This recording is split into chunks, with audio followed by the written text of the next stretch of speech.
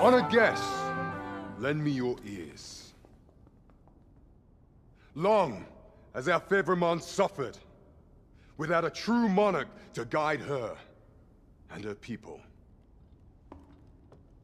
Decades have passed since last His Majesty Erland sat atop the Draken throne. Long have we endured, yet it has not been for naught.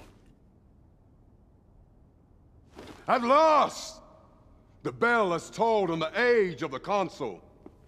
At last, we may celebrate the coming of our rightful ruler. The return of the Sovereign.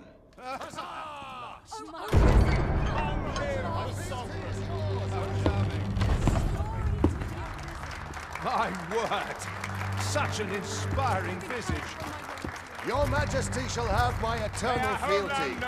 Your Majesty, oh how long I have awaited this moment.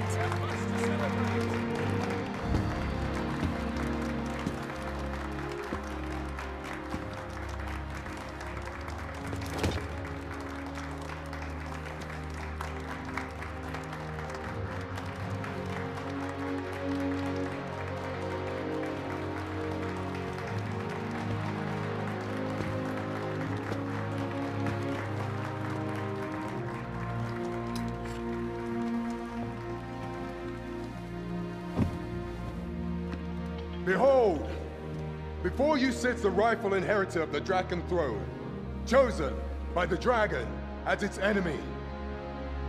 Behold and rejoice! Fortune has delivered us our savior at last! At last! Praise be, for only the Sovereign's guidance can lead us true. All hail the Sovereign! All hail! Let all present pledge their allegiance to the Sovereign. Let us be united in the hope that our liege's reign will ne'er end. Long live the Sovereign of Vermont! Long live the Sovereign! Arisen, thou who wouldst slay the dragon, if thou seekest to behold this world in its true aspect, abandon thy reason. Cast aside thine heart and thy wrath both. I ask thee to demonstrate thy will, for naught but thine ambition can alter the course of the rivers of fate.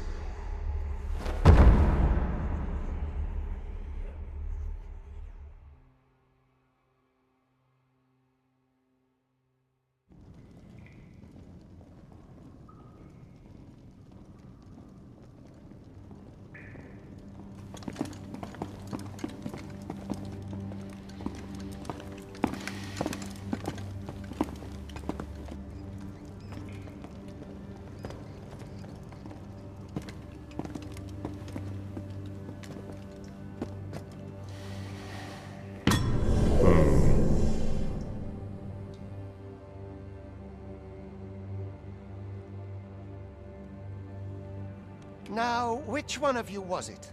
No need to be shy. I've just got to take down a record of your name and face. Come on, step forward. I ill like that look in your eyes. 'Tis queerly brazen for a pawn. Most of your kind have eyes blank as a cadaver's. Mayhap 'tis only natural, seeing as how you rise from the dead. There's aught different about you, though. Could it be that you fear death just as we mortals do? Worry not, vessel. 3 days here, and you'll be longing for death's sweet embrace. Come along, you feckless dullards.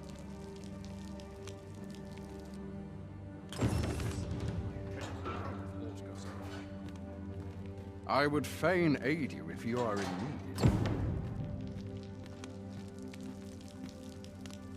Learn your place, Paul. Don't look at me that way. I've no need of your pity.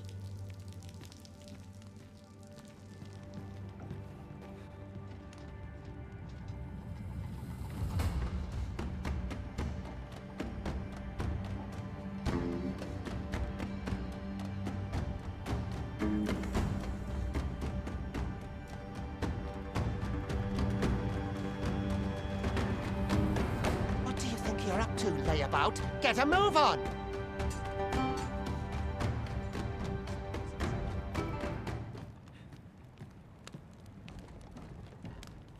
Do your injuries pain you? Pray, do not overexert yourself. This is no place for one of your ilk. 'Tis harsh beyond measure. Even we pawns are pushed to the brink. You ought not anger the Overseer.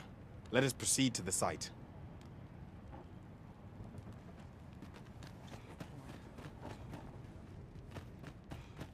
A mug of ale is just behind. You are prepared to work. Then you ought begin by carrying stones out from the station in the back and bringing them here.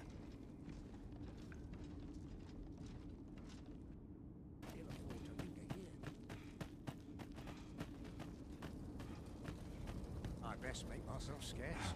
A job well done. Now the next step is to...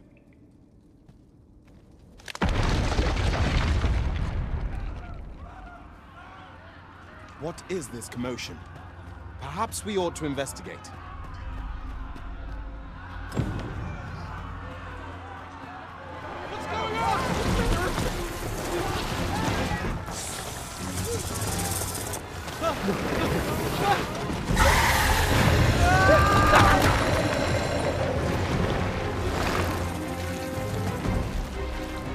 No, the damn thing's been awoken. You but fell that fiend, even at the cost of your lives!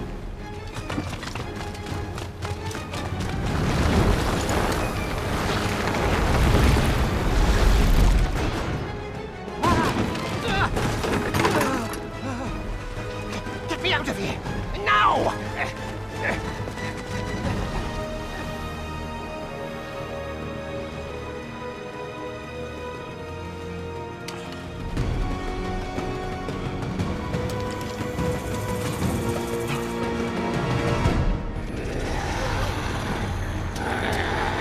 Fundamentals of using a bow are proper distance.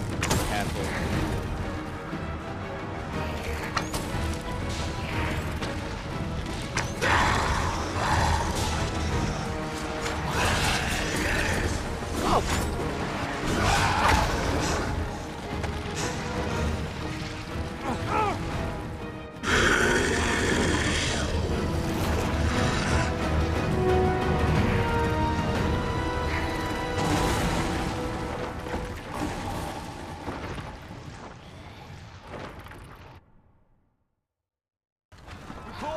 Are you unharmed? Get chase! Make ready. You move to intercept. Concern it! You ought flee while you can. After all, your charge awaits you. You cannot linger in this place forever. You have lost your memories. 'Tis surely the work of a fell curse, but worry not. You need only believe in your own destiny, Arisen.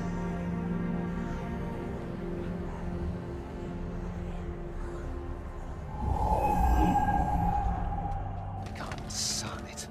The accursed creature escaped. Oh, you! Get back here! Quickly! This way, Arisen! Come this way. Let us flee.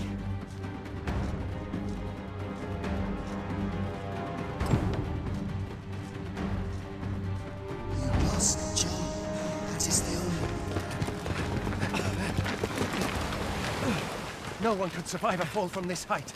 Not even a pawn.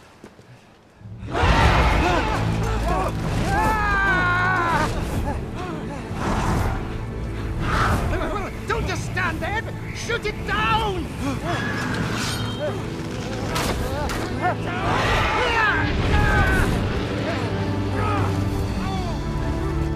It's getting away! Bring it down! Bring it down! Go now, lost soul. And learn all you can of this world you must protect.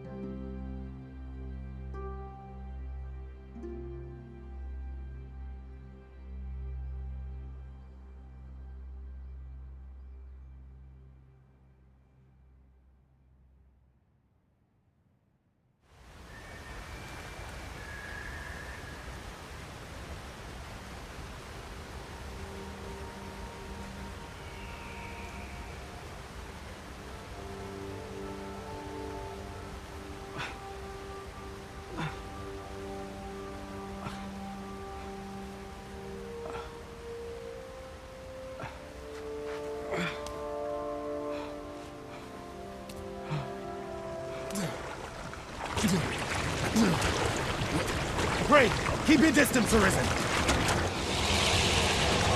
Worry not for me. The brine may swallow me whole, but I will not perish. There is a stone not far from here, known as a rift stone. Pray, seek it out. If you're truly the Arisen, then our paths will surely cross again.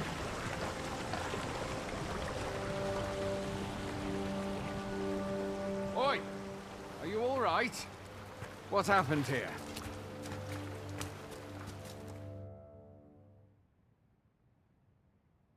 A griffin appears one moment and falls the next. And now you stand before me. Was it you then? The one who was riding on its back? It is a wonder you survived. Accompany me to the stronghold. We'll treat your wounds and hear your story.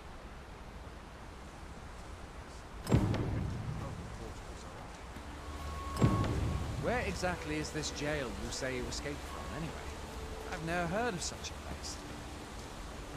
There's certainly naught like that here in Vermont.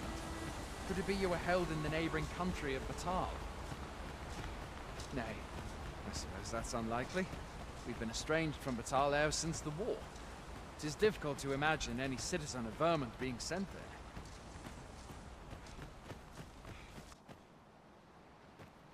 Fie! Goblins! Let's take up your weapons, sir. You'll be needing it. If you find your strength flagging, buy the curative or have a bit of green orange. Make use of the slope. It will give you an advantage against their ranks. Employ guarded attacks to get the enemy to flinch. There are oft items to be scavenged from the bottom. Where are you going? I'll not force you to receive treatment, but I'd at least like a word.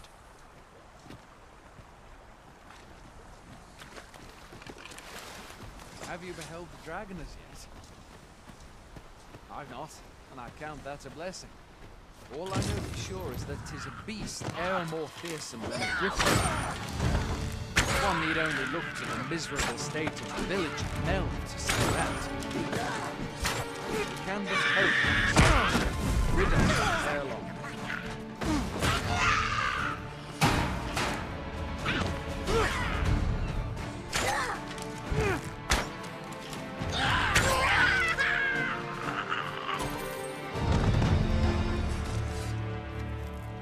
No mean feat, to be sure. But that's the Sovereign's duty, isn't it? When the dragon rears its ugly head, the Sovereign appears among the people and steps forth to challenge it. I dare say Vermund owes much of its prosperity to the Sovereigns who have served it over time. Though...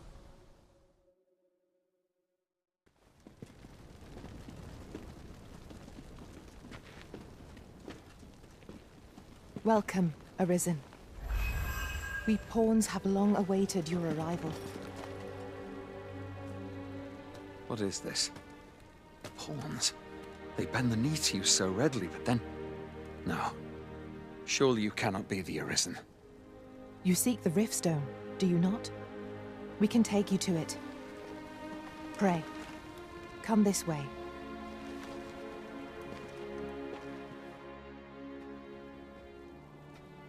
Before you stands a Riftstone.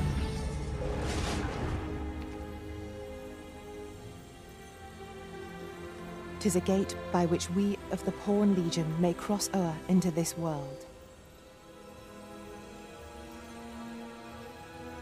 Pray, summon your pawn. Simply paint with your mind's eye the loyal attendant whom you would have serve you.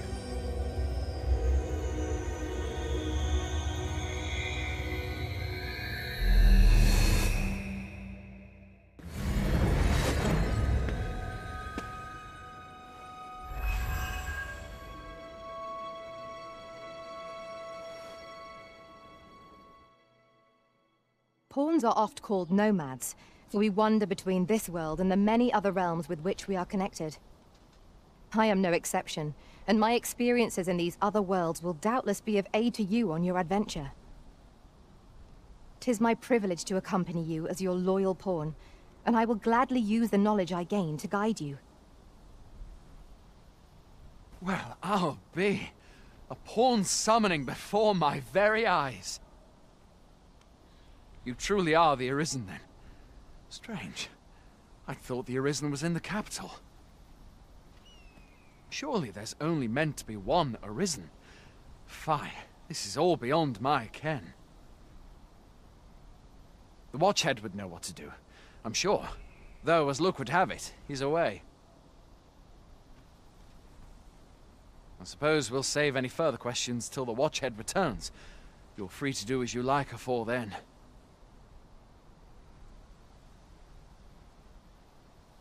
What? You've no memories, you say? Mayhap you could make for Melve, then.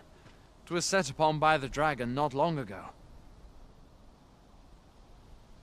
The Arisen is said to bear some deep connection to the dragon. Should you be Arisen, mayhap you'll recall aught of import there.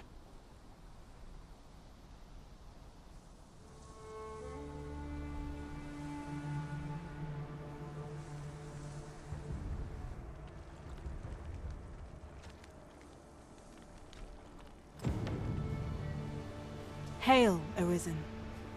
Pray, ask aught you wish to know. I shall answer, if 'tis within my power to do so. Nomads, we are oft called. Born in other worlds, we travel here by means of the Riftstones that we might aid you, Arisen. However, I cannot speak as to our true nature, for I know of it not. None of us do. We do not need to. We merely do as we are commanded.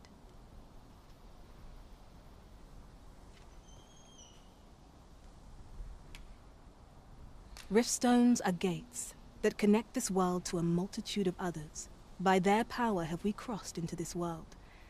And when our mission is done, by their power shall we return to our own.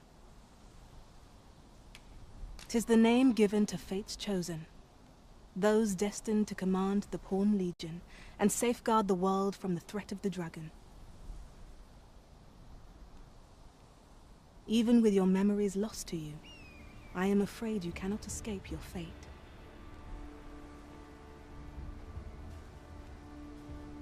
Very well. May fortune speed you on your way, Arisen.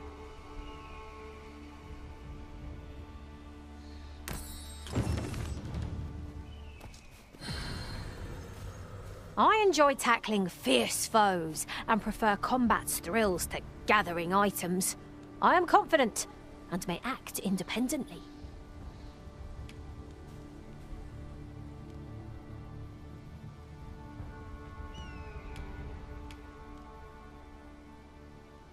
Let us work together to honor the Arisen's trust.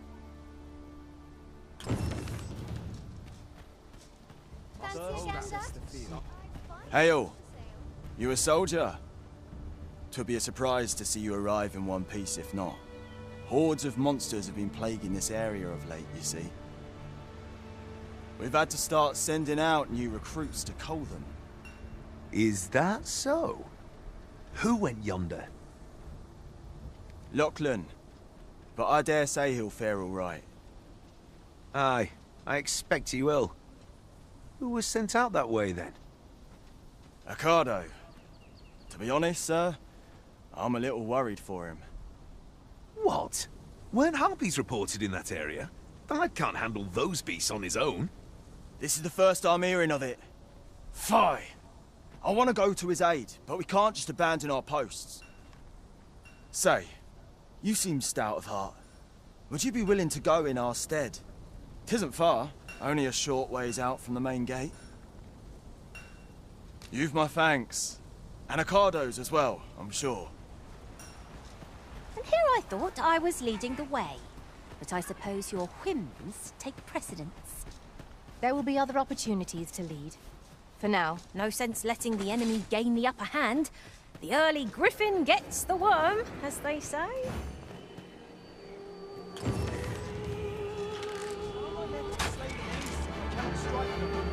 Get down here, you feathered thieves!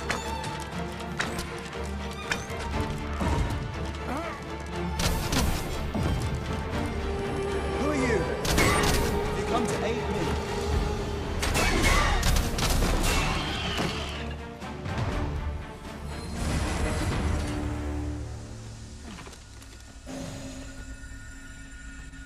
Is that all of them? Yeah, you have my thanks. I do not believe for a moment I could have slain those creatures without your help. I've only just enlisted, and when I thought this could be the end of me, I was paralyzed. You saved me this time, but I won't always be so fortunate. I'll have to train harder, till I have the confidence to face such beasts on my own. Well, I'd best be heading back, but I'll be sure to let my superiors know of your good deed. I hope we meet again someday. Shall we report back now?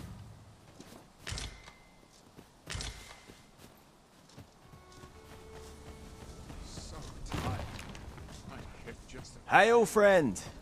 Many thanks for aiding Ocado. 'Twas a relief to see him return, and none the worse for wear. Aye, that it was. The poor sod might not have made it back alive had you not intervened. 'Twas a bit too early for him to be seeing actual combat. That much was made well clear. We'll be extending his training period. The instructors here are well known for whipping recruits into shape with their grueling regimes. Speaking of training regimes, I must admit I've half a mind to ask you to join us. We could use someone with your experience.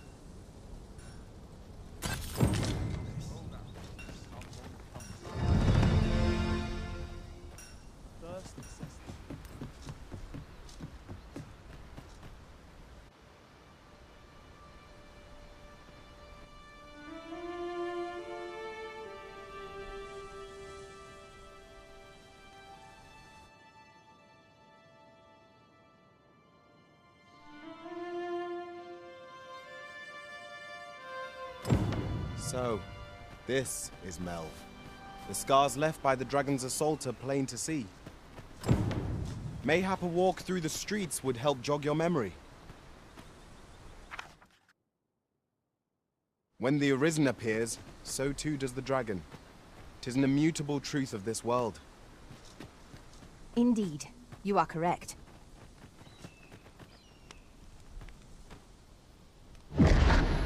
Pitiable Arisen.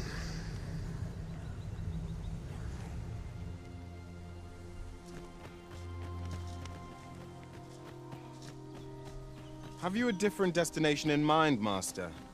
Very well. Shackled by a foul curse and robbed of all memory.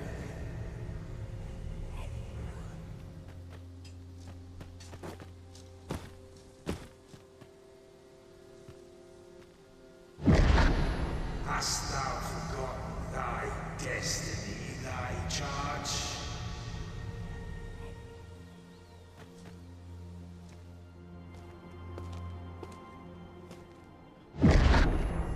That is most unfortunate. But it doth not release thee from thy fate.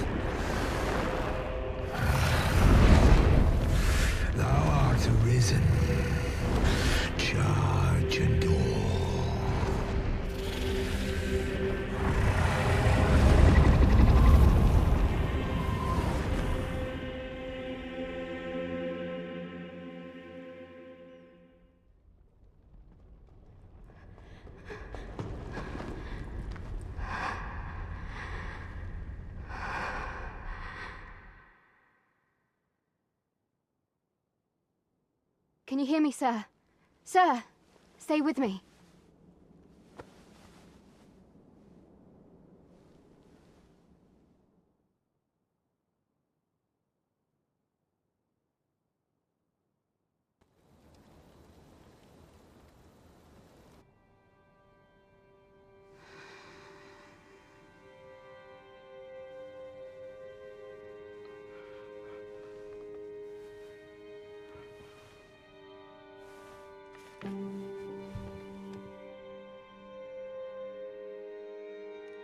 Thank goodness.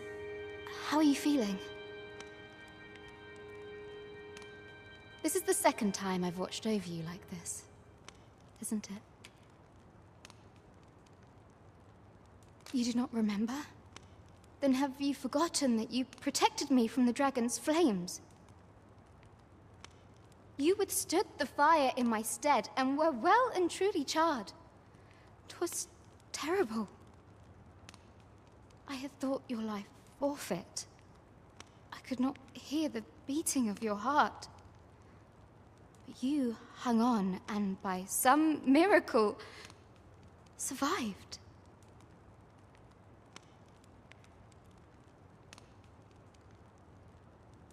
Arisen? I'm afraid I don't understand your meaning. Does it have aught to do with why you were taken to the castle?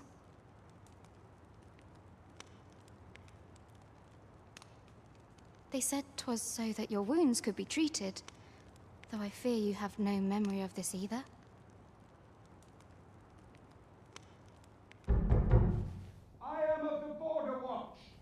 Someone with Arisen-like abilities came to this village, horn in tow. Know you aught of this? Has he come for you? We are to part so soon, then. Mayhap you will visit me again someday. Till then,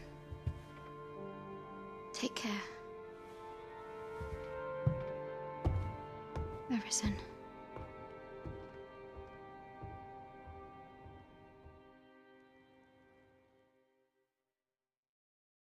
Ah, excellent. You must be the one. You match my soldier's description. I'm glad I found you. The ruler of Vermont, currently convalescing in the capital, became arisen here in this very village. If you claim the same, then word must be borne to the capital.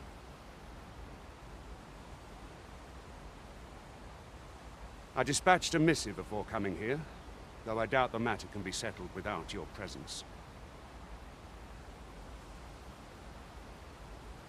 Would you be willing to accompany me to the capital? If you truly are arisen, you will be received with open arms. Oh, but forgive me. I scattered my soldiers in a bid to find you. I would not depart without them. We shall have to wait till they are reassembled.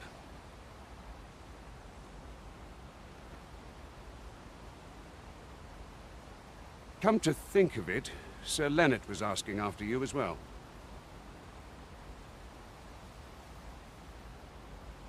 Mayhap now would be a good time to speak with him. Last I saw, he was having a drink at the inn.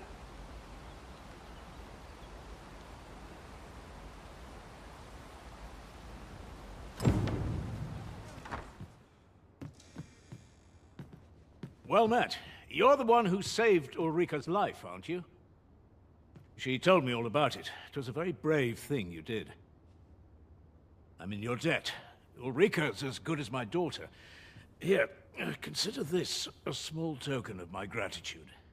Now, tell me, are you registered with a guild?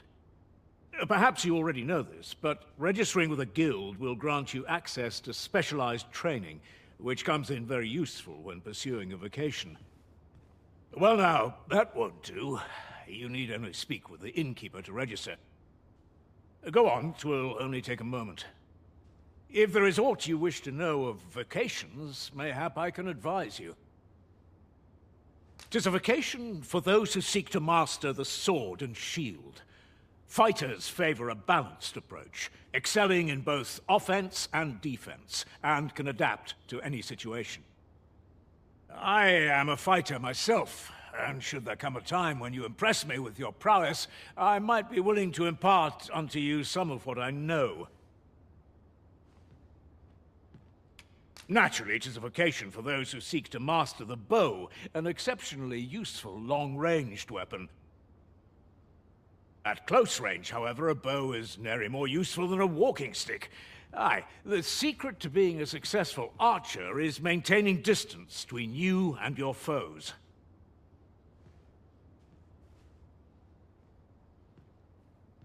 It is a vocation for those who seek to master the mystical arts. Magic.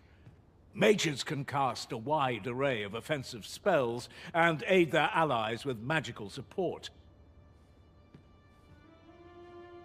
However, the more powerful the spell, the longer one must spend incanting it.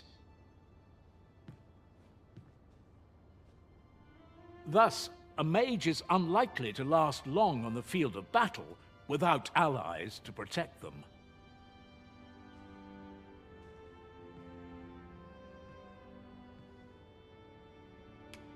It is a vocation for those who seek to master the dagger. Such blades lack heft, though this grants them the advantage of speed. Thieves favor light armor, which leaves them more vulnerable to attacks than those of other vocations. Their talents depend upon their finesse and ability to compensate for the length of their blade through sheer agility. Should you dedicate yourself to a vocation, you will find that new paths to master will open up to you over time.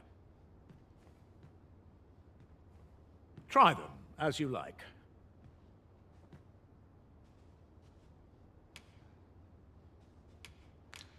Very well. There is no wrong choice in any case. It is entirely up to you which vocation you adopt. But I shan't take up any more of your time. Pray, be well.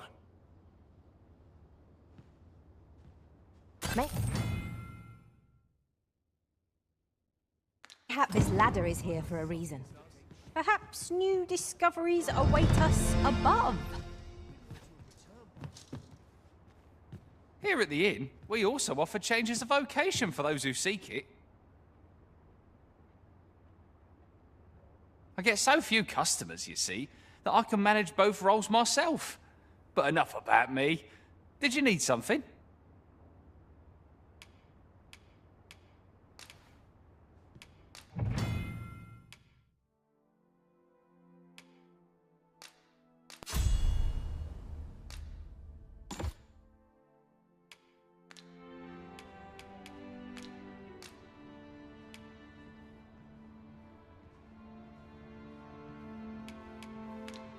Do come again.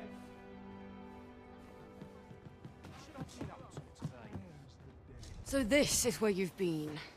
Come with me to the village entrance. The Watchhead's waiting for you. Here we are. Ah, you've returned. Good timing, too. I have questions for you. First and foremost, will you accompany me to the capital? My thanks. Are you ready to depart, or do you need some time to prepare? Good.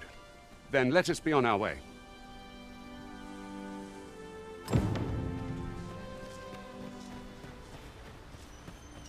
Perhaps this will seem of little consequence, but some masters rearrange their party at the drop of a hat. We've got goblins! Caution would be wise, but we ought not let it halt us in our course.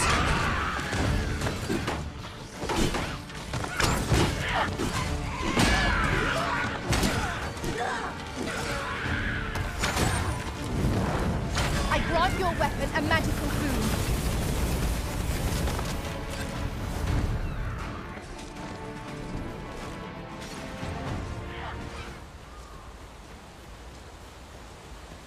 The Arisen is the lawful ruler of Vermund.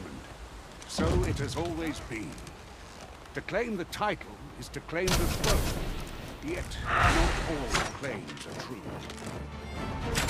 Our kingdom sees many pretenders, but they are not dealt with lightly. Best hope you're not one of them. Regardless, do well not to invite my mistrust on our journey.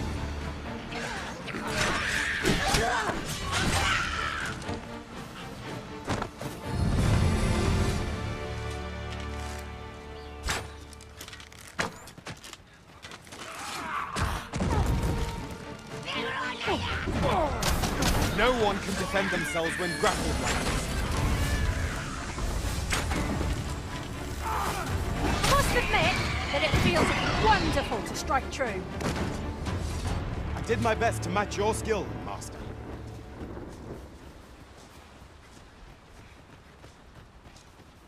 Hold here a moment. I shall bid them open the gate.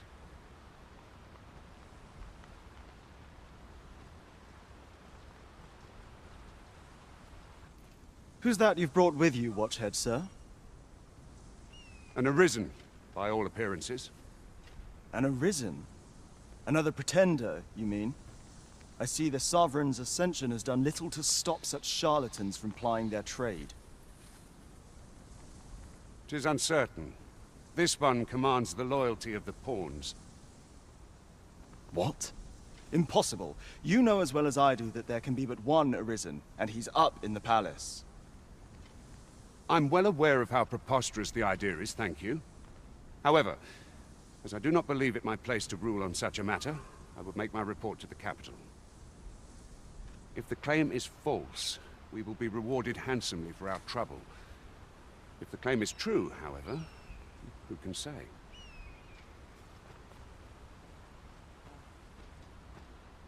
All's been arranged. Come, let us pass through the gate.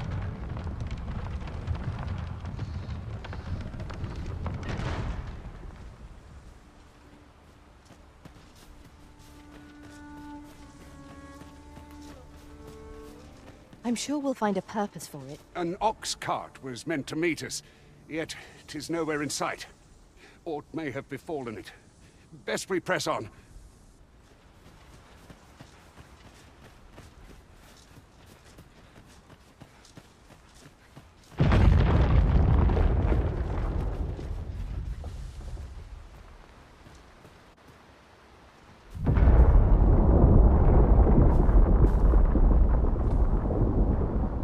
Is everyone all right? More marks of the dragon's fury. Its rampage must have weakened the earth here.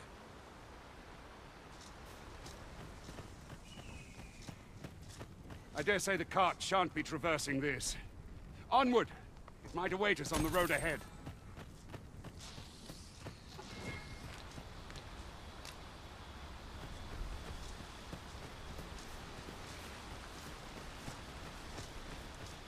What's this? We're trapped!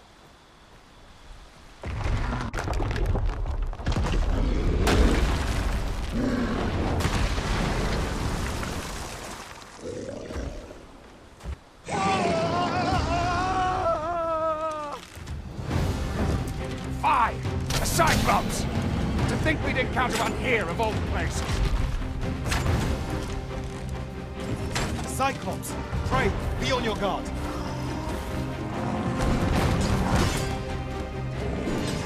The power of such a torrent is not to be underestimated. Perhaps we could find a way. Aha! I can think of all manner of uses for a contraption such as this. Might we not lay a trap for our enemies?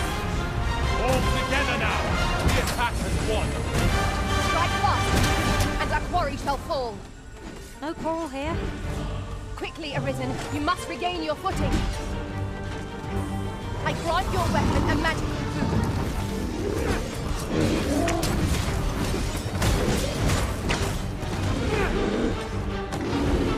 What does that sound? Fall back!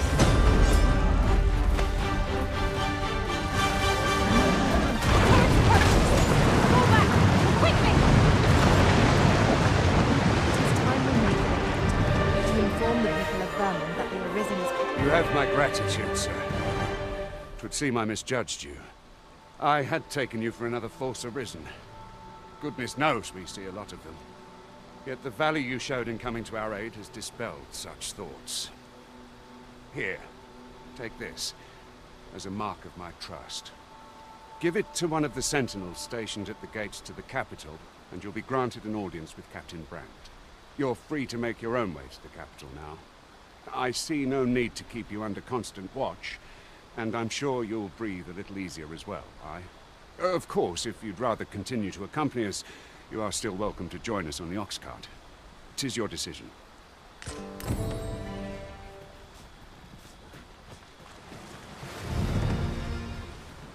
Ah, here's the cart now. Do you intend to join us? Very well. Board the ox cart and we'll be off. 'Tis dark enough to warrant the use of your lantern, Master. That ladder looks promising, but we'll have to drop it down from above.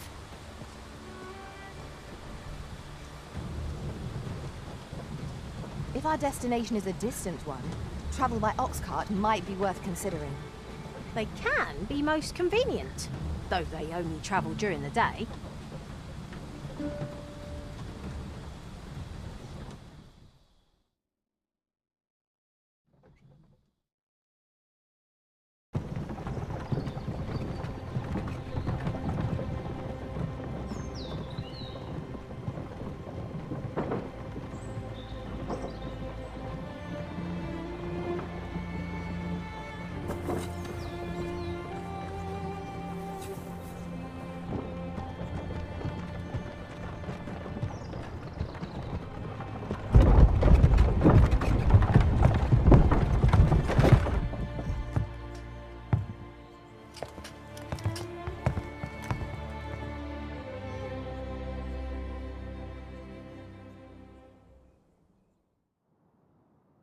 I was informed of your coming, would-be Arisen.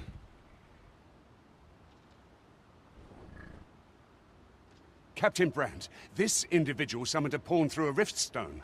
Several witnesses can attest to it. Though I admit I had my doubts at first, it would seem this is no mere deceiver. This one's not a bad sort. Saved our hides on the way here. As decreed by the great will of our world, there can only be one Arisen. That Arisen now resides within the palace. Indeed, he is our sovereign and the rightful ruler of Vermont. It follows, therefore, that this ruffian before us is naught but a pretender. You must submit to questioning. If you value your life, you will not attempt to flee. I shall conduct the interrogation myself. Stand watch outside.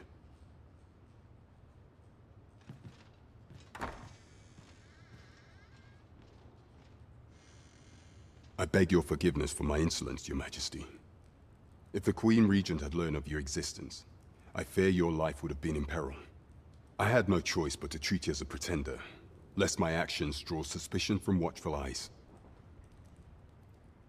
Then you have truly lost your memory? In that case, mayhap I ought to explain the situation before we proceed.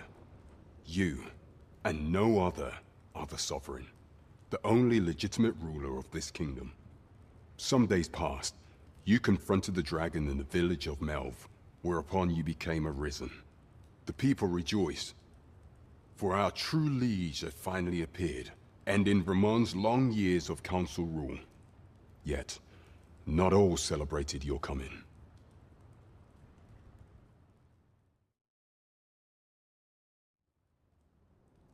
Your arrival would have robbed the Queen Regent Disa of everything. During the time of the previous council, she acted as a queen in her own right, ruling the palace as she saw fit. And just after the council's passing, when 'twas all but certain that her son would take his father's place, word reached the castle that the Arisen had been found. To Disa, Your Majesty's very existence is naught but an obstacle to her own family's continued prosperity.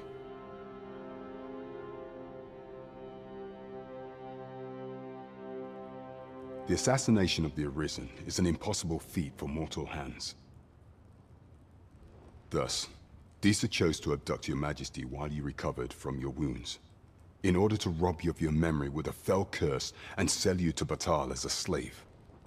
Following that, She prepared a replacement to serve as the Sovereign in your stead. A mere puppet.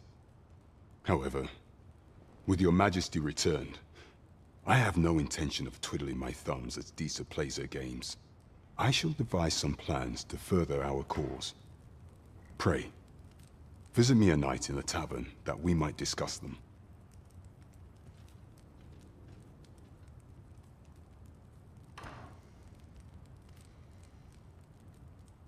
This one's cleared of all suspicion, and has my permission to remain in the capital. You are to trouble the good sir no further. Are we clear?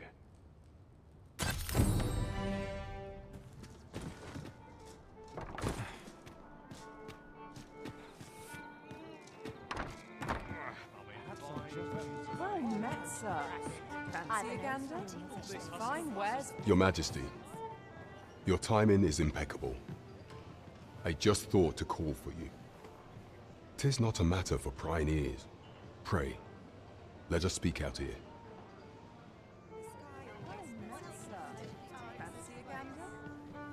Really now, you mustn't shirk your duty, lest you forget 'tis the Arisen we serve here. As I informed you when last we spoke, the palace is filled with the Queen Regent's sycophants. Should Disa denounce your Majesty as a false Arisen, few would elect to doubt her. Yet if we are to prove your identity, I believe there is no occasion more suitable than the coronation. It was delayed so that the Sovereign, that is, the false Arisen, could convalesce in the palace, but the date has now been set. The central players in the court ought all be in attendance. It would be a fine opportunity to display your Majesty's power. None would be able to deny that you are the true Arisen then. There is a problem, however. Entry to such an event is limited to the chosen few. Only select members of the nobility and citizens who have contributed greatly to Vermont's continued prosperity will be granted entry. If your Majesty is to be counted among them, you will need to attend to a number of tasks. Pray, allow me to summarize them for you. The citizenry have called upon my soldiers to cull monsters that plague the land. I dare say, 'twould be a fine contribution were you to accomplish these tasks unaided. What say you? Might I ask for your cooperation in this matter? I thank you, Your Majesty. There are 3 locales that have seen significant trouble of late. The first is Trevo Mine, to the northwest. We've had reports of goblins swarming in great numbers. Next is Half Village, west of Burnworth. I believe soldiers have already been dispatched to cull an infestation of saurians there. Finally, there is a call for someone to locate a group of soldiers tasked with delivering freight. They were last seen crossing the second bridge on the eastern edge of Vermont. We have been charged with the felling of monsters. We ought take the time to evaluate our fighting strength and equipment before setting out.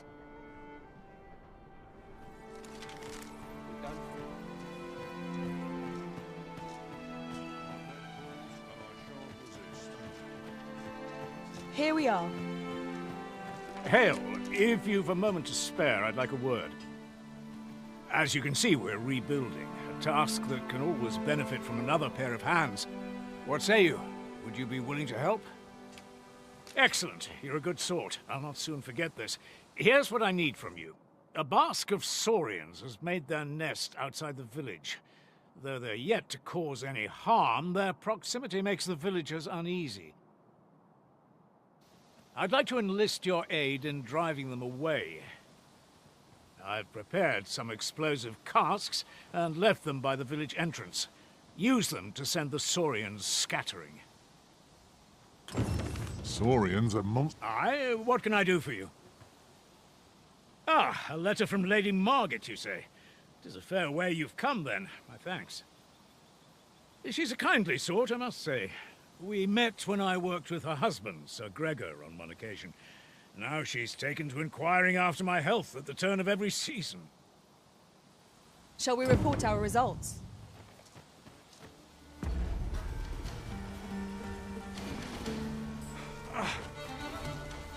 Splendid accomplishment. You have honed your talents to new heights. One can but strive to improve. Well, that appears to have sent some of the beasts reeling, at least. To finish the job, I'd have you drop a jar of poison into their nest. With any luck, the Saurians will realize that they chose a perilous spot and steer clear of the village boundary in future. But pray, take care not to drop it in the river. The villagers use that water on a daily basis. You must make sure your aim is true. Are we clear? Good. You'll find the jars of poison just outside the village. Toss one into the Saurian's nest, and your task is done. A single jar of poison ought to send those Saurians packing.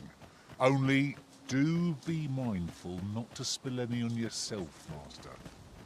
Mayhap. Is that you, Norbert? Oh, fie. I got my hopes up for naught. Wait, listen. Would you be willing to search for my brother? The brave fool said he was going to look for herbs and went off into the forest. I've seen no sign of him since. I'd go and search for him myself, only... it is a dangerous place. Understand? I'm not afraid of monsters, but 'twould hardly help anything if I were to run in there unprepared and get myself hurt now, would it? So I thought, mayhap you'd go in my place. You look like you could manage those woods better than I. Please, sir. I worry for my brother.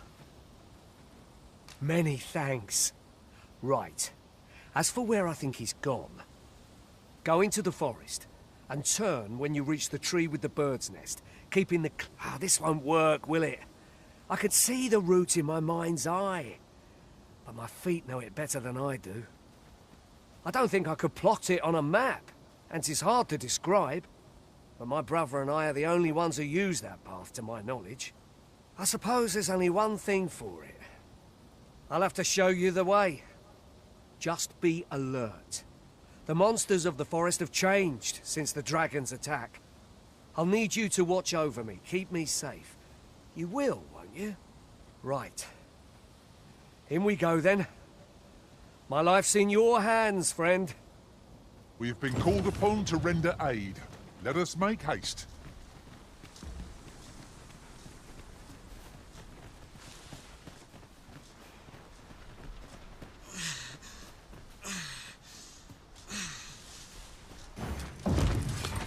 I grant you roaring flame.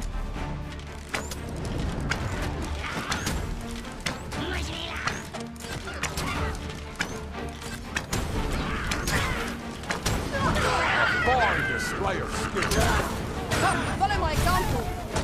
I concur. Now, there's a novel idea.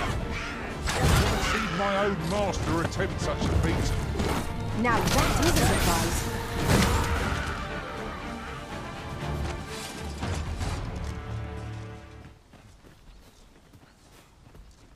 Can anyone hear me? Please! I need help! Have at me. I'll gladly take on any number of foes. We fight. To arms. It's easily done.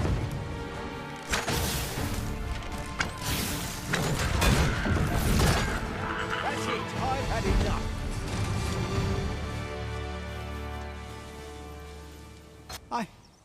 I thought I was done for. It was a near thing. How are you feeling? I think I'll be all right. But if you hadn't come for me, Thanks, Ian. Save your thanks, Norbert. I'm your brother. And I ought to have come sooner. From where I'm standing, all that matters is that you made it in time. Anyway, I'm eager to be rid of this place. Let's return to the village, shall we? The sooner the better. I've got to deliver these medicinal herbs to the people who need them. You'll hear no complaints from me. Let's be off then. Let us proceed with caution, keeping an eye on our charge at all times.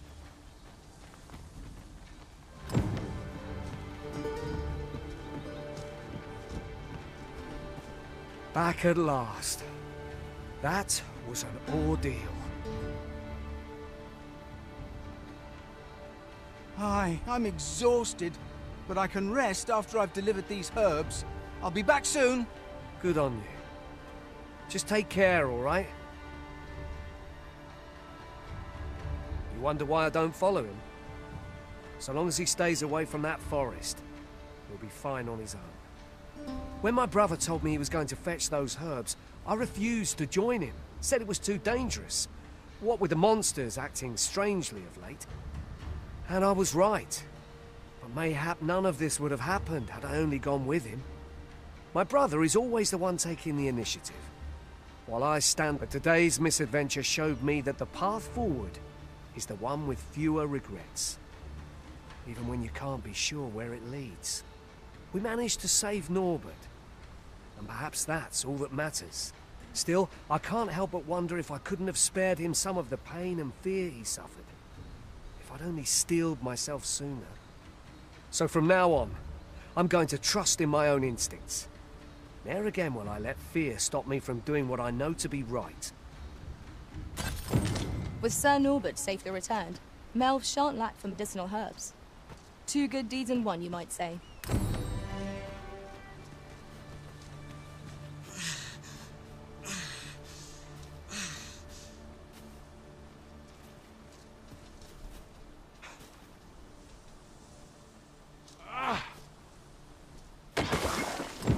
Expertly thrown, Master.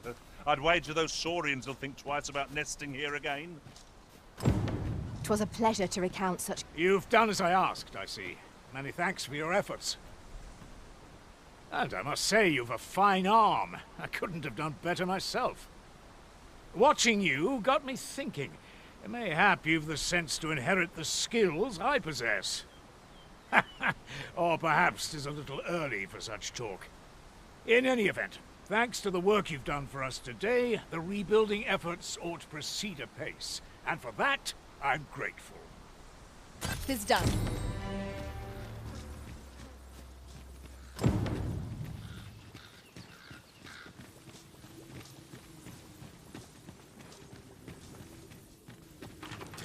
The cave.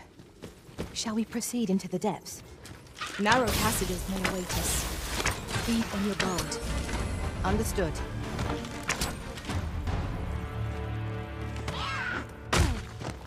I will protect you.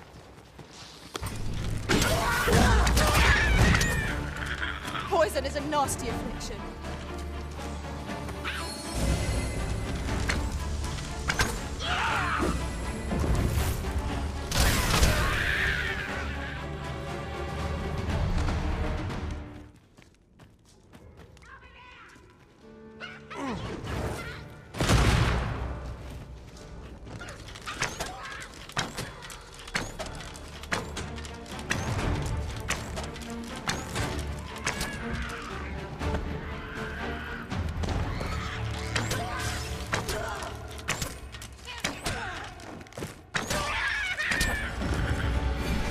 Here we go again.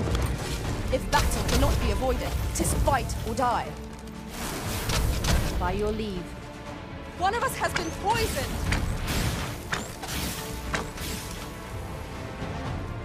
I grant your weapon a magical boon.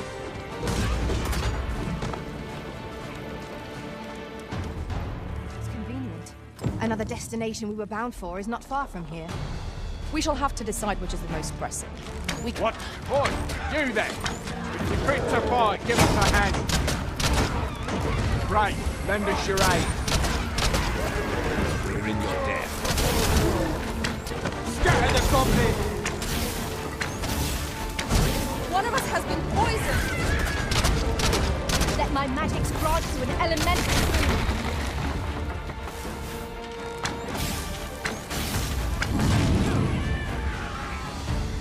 That's what I'm talking about! All done, then? I concur. You've a strong arm. The goblins are well routed. You have my thanks. 'Twas a simple patrol mission, till we walked into their ambush. Those cursed things caught us entirely unawares. I don't know where we'd be if you hadn't come along. I pray you'll let me repay the favour, if e'er there's a chance.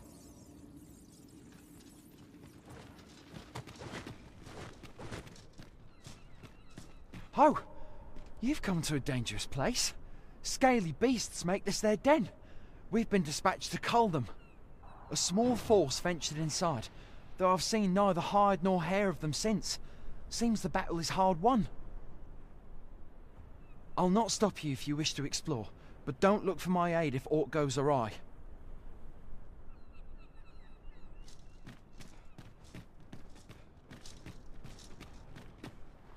If you're intent on entering a monster infested... We would be ill-advised to proceed without light.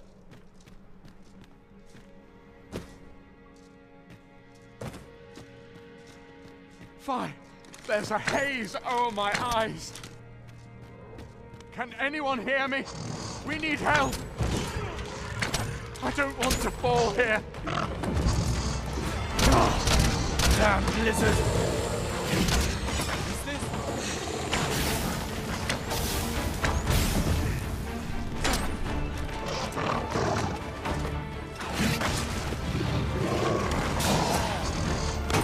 You'll not live to regret this.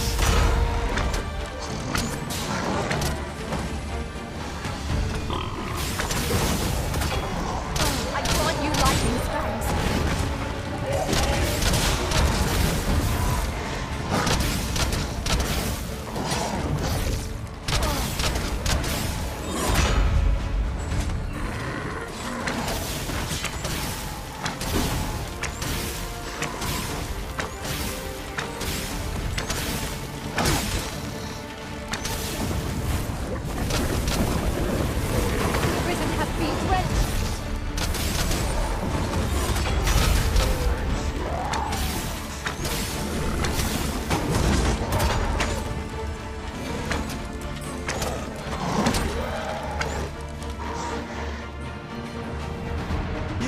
To enlist? I'll give you... You're not one of ours. Have you come to save us? Forgive me. I cannot seem to walk of my own accord just now. Would you aid me in reaching the entrance? 'Tis done. Aptly said.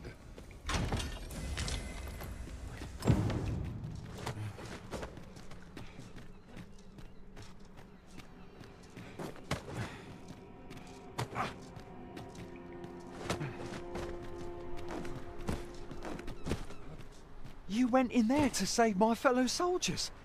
I underestimated you, friend. I shall send word of your deeds to the captain. You've done well this day. I thank you. We'll see to the rest of this mess. You need not trouble...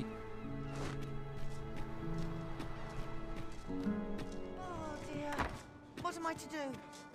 Hail, friend. Have you a spare moment? I've an eye for people, and my instincts tell me you're of trustworthy ilk. I'm in a bit of a quandary, you see. I'm to be gone for a week, with no one slated to mind the house in my stead. Fear not, I only ask your name to list as a tenant. You needn't bother yourself with the cleaning, and I don't expect you to stay cooped up in there, neither. I'd be much obliged if you'd simply consider my home a waypoint on your travels. Sound appealing? Then come on by and have a look-see. I've taken the liberty of marking the location on your map. I'll feel a sight better once I've had my dinner. You've come. Glad to see you, friend. So, what say you? Would you care to live here in my absence? As I've said, you needn't worry about tending to the place. Many thanks, friend. I knew I could count on you. I'll stop by again in a week's time, but till then, farewell.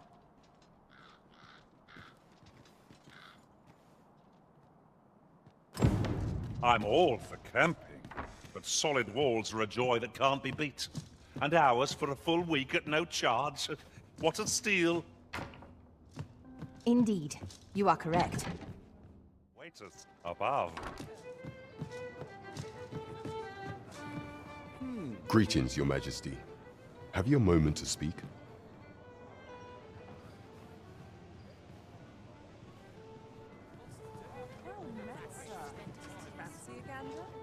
Fine wares all. Mayhap a noble will succumb to my charms. The room's at your leisure, and I'll be down with you today. I'd be better off a hermit. There is much we ought to tend to, if we are to strengthen Your Majesty's claim as a true Arisen. You've done a fine job culling those monsters, Your Majesty. 'Tis common knowledge among the people that 'twas you who delivered them from danger. The number of those who seek out this tavern in the hope of an audience with the Arisen grows by the day.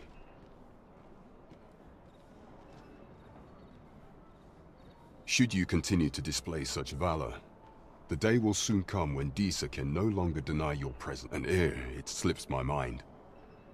Pray, take this. 'Tis a symbol of my own gratitude. Our task is complete. Hardly surprising, given that you and I were on the job, Master. Indeed. You've culled more than your fair share of monsters. I expect tales of your valor will soon be told in taverns. There is much we ought to tend to, if we are to strengthen Your Majesty's claim as a true Arisen. You will need to infiltrate the palace to gather evidence of Disa's misdeeds. I hesitate to ask something so dangerous of you, yet I fear we have few other options. I have attempted to do the same through my own channels afore now, though I have yet to uncover so much as a whisper of her plots.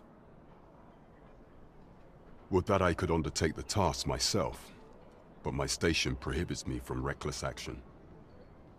What say you, Your Majesty? Might I ask this task of you? I shall ensure that the door to the Queen Regent's office is open between midnight and dawn. Pray use that time to conduct your investigation.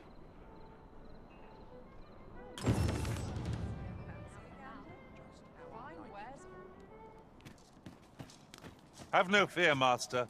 I'll fare all right without you for a little while. I suppose all we can do is wait.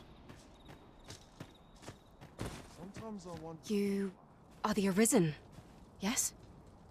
The captain gave me your description. Follow me!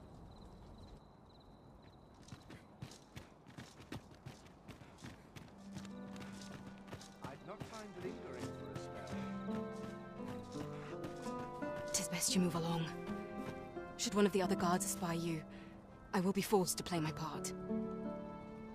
Pray, be cautious, Your Majesty.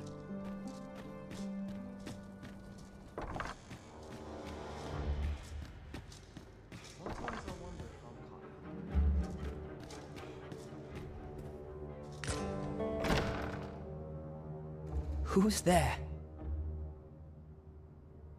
Pray, keep your voice low. 'Twouldn't be good for either of us if someone was summoned to come check on me. Could it be that you have come to bring Mother's schemes to light? Aye, Disa is my mother. Pray forgive me for not telling you sooner.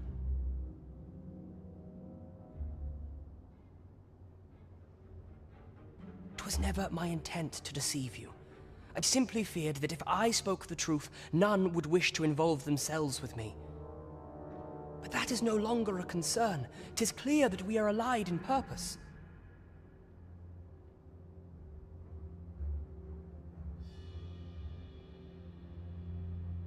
My word, you mean to say that you are the true Arisen? That the Sovereign currently residing in the palace is a pretender? Could Mother have had a hand in that as well? Regent Kin Sven appears to be missing from his chambers. Have you seen him? Me? No, sir.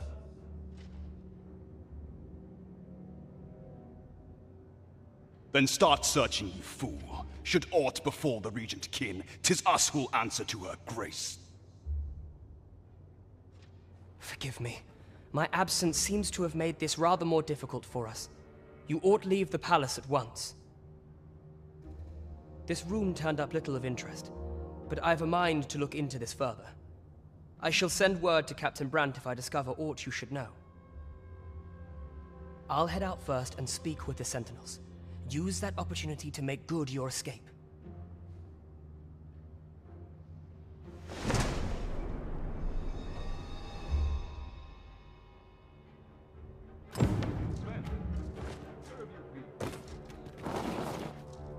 Forgive me. I couldn't sleep. I thought the scroll might clear my head.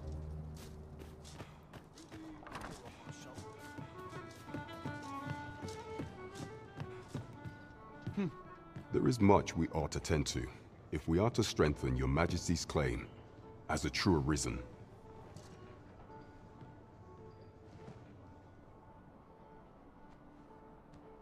How fared your mission? Was there aught suspicious to be found in the Queen Regent's office?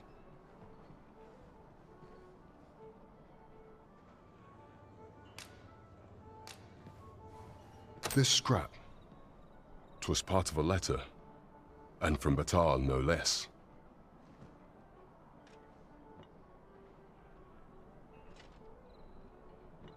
This alone can prove little, but 'tis clear that Deeza's schemes run deep.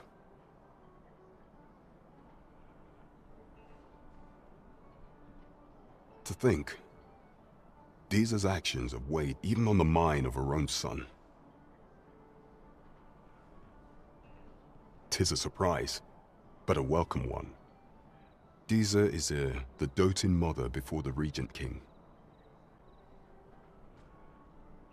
If Regent King Sven is willing to aid us by drawing Deeza's focus, we may be able to get... You have done well, Your Majesty. Though I am limited in the aid I am able to offer, I bid you. It seems we were right to suspect the Queen Regent. We ought to keep an eye on her in the days to come. I know not what to make of this. Queen Regent Deeza appears to be working in concert with this Phasus fellow, but what precisely is their aim? There is much we ought to tend to, if we are to strengthen your Majesty's claim as a true Arisen.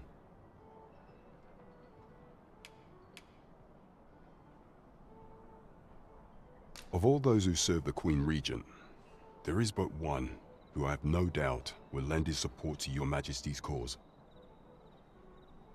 I refer to Waldar, a magistrate. Many a time has Deeza demanded Waldar amend the Code of Vermont to her own benefit. And many a time has the magistrate refused her, for he is loyal to none but the spirit of the law. As a result, he now sits in a cell beneath the palace. Our laws dictate that your Majesty is our rightful ruler. Thus, as the staunchest supporter of the law known to the palace, I'm quite confident that Waldor will be willing to vouch for your Majesty. What say you? Might you be willing to aid me in arranging the magistrate's release? I've prepared a means for you to enter the palace dungeons. Pray, take this. This mission demands the utmost secrecy. Prithee be cautious, your Majesty. Should you be discovered, I will be unable to lend aught in the way of aid.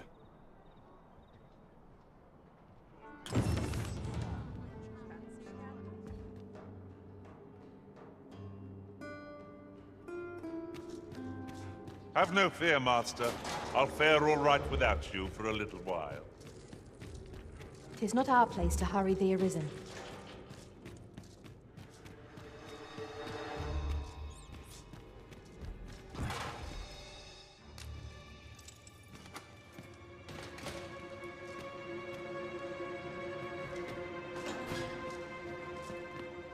Well, have you found some place I might sate my scholarly curiosities?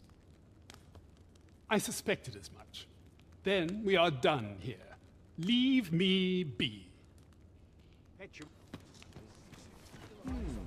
Well met, Sir Arisen. Might I trouble you for alms for the poor? Many thanks. May fortune smile upon you, kind sir. Ah, hold on a moment, Sir Arisen. Perchance you would be willing to aid me with another matter. You see, one of the children we care for here at the Gracious Hand has gone missing. Malcolm, his name is. He's a steady lad. I can't imagine he would have run away. This building's very old. It could be that he's found himself in some strange corner of it. Might I impose on you to search for him? I suppose it goes without saying. Malcolm's been really into exploring of late. Just the other day, he was going around telling anyone who'd listen about how he was an ox hair away from making some big discovery.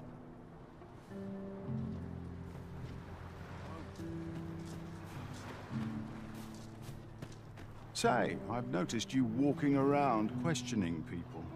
Looking for information, are we? If I were you, I'd pay a visit to the jail next, if you haven't already. The place is full of unsavory characters, as one might expect, who've seen things ordinary citizens aren't privy to. I should know. I was among their company till just recently.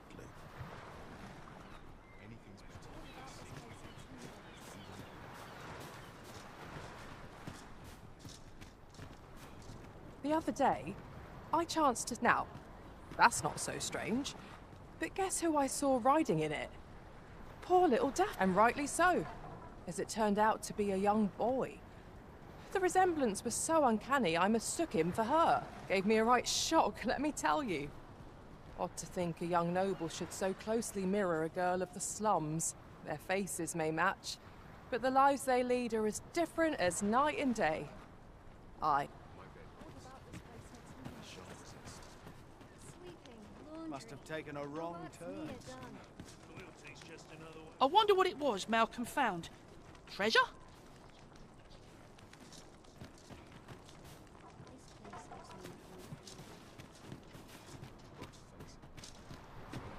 Malcolm? All he's doing of late is picking through rubble. Don't know why he bothered.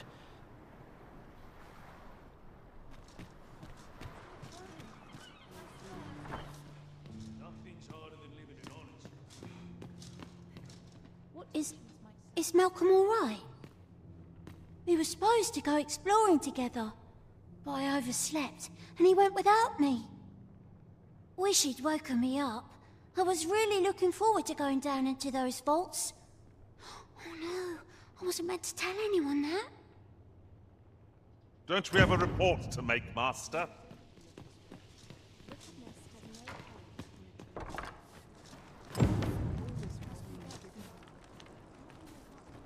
Vaults, you say? By my knowledge, they were sealed off. Ah, but you mentioned rubble, aye? Then perhaps the lad found a way through. Come, I fear there's not a moment to lose. Pray, follow me, and quickly. Let me get that. I believe this is the place to which the children were referring. Look, there, a hole. Could he have passed through here? There is naught to be done but have a look for ourselves. The passage ahead looks small, but we may be able to squeeze through. Let us make haste.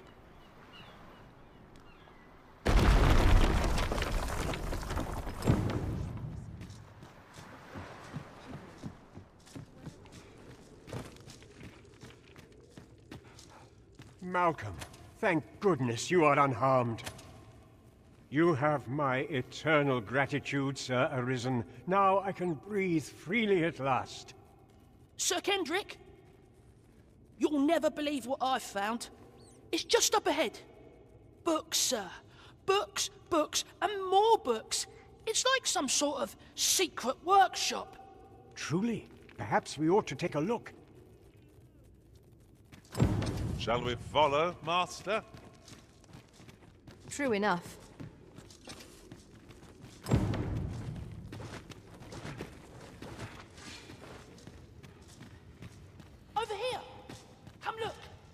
Heavens above!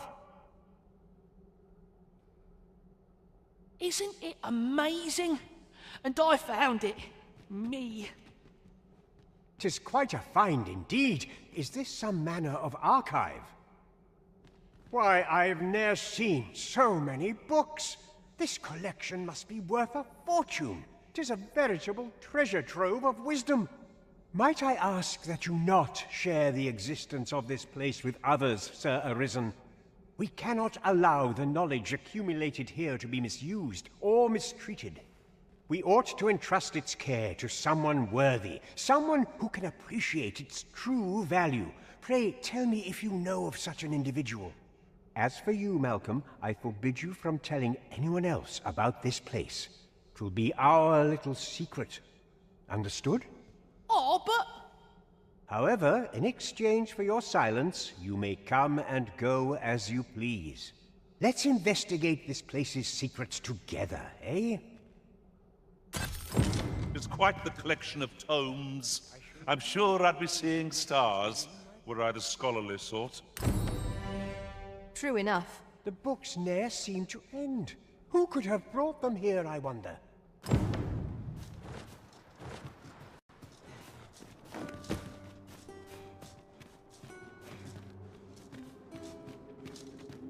Do you know how long you'll be?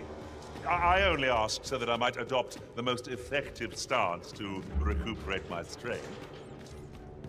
I suppose all we can do is wait.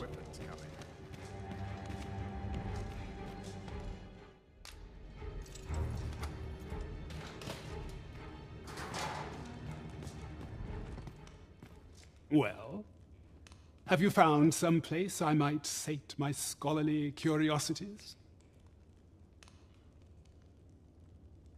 Oh, to think such a place existed. How very curious. Guide me outside, then. If you can deliver me from this pit, I ought to be able to find the rest of the way on my own.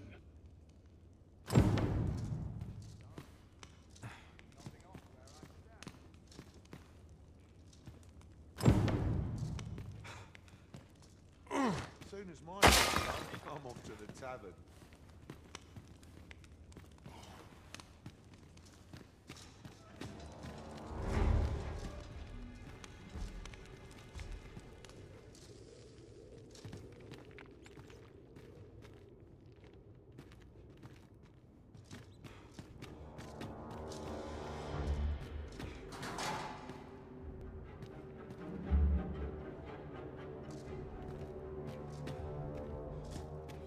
Battle is best avoided here. Aye, this should be far enough. My thanks.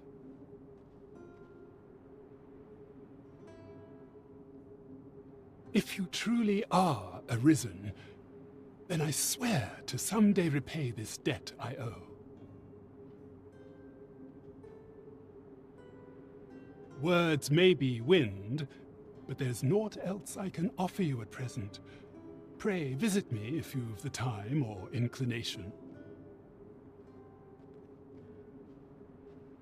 Mayhap the knowledge I've gained reading tomes of Eld could be of some use to you.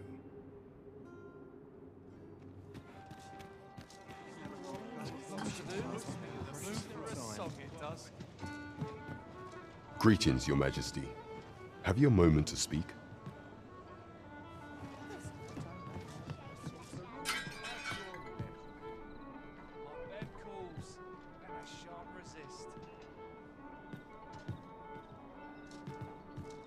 There is much we ought to tend to, if we are to strengthen Your Majesty's claim as a true Arisen.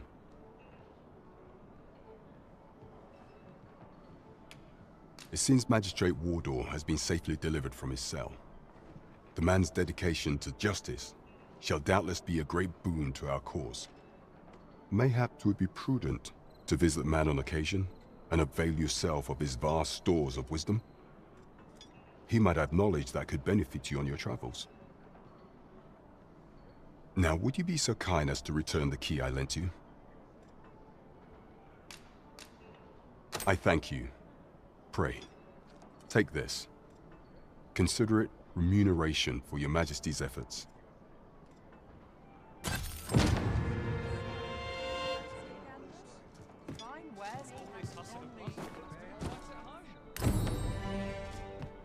There is much we ought to tend to, if we are to strengthen your Majesty's claim as a true Arisen. I bear word from Regent Ken Sven, your Majesty.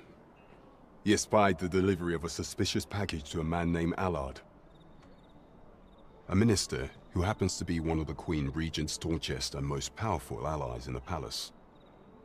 From the pains he took to remain on scene, 'tis plain that Allard wished this delivery kept away from prying eyes. That alone is reason to suspect a connection to Deeza's schemes. We must get to the bottom of it. The Regent Kin intends to call Allard to his chambers come nightfall. He bids you to use this opportunity to search the minister's chambers and see if there's aught to be learned. What say you, your Majesty? Are you willing to undertake this task?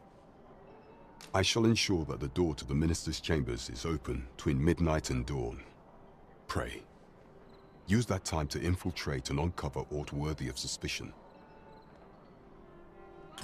There is only one acceptable outcome. Complete and utter success. Shall we make for Burnworth Palace?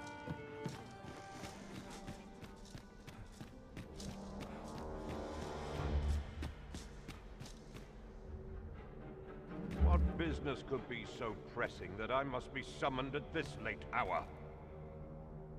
I would not presume to know, my lord. However, it must be a highly sensitive matter for the Regent Kin to request a private audience. Or perhaps the boy has finally grown wise to the benefits my favor can bring. He might just be his mother's puppet, but at least he knows what's good for him. My lord, if someone were to overhear... Oh, unwring your hands, you fool!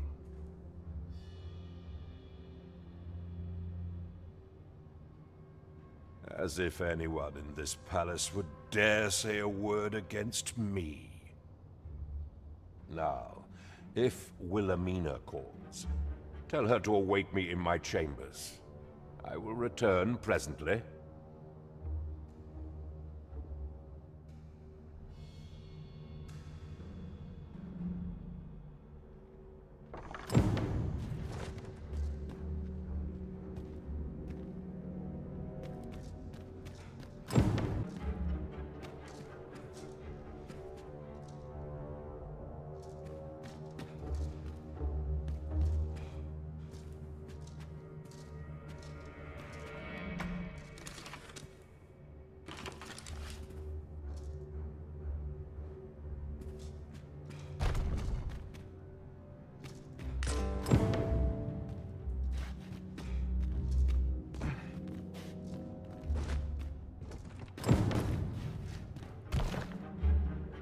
Surely none more important than this.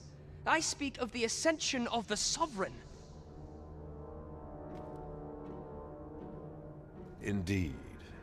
But that, Your Grace, would be better discussed in the presence of your mother.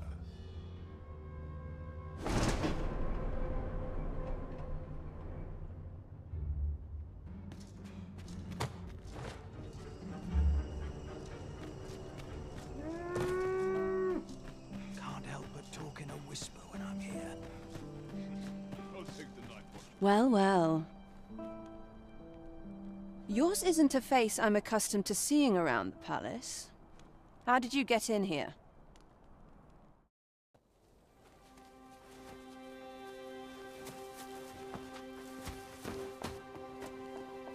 Oi! Who goes there? Who's there?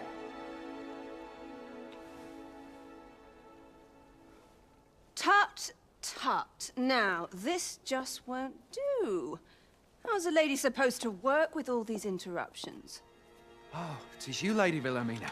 Mm-hmm. Do excuse us. We thought to enjoy a little fresh air. Though we had hoped for slightly more privacy, if you catch my meaning. Apologies, milady. But might I ask the name of your companion? Are you sure it would be wise? Such knowledge has been known to cost a man his head. Understood, milady. If anyone asks, I shall say I saw naught.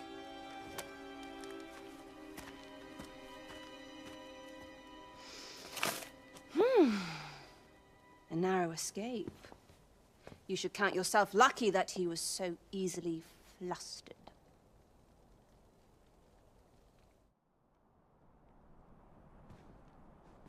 I don't appreciate having my motives questioned. I did as I saw fit. Need I say more? Still, you are welcome to come calling, should the fancy take you, and should you have the gold for it. Off you go now.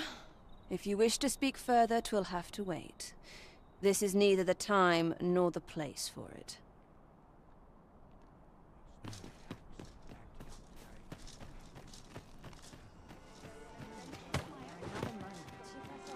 I'll go and open the chest.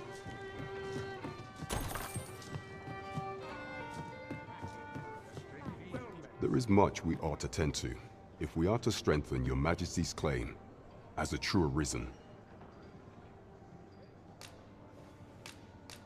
I know this sigil well. 'Tis the crest of the neighboring country of Batal, a land with which Vermin has no official dealings at present. Let me see. It reads, "True to our word, we offer you the power of the Godsway. Pray make haste in securing Melv, that all might be made ready ere our plans are set in motion." A meager clue, to be certain. Though, 'tis clear that the Queen Regent conspires with Batal. This does not bode well at all. Though the political situation is stable at present, much blood has been spilt between Vermund and its neighbor in the past. I fear such a partnership would only portend the drawing of more. At any rate, 'twould seem our search has led us to only more questions. Chief among them, what is meant by securing Melv and this Godsway? I will investigate these matters as best I can. In the interim, Your Majesty, should you have time to spare, might you make for Melv? Only once we have gleaned a fragment of the Queen Regent's plot can we begin to thwart it. And ere it slips my mind, pray, take this. Perchance it will help speed you on your way to Melv. Phasers. Now there's a name to remember. There is a rumor whispered among pawns that I have oft pondered. The gist of it is, when pawns travel beyond the rift, we can contract a peculiar illness that imperils the lives of those around us. At first, we are only restless and excitable, but in time we become so unruly that even the Arisen holds no sway over us. That sounds most unpleasant. I do hope we shall remain free of it.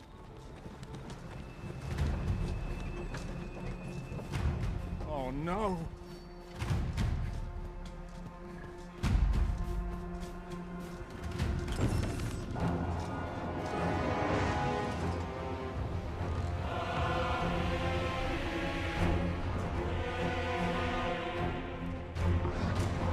That damn dragon! Hurry, everyone! Get yourselves to safety! You go with them. I'll fell that thing myself. There you are.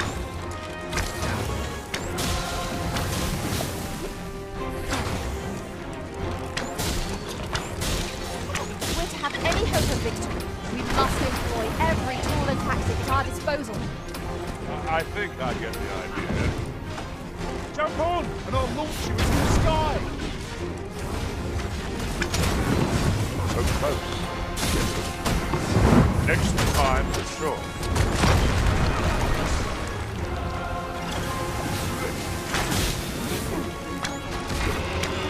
Use these flames to smite our enemies.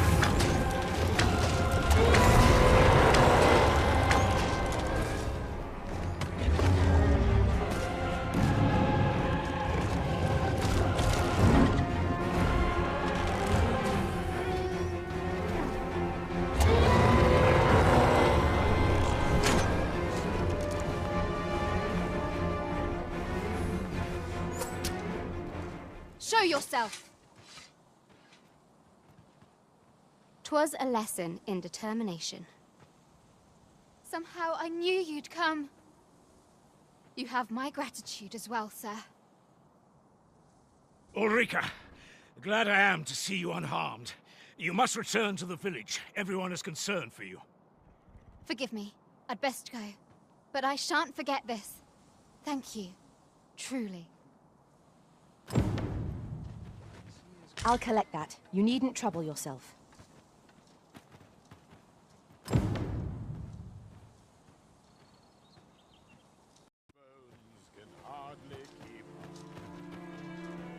We're saved. I haven't the words to thank you. I doubt we would have pulled through if not for you.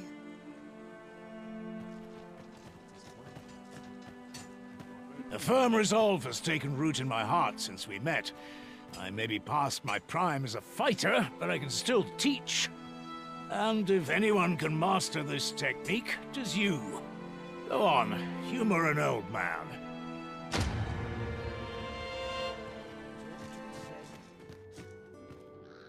Good tidings, friend. How have you been keeping? As for me, I made the most of my week-long sojourn. One might even say I enjoyed myself overmuch. You see, I grew so fond of the destination my feet carried me off to, methinks I should like to live there. And that's when I thought, mayhap you've grown just as fond of this dwelling. Fond enough to purchase it from me? I can't just give it to you, mind. I've my relocation costs to consider, but I'd sell it to you cheap as I can afford. Well, friend, what say you?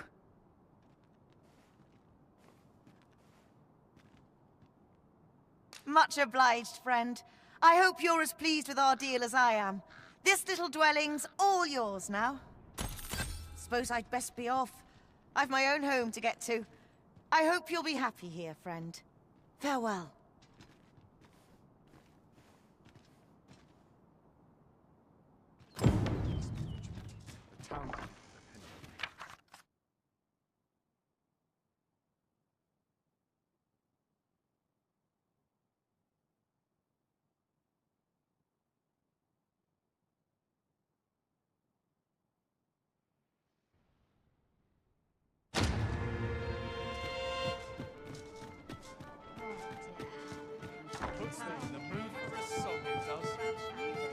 Welcome.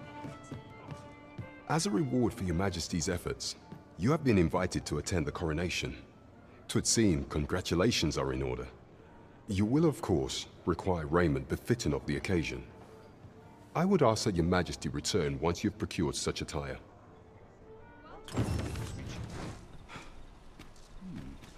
This part's a little different as well. Oh, I possess no ill intent, I assure you. I merely wished for a closer look at these bows. Those of other races differ so in design from our own, you see. I cannot deny I am curious about them. That's all 'tis, mind. Curiosity. I have no desire to actually own one of these contraptions myself. And even if I did, it isn't as if I could purchase one. It would be unseemly for an elf to aspire to such a thing. No matter how they fascinate me, it isn't to be.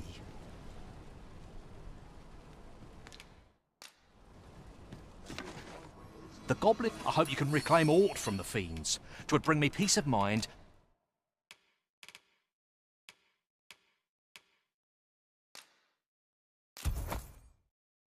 To know someone taught them a...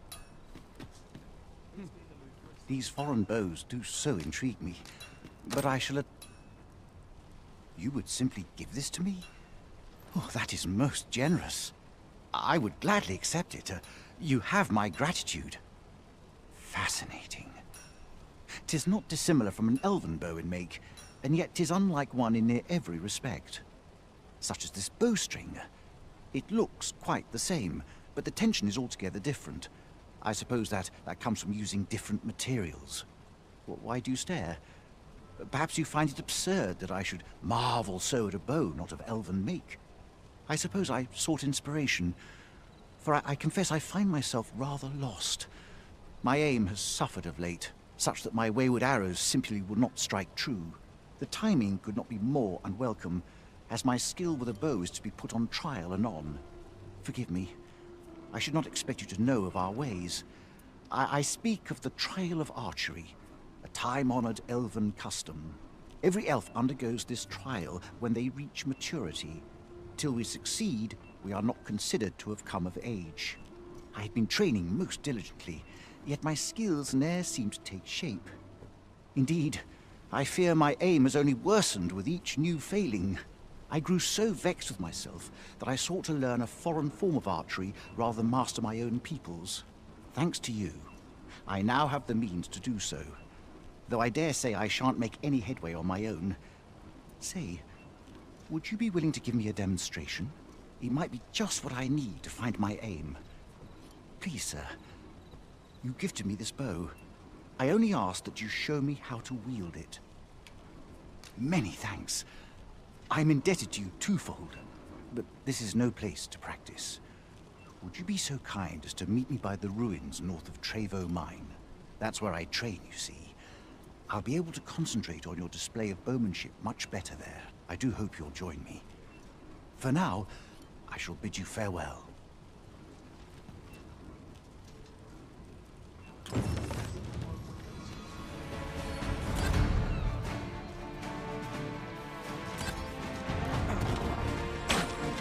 I never thought I'd see the day when I'd be in your debt. You mustn't let this stop you. Lis fermor fatindome. Anascinde aliale acchiales.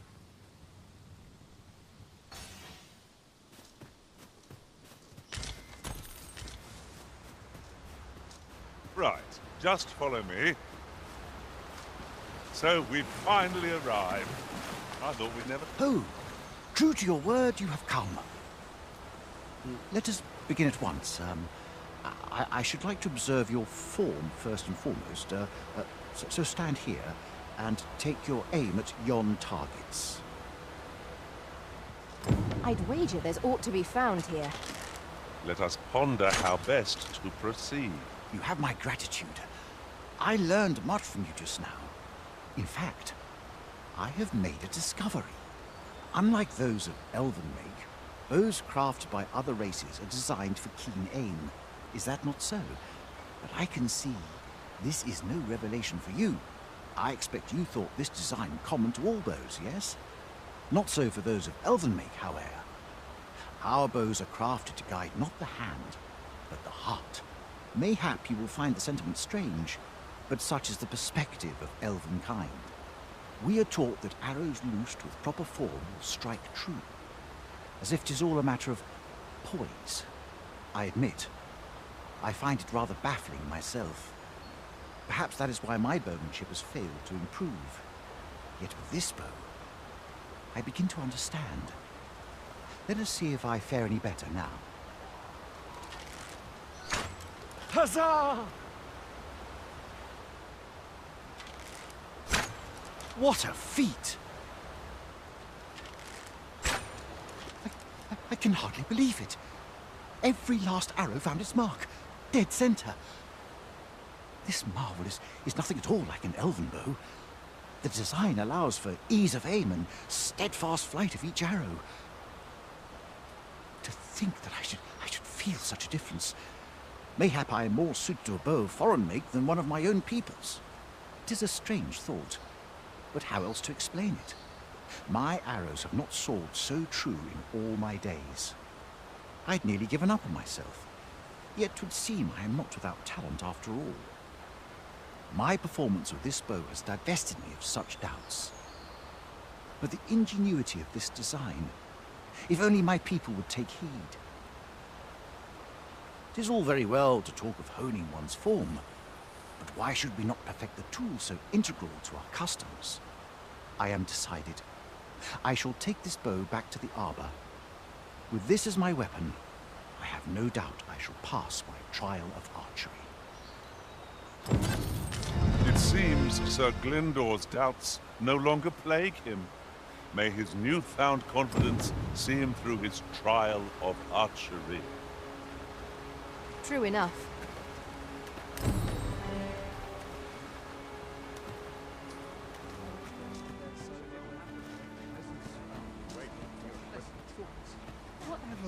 to see what I Here to ask aught of me, I...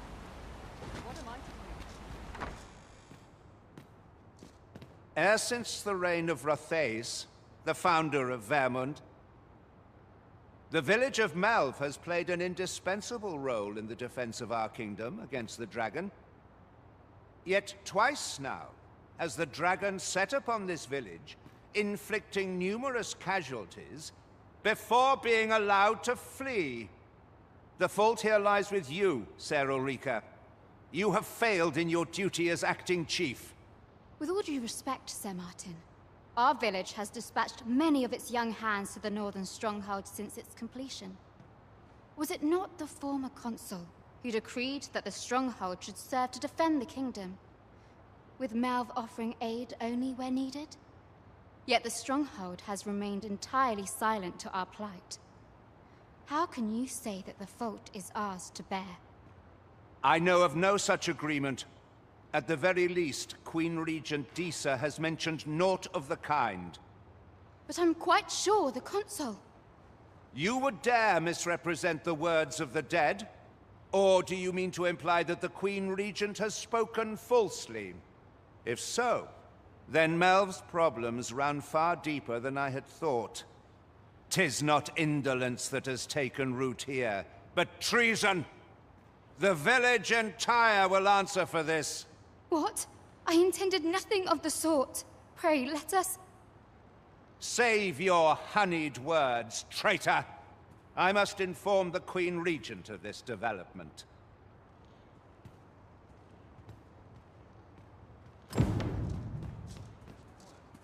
You came to see me? Forgive me, I've much to ponder. Still, how would you like to stay the night? I've yet to repay you for aught you've done for me. A small show of hospitality is surely the least I can do. 'Twas by your godly efforts that Melve escaped the worst of the dragon's assault. The people of this village are more precious to me than life itself. To lose them would have been the end of me. You have my earnest gratitude, friend. I wanted to tell you that, if naught else. Now, 'tis time we slept. There is much to be done for the village, and I shan't manage it without a good night's sleep.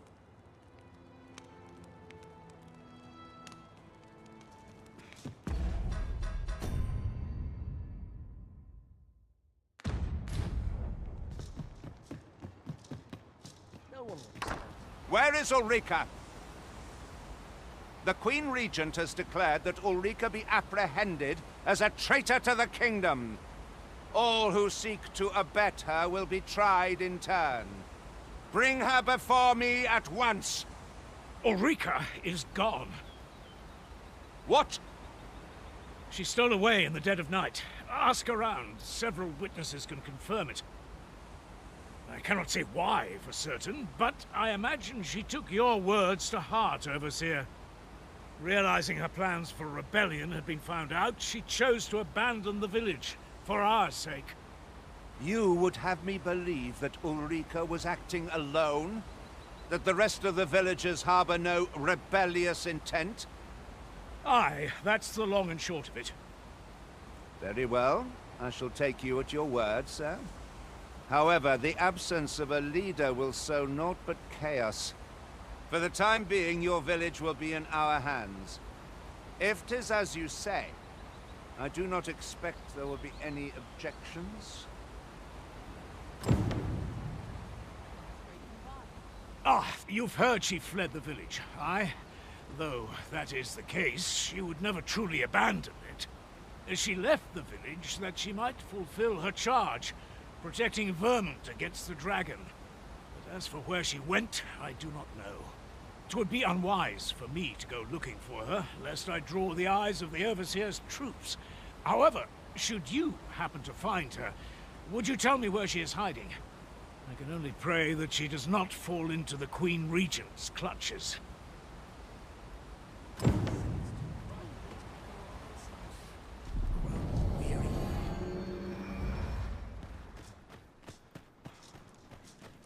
Sir Arisen, thank heavens you've come. Saurians have claimed the village yet again, if you can believe it. Just when almost all of the villagers had arrived as well. Oh, why must these scaly fiends beset us so? Oi! What are you doing, standing about when there's work to be done? Jonas! This is the good sir I spoke of. The one who called the Saurians for us. Is that right? Then I expect you to aid us with this mess, stranger. You did it once afore, eh? Only natural you'd help finish the job. My apologies for the chief's temperament. Yet he speaks truly. We have need of your strength. Pray, cull the beasts as you did before, sir. I dare say you are the only one upon whom we can depend. More Saurians. Let us deliver them a swift end and ensure the village's safety. We must remain vigilant. Well done. Use these flames to smite our enemies.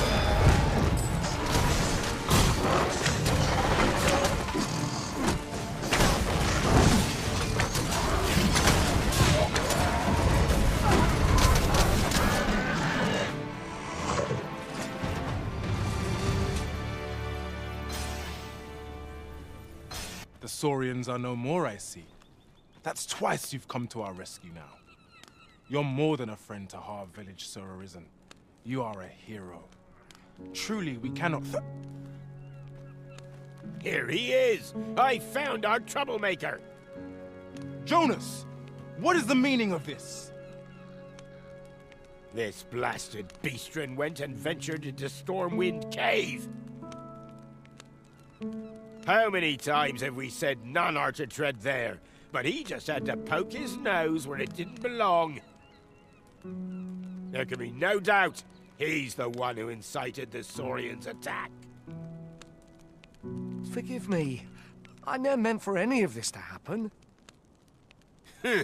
Trust a beastren to muck things up. Jonas! Surely there's no need for such talk.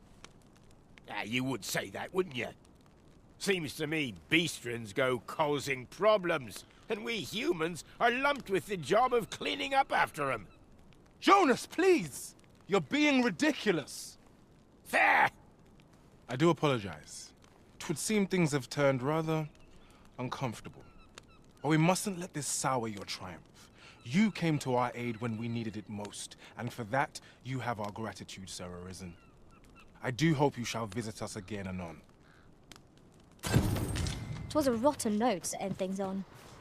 I do hope Sophia... To think I would meet you here. Or were you searching for me? I cannot return to Malv. Not till my name is cleared. Not till the dragon is found.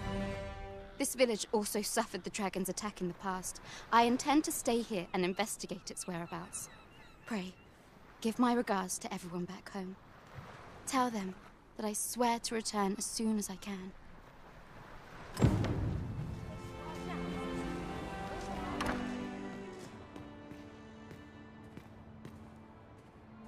Ah, 'tis a relief to hear that Ulrika is safe. Mayhap there is aught I could do for her, pervasive though the Queen Regent's influence has become. My humblest thanks. You've proven a friend to Melv and me as well. It isn't much, but here, I would not see you go unrewarded for your trouble.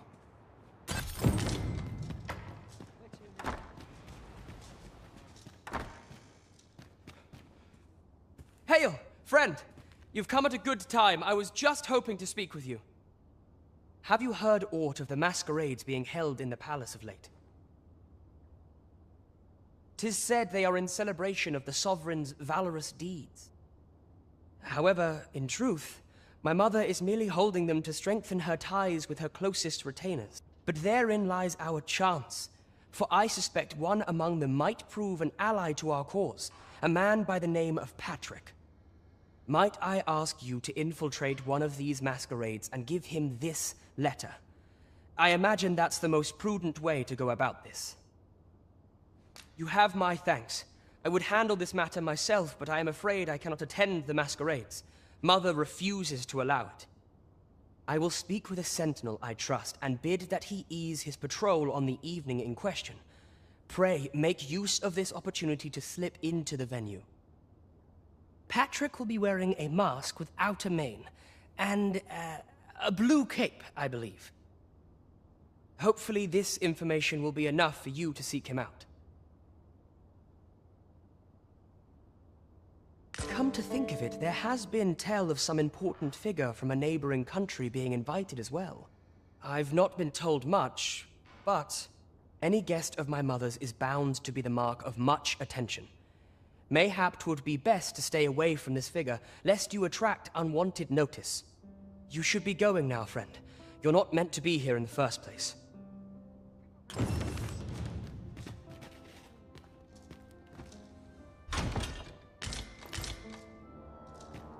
There is much we ought to tend to, if we are to strengthen your Majesty's claim as a true arisen. For some time now, 'twas said that the false sovereign was recovering from his battle wounds. But as I hear it, he is now well enough to walk unaided. And so, in honor of his supposed valor, they have been holding masquerade in the palace of late. The false sovereign's identity is still beyond our ken. Even the matter of from where he hails remains a mystery. But mayhap approaching the false sovereign at one of these gatherings could afford you a glimpse into the man behind the mask. What say you, your majesty? Might I ask this task of you? My thanks. Some of the sentries posted at the masquerades are under my command. I shall have them ease security. So pray, slip into the venue through whatever opening presents itself. Once your infiltration is successful, you will need only don a mask and act the part of an invitee. Few will think to be wary if they believe you a fellow masquerader. Here, this should suffice to help you blend in. Take care, your majesty. Ah, there is one other thing. Masquerades being as they are, you will require suitable raiment. Much is made of appearances at such gatherings, and 'twould be wisest to dress the part when joining the other revelers. It seems you must attend a palace masquerade if you were to meet the one who would falsely claim a title. 'Twould seem we either need to visit the palace. I can accompany you to the castle entrance, Master, but no further. A guide is most welcome.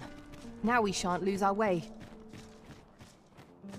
Such quietude is a blessing. I must ask you to comport yourself with the utmost civility while you are within the masquerade hall.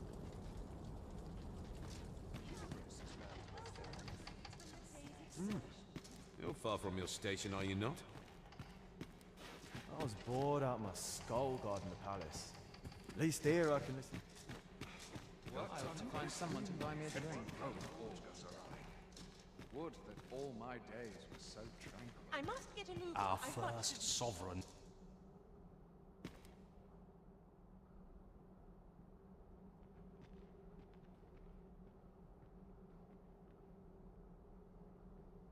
Would that all Twould my seem days I were drank such drink. My sword. What is it? Is there aught you need?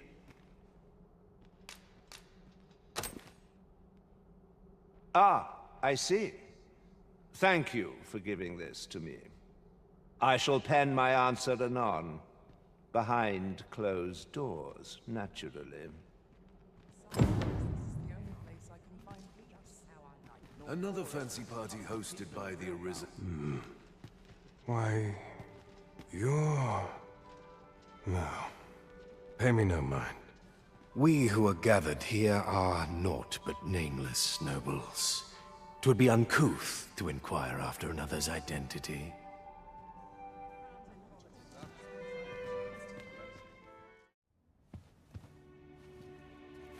Well now, you're... What is it? Has something happened?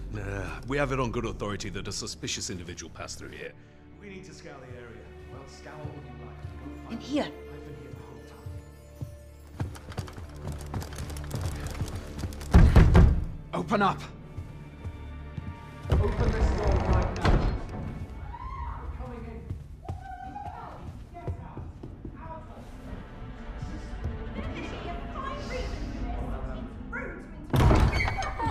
You're dressed rather austerely for a patron. My humblest apologies, Lady Wilhelmina. We've had reports of an unseemly character in the vicinity, you see, and... Preposterous. I was out front till but a moment ago, and I did not see so much as a shadow. Be that as it may. You are excused. Leave this place, ere you invite our noble host's wrath upon yourself. I will summon you if aught is amiss. Pray forgive the intrusion. And what business have you here? In the nobles' playground? Hmm? You've the face of someone in search of a juicy morsel. Would you be looking for this, perchance? Come on, then. Keep pouring. Do you take me for some green lad who can't handle his cups? I'm your damned king, and a king deserves royal treatment. Of course, Your Majesty. Tell us, Your Majesty, would you prefer more drink, or shall we find some other way to amuse ourselves? Aye. Let's change things up.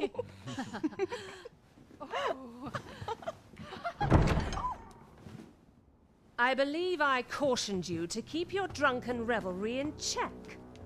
Lest you forget, these celebrations of your valor are but a pretense for more serious matters. I know. I do. It's just I get the poison in me and things happen is all. You need only serve as our false king until Sven becomes consul. Till then, however, you would do well to remember that your role demands a certain degree of dignity. I trust you understand your position, Your Majesty. Nay, as you say, I'll go and sober up.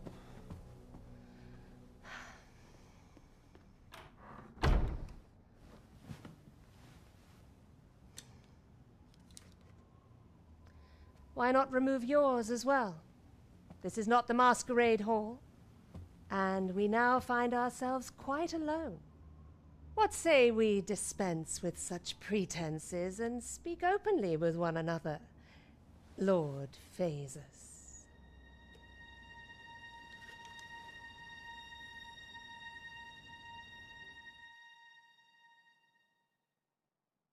That will do. If you're discovered, yours won't be the only head that rolls. What is your purpose here, I wonder? If you came to learn of the Sovereign, then 'tis as you had seen. The man is naught but a ale-swilling pretender propped up by the Queen Regent. Of course, that begs the question. If he's a mere mummer, then where might our true Arisen be? You'd best go. I'll do what I can to help you make your escape.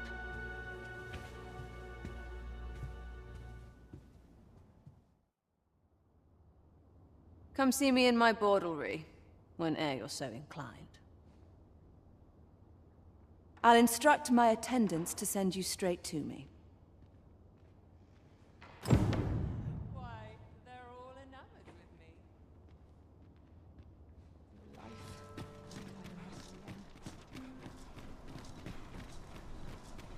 It seems you have obtained information regarding the false sovereign.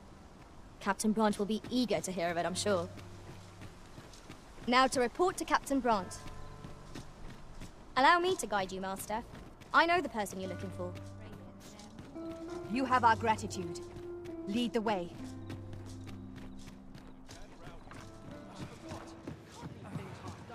We have reached our destination.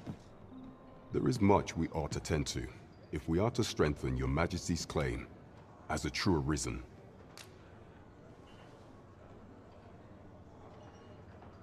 Well, well.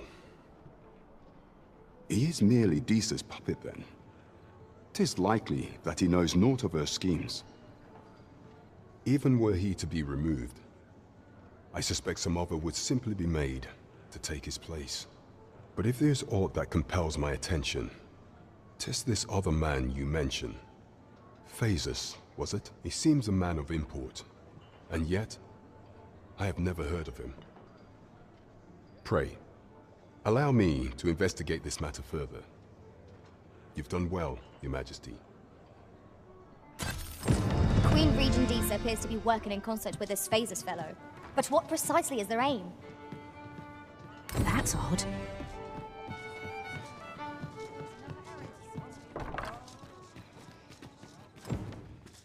This sort of quiet means all's well. Many thanks. Patrick has already sent his reply. 'Twould seem my mother's tyranny has been weighing heavily on his heart. He has pledged to continue our correspondence and aid me in putting an end to my mother's injustices. This would not have been possible without your assistance. I am afraid I cannot offer much in the way of recompense, but pray, take this.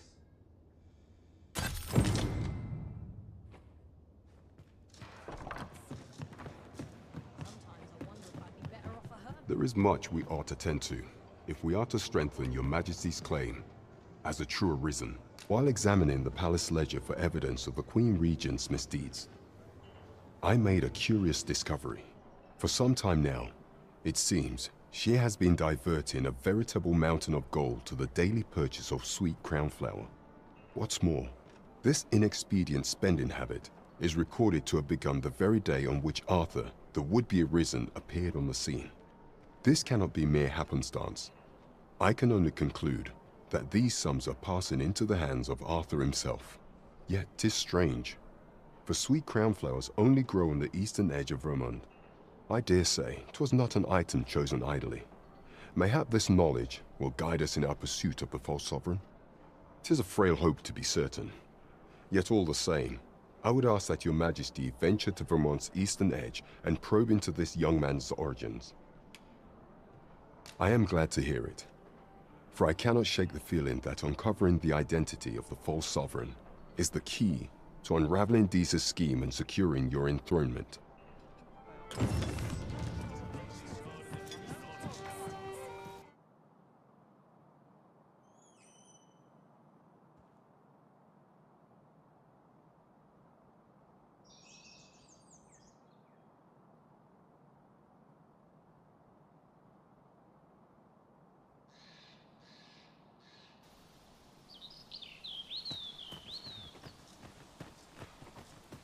You there! Are you looking to enter the village?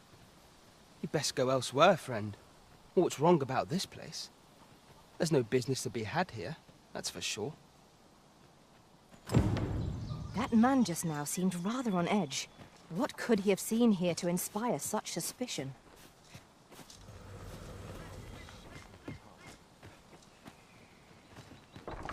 Ah, you must be the visitor I've heard so much about.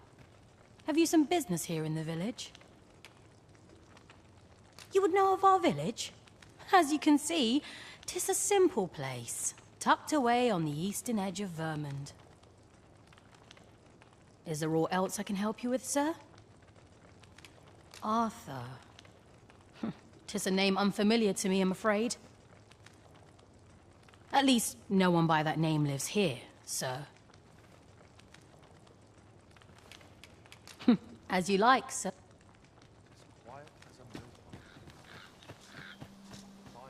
Hail! I take it you're the outsider my lord mentioned? How'd he know to expect you? I couldn't. Why not ask him yourself? You'll find him in the manor atop the on-hill.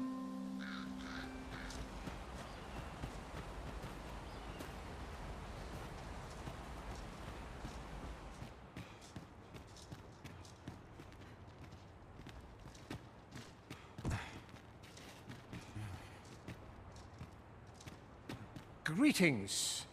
I must say I'm impressed by your intuition, sir.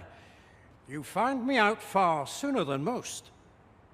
I trust you are enjoying your sojourn in our fair village. If you have any questions, ask away. I should be glad to aid you.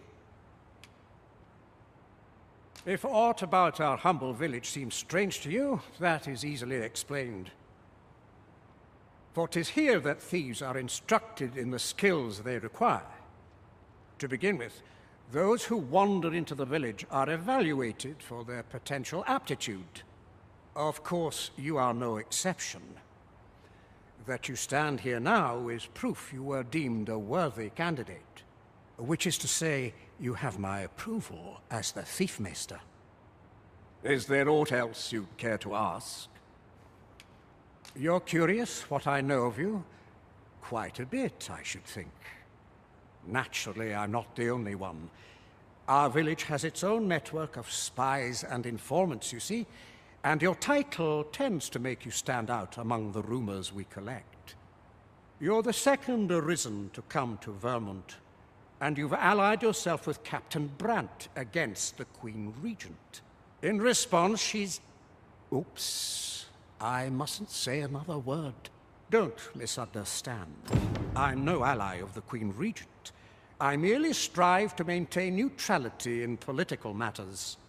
Those who deal in information must ne'er align themselves with a particular power. Such is our village code. Is there aught else you'd care to ask? Arthur, you say? I've lived in this village many a year, but I can't say I've heard of someone by that name. My apologies. Is there aught else you'd care to ask? Aye, take care. You, sir, are worthy of inheriting my ultimate technique. Once mastered, 'twill allow you to fell all foes, both minuscule and mighty. Take it.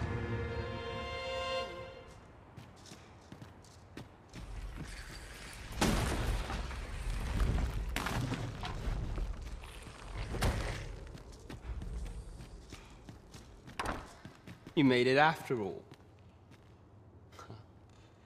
Guess that means I win. Oi, you lot best pay up. Dear me. You didn't disappoint, did you? You've done well. Seems only fair I answer any questions weighing on you. Go on. Ask away. What can I say? Not many people bother with this place. Luckily for me, you were different. Knew I was right to bet in favor of the Arisen. Anyway, most visitors get fooled into going up to the manor. We send them packing with a trifle, and if they don't question it, good riddance. Anyone that complacent has got no business being a thief. We only train the rare few who make it here. Some might go so far as to say that the entire village was built around this spot. That all you wanted to ask? Figures you'd want to know about him. We're supposed to be neutral. Ordinarily, I wouldn't say a word about one of our jobs. But I suppose I can tell you, the situation being what is. His real name is Dara. He was one of us, once. But he's been exiled. We had no choice, see? After he went off to play the false Arisen, we're men and women of shadow. Center stage isn't our place to stand. That's why he was cast out. He'll ne'er be part of our village again. That all you wanted to ask?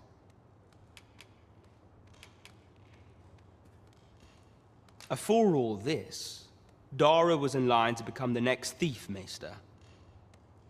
But he failed. Took a massive injury to the chest during the trial. So the title fell to me. That's when he went off, saying he used the scar on his chest to pose as the Arisen. And what a scheme that turned out to be, eh? Now he gets to sit pretty on the best seat in the kingdom. Still, you'd have a hard time proving that he's not who he says he is. He's a wily one, that Dara.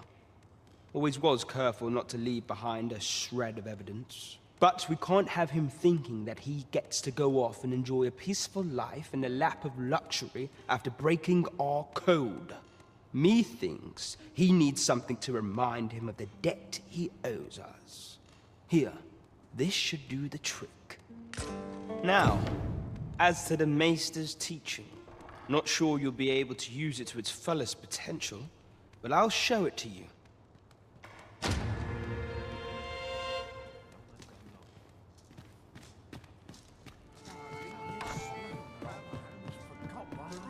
There is much we ought to tend to, if we are to strengthen your Majesty's claim as a true Arisen.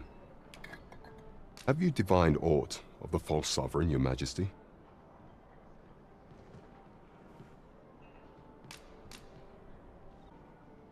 This appears to be a bill calling for the arrest of a man named Dara. But hold a moment. Does this man's countenance not bear an uncanny resemblance to that of the false sovereign? I see. If your Majesty is certain that the two are one and the same, then I am convinced as well. However, I'm afraid this paper alone does not constitute sufficient proof. Ah, but of course. I surmise your Majesty intends to post the bill and invite suspicion. A clever plan. The Queen Regent will be forced to deny any connection to our new sovereign, yet will be unable to remove the bill from the public eye. Furthermore, 'twill serve as an attestation to Dara's existence, which shall remain an undeniable truth till the man resurfaces.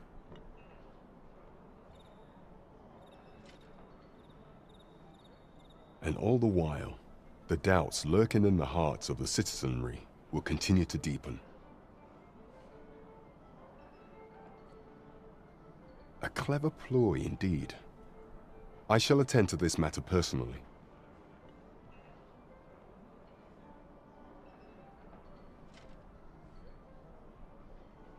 I've no doubt that this bill will prove its worth in due course. You have my gratitude, Your Majesty. Your aid has been invaluable. So, the false sovereign operates at the behest of Queen Regent Disa. The spider has woven her web rather carefully. What am I to do? No! I'm not sending anyone into that cave! But Jonas, isn't it your duty to aid our people? I've held my tongue till now, but no longer. You would leave one of your own to die. This is impermissible. A village is nothing without its people. Sacrificing that poor soul amounts to cutting off your own arm. As Half's leader, you ought to strive to do whatever you can to bring him back alive. Can you truly say this decision benefits your people, Jonas?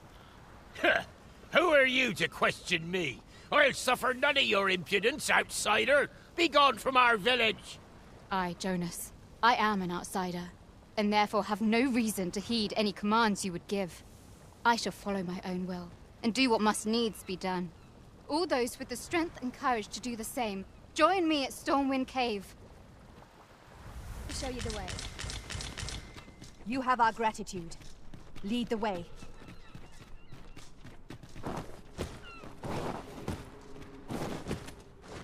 A cave. Shall we proceed into the depths? Narrow passages may await us. Be on your guard. Of course. We have arrived. 'Tis you. Have you come to join us in our rescue effort? My thanks. We shan't fail with you by our side. The captured villager ought to be within. Let us hurry. No doubt we will have to plumb the cave depths to find our charge. Shall we press on? I can guide you to the vicinity of our destination, Master. A guide is most welcome. Now we shan't lose our way. Danger might lurk anywhere. Wear every shadow, and mind the ceiling. Naught can threaten us if we watch each other's backs.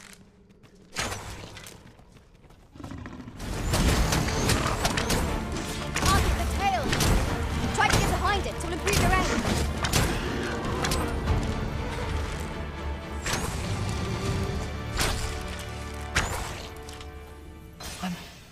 I'm saved. Thank you. Thank heavens you yet live. Let us be on our way. The other villagers shall be thrilled to see you in good health, I'm sure. Shall we report our results?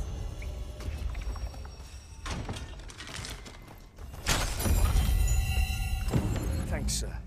I'd be roasting her a spit if it weren't for... We ought to hurry back. There is nothing to be gained from lingering here.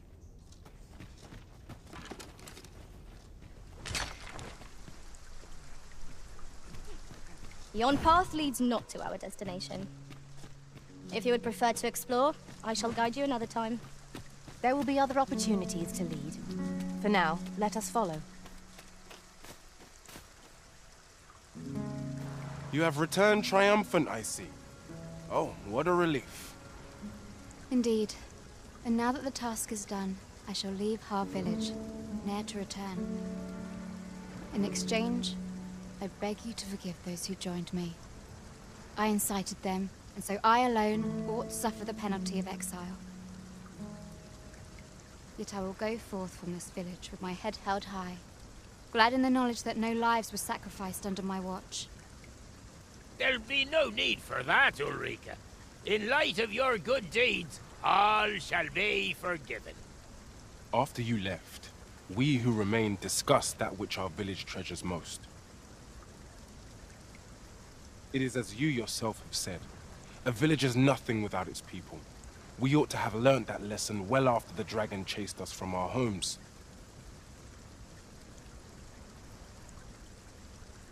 Yet 'twas your heartfelt plea that reminded us of it. Ulrika, would you honor our village by becoming its chief? 'Tis our hope that you will guide us, and that your kindness and wisdom shall unite our people, human and bestian both. Aye, if that is what is needed, I shall rise to the call of duty. I vow to protect this village and its people with my life. I could not have imagined a better outcome. The village will surely prosper in Sir Ulrika's care. One could not have hoped for a gladder outcome.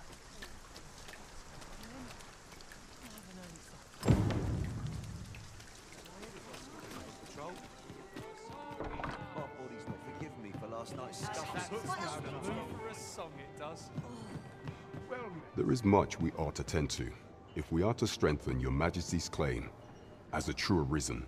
Aught shall change once we have attended the coronation. If your Majesty has any unfinished business to attend to, 'tis best you do so afore we depart. Very well. The coronation is to take place on the morrow. We shall depart early in the morn, so your Majesty would do well to get a good night's rest.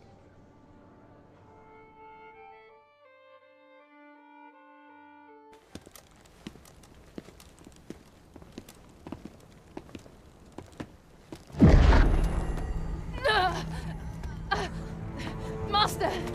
Pray leave this place. My body, it refuses to obey me. There is a voice within my mind. It commands me, sways my very will. Sways your will? Could it be that the gods sway? We must quit this place, your Majesty. I fear our plans may fall to naught. Let us return to the tavern.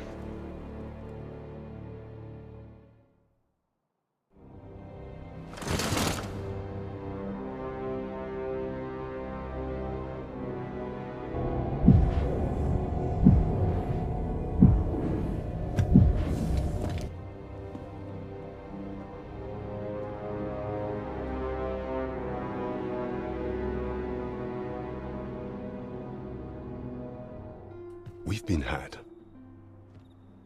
The false sovereign commanded the pawns at the coronation, proving his own power as Arisen. According to Regent King Sven, the pretender was wearing some sort of lavish necklace at the time. I imagine this artifact is the Godsway mentioned in that letter.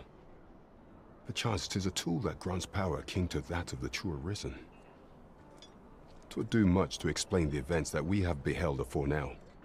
Alas, unless we find some way to unmake this Godsway's power, proving your Majesty's legitimacy shall be difficult indeed. Pray, allow me time to search for a way forward. I shall inform your Majesty when I have prepared a plan of action. Never could I have imagined such an outcome. What manner of artifact is this Godsway? I suppose 'tis pointless to ponder. Let us await the results of Captain Brant's investigation. You have my support.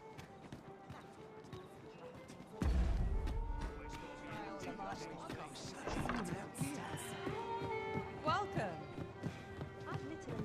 There is much we ought to tend to, if we are to strengthen your Majesty's claim as a true arisen.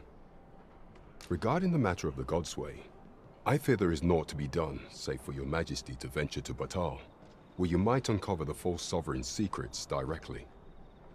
The sigil upon that letter from some days past bore the crest of the Batali Palace. Surely there's aught to be found therein. Yet official dealings twixt Batal and Vermund are suspended, passing through their fort with such hindrances in mind. I thought to prepare this. Pray, take it. Few may pass through Batal's fortress, save Beastren merchants. With some coin, I was able to convince one such merchant to grant us that entry permit. It ought guaranteed passage through the border checkpoint, but alas, 'tis intended for a Beastren. You shall have to act the part, but as to how that should be done, I'm shamed to say I do not know. 'Twill depend upon your Majesty's ingenuity.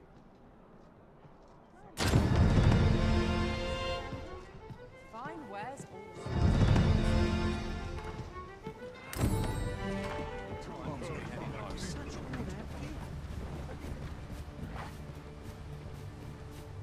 Halt! Who go? This village is under the direct authority of Her Grace the Queen Regent.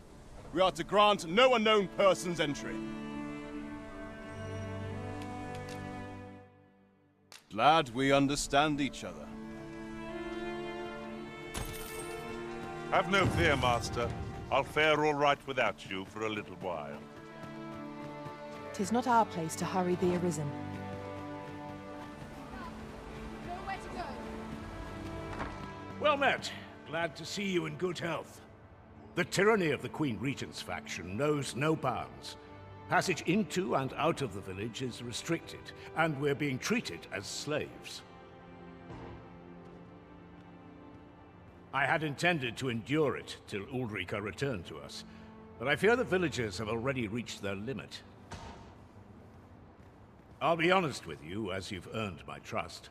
We've a mind to leave this village for good. The Dragon's Flame has devastated the land here. Many of the villagers question whether it is worth attempting to restore it. When I mentioned as much in a letter I had smuggled to Ulrika, she told me that the village she's staying in would be glad to take us in. Only problem is how we're going to get past the soldiers. They've confiscated all weapons to forestall our escape. Perhaps if we could reclaim the stolen weapons, or find a means of procuring some anew, we could force our way out through strength of arms. Alas, we villagers are kept under constant watch. It would be unwise for us to attempt aught on our own. You are our only hope in this matter. Pray, lend us your aid.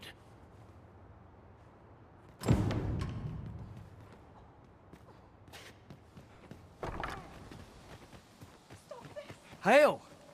I've not forgotten what you did, helping me save my brother. Would that I could return the favor. But we've a bit of a situation here, if you hadn't noticed.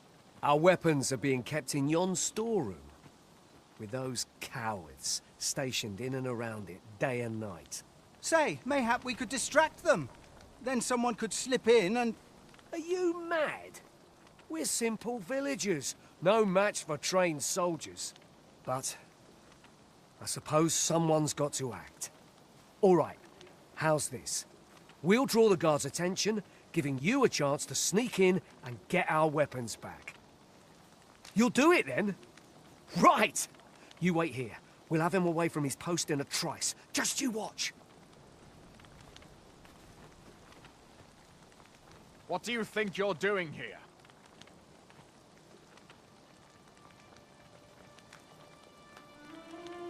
Halt!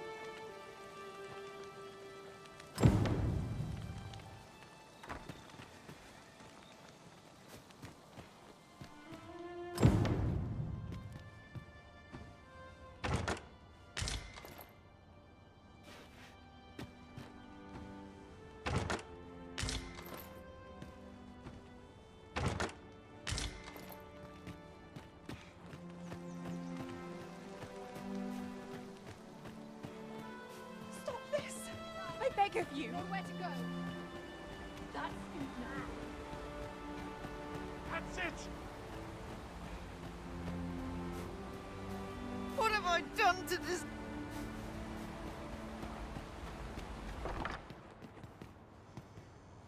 How are you faring? Have you been able to procure any weapons for us?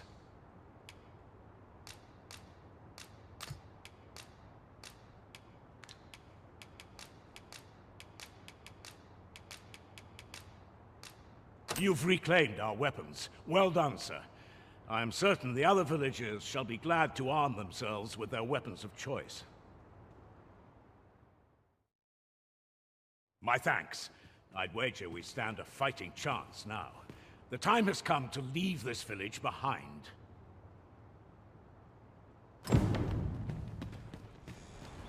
I've got you cornered, rat. Don't fret, I've got you. With me!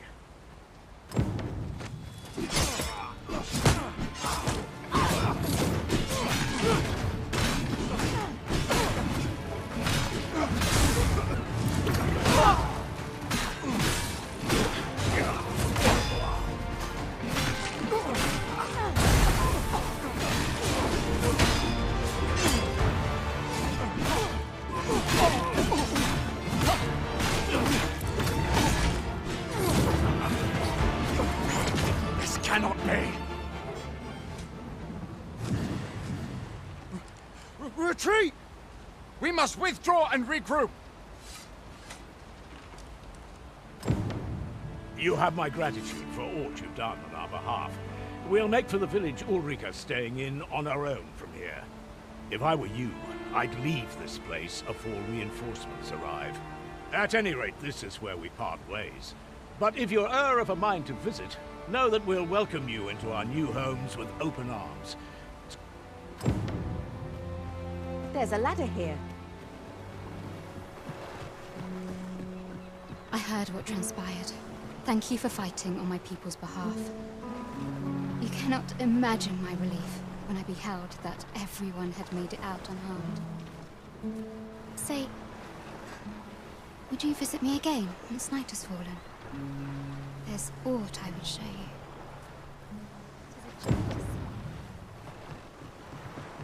We slept. Step lively. Journey by starlight shall make for a nice change of pace. A new day, a new perspective. You've come. Glad I am to see you. Follow me, if you would. 'Tis a strange thing. I ne'er knew how vast the sky was, till I left Mal behind. Time and again you have come to my aid. Would that I could repay you in some way. Alas, there is little I have to offer. Yet, if your heart e'er aches for a place to call home, then may this village...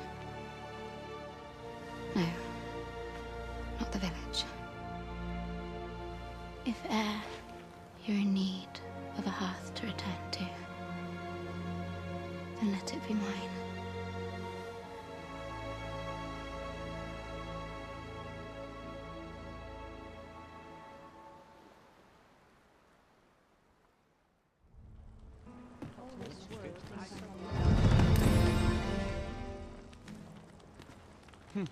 Whate'er trials we may face, I shall see this village and its people safely through them all.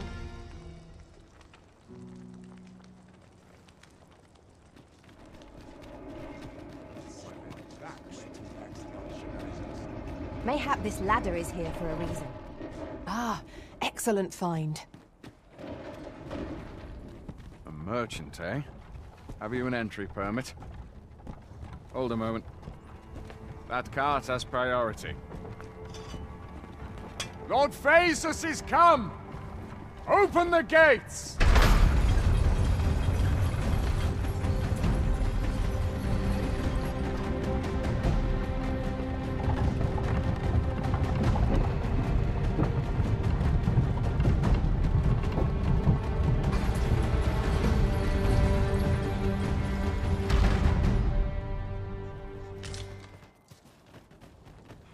What was it I Welcome, sir. If you think me a liar, then buy something and see that.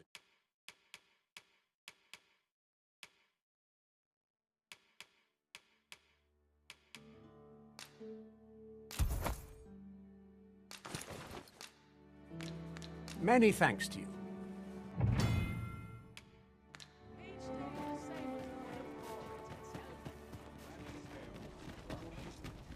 So, you seek to enter Batal, I presume? I'll have to check your Go on through.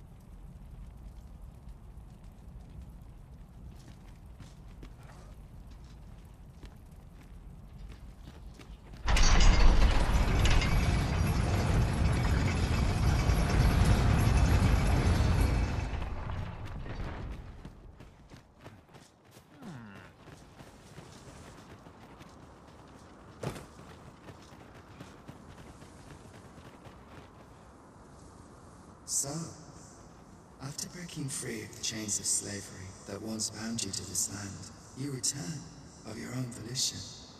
This is good. I am relieved to see that you are fulfilling your charge.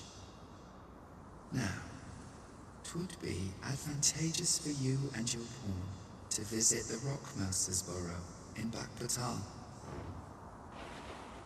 Methinks 'tis where you will find that which you seek. Farewell.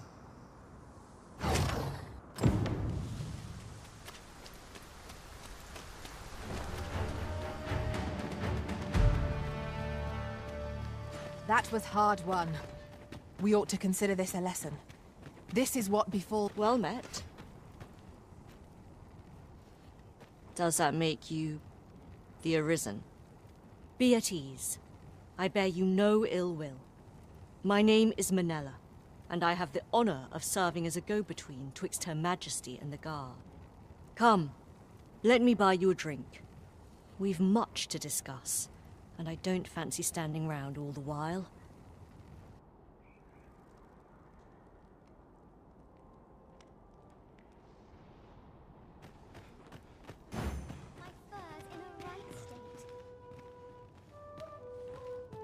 The people of Batal view pawns with great prejudice. They're even forbidden from setting foot in the capital. Her Majesty, Empress Nadinia, has long been troubled by this custom, but a practice so ancient isn't easily overturned. Many are unhappy about the existence of this tavern, even though it lies outside the capital, simply because it was established as a place for pawns to gather. I know not what manner of person you are, but if you would aid me in my efforts to make the people of Batal more accepting of pawns, I would be glad to offer you a residence permit. 'Tis a bargain more than fair, for those who hold such permits may remain in Batal without having their activities questioned. What say you? Glad I am to hear it. Take this, then. Simply show it to one of the sentries, and you'll be granted entry to the capital. Oh, and if you encounter any troubled Batali along the way, I bid you assist them. They are harsh in their persecution of the pawns, but were they to be aided by the targets of their ire, mayhap a few stubborn hearts would soften. A simple plan, I know, but 'tis the only one available, or so it seems to me. I bid you good fortune, Sir Arisen. How might I be of service?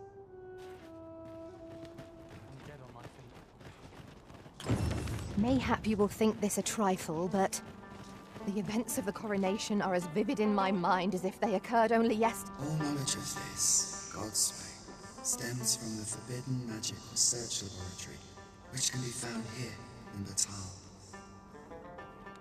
However, you would do well to first travel to the Alta Batal coast and seek a man named Ambrosius.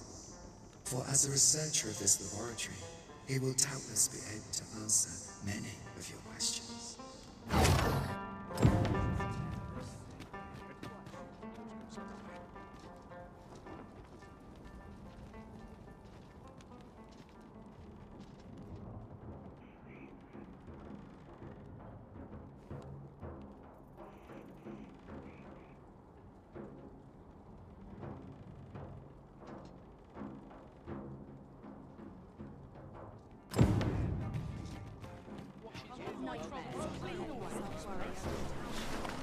Beg pardon, sir. I mustn't...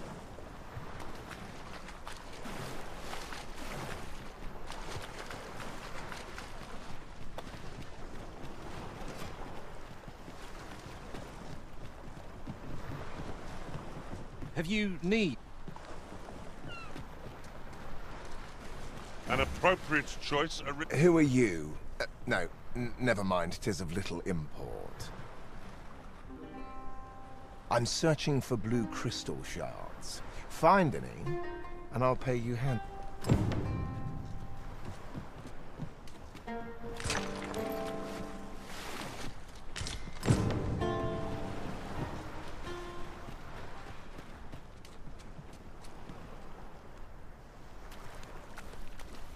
I'll collect that. You needn't trouble yourself. Well, have you found any blue crystal shards? Is that all? Tiny fragments such as these aren't nearly good enough. Still, I expect I'll find a use for them. Here, take your coin and... 'Tis a god's sway. Well, to be precise, the crystalline substance from which 'tis made. By refining such crystals, anyone can attain the power of the Arisen. The power to command pawns, that is. However, small fragments are meaningless. They cannot contend with the Arisen's power, you see. Speaking of which, should you find any large fragments, bring them to me, won't you? Though that might be difficult, it is possible larger shards may have been mistaken for jewels and carried off by scavengers or collectors or some such. Mayhap one such as the Oracle or the Dragon Forged would be able to aid you in locating them. I can tell you no more than that.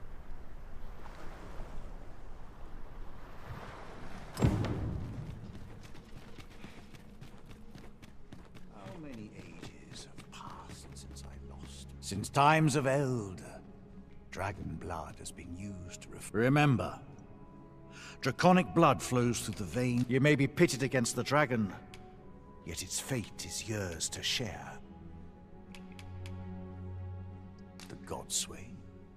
Forgive me, but I've ne'er heard of such a thing. However, some years past, a sorcerer of Batar came to me seeking knowledge of the dragon. Just as it appeared his intent was to alter the will of the world through mortal means. Perhaps there is some connection. The dragon is the embodiment of destructive force, though this does not mean that it is evil. Understand this. The concepts of good and evil are mortal inventions, and thus cannot be applied to the dragon. It is a being of a higher order, as are ye. Now that the dragon has marked ye, setting ye apart from your fellows.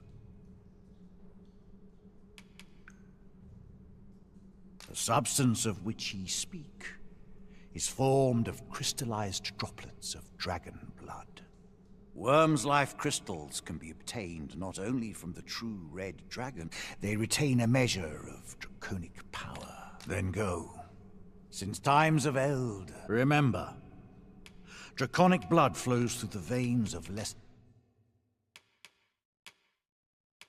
the drakes as well. Then I bid ye farewell. Oi, what's your problem? Walking about with pawns in tow, I mislike that. You from Vermont? Bet you're as prejudiced as the rest of your lot. Well, got something you want to say, eh? Save it. You're not welcome here. Suppose you didn't know, but we don't allow Vermundian scum in this tavern. But I've got a heart of gold, me. I'll give you a chance to redeem yourself. All you've got to do is prove your mettle against these sods, alone. That is. If you're bested, then we'll take all you've got. It's only fair, ain't it? Put your back into it!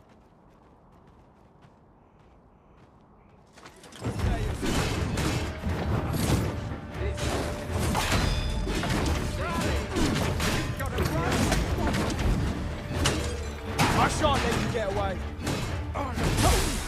To the front. Well now, quite the brawl we're having here. But I must say, these odds are rather craven. Did you leave your honor at the door? And who are you supposed to be? You a friend of this one? Nay, I'm a sellsword. Coin is my only ally.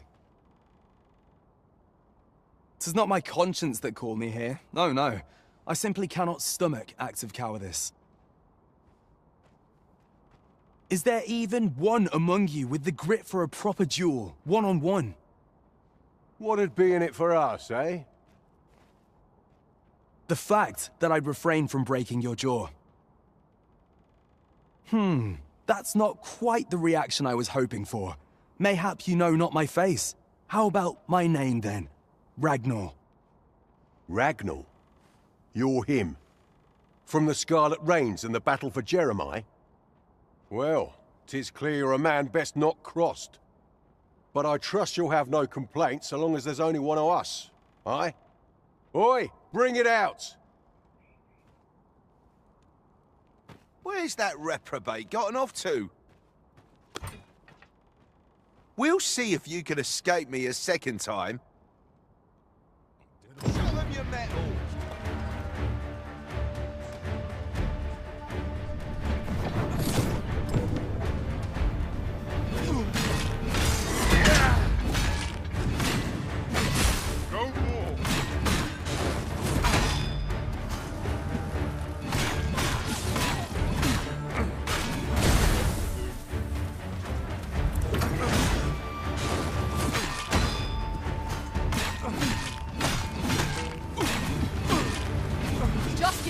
And I will join the fray.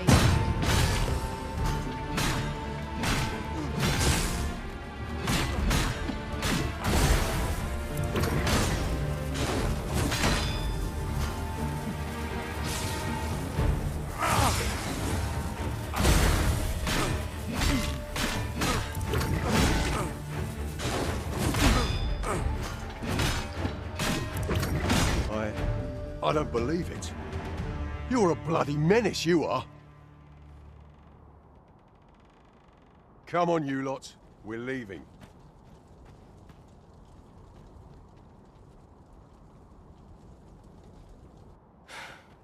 Fine work, that was. Pray, save your thanks. I've no need of it. After all, judging by the skill with which you won that duel just now, I dare say you'd have bested those louts even if I hadn't intervened. I suppose that coward knew he was no match for you in a fair fight, so he had that beast take the beating for him. At any rate, 'tis safe to say you've piqued my interest. I hope our paths cross again someday. Of course, I can't promise I'll be as amicable then. As a sellsword, 'tis my policy to let my employer decide friend from foe. I'm sure you understand. Till next time. One cannot help but wonder about that Sir Ragnar. Who is he, really? I have no answer to give.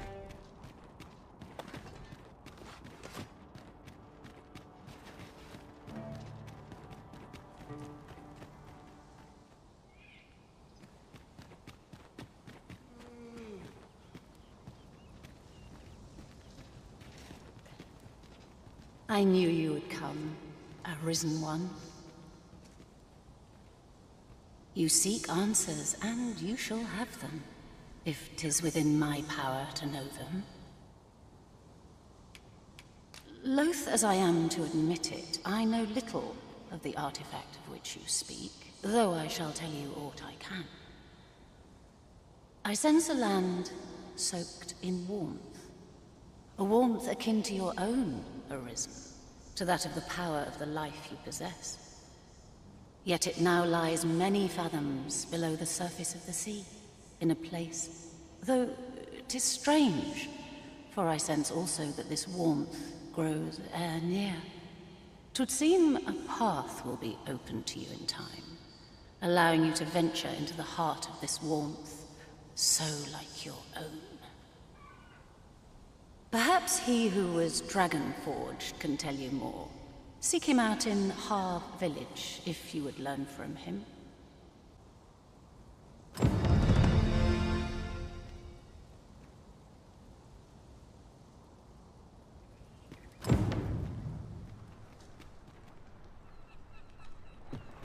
About time you came along. I've a special tale to share with you today. Or so I'd like to say, but it is getting rather late. Best spend the night. We can talk again come the morn.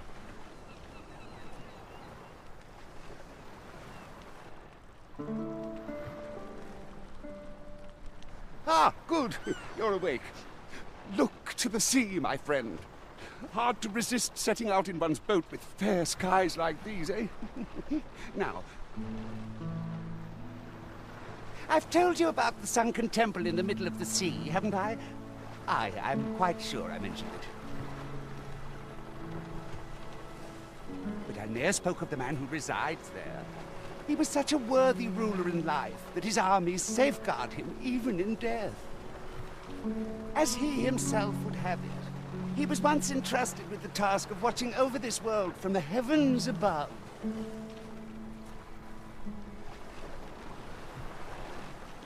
Yet he tired of his duty and abandoned his perch in the sky in favor of founding a small kingdom on the ground.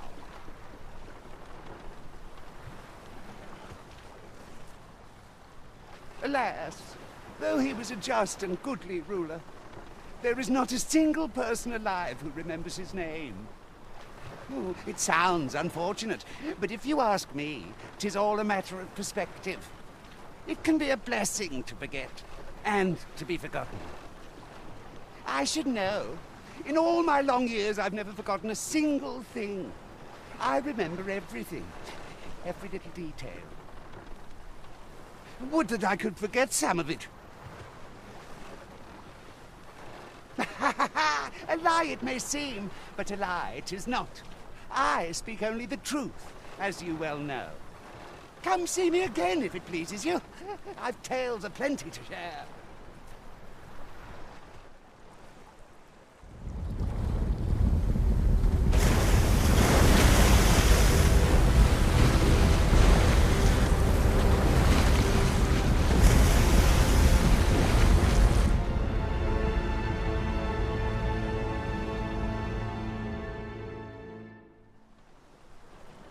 Heavens fend. I'd ne'er seen the like. I'd not known there were ruins in the depths of this cavern till the path appeared.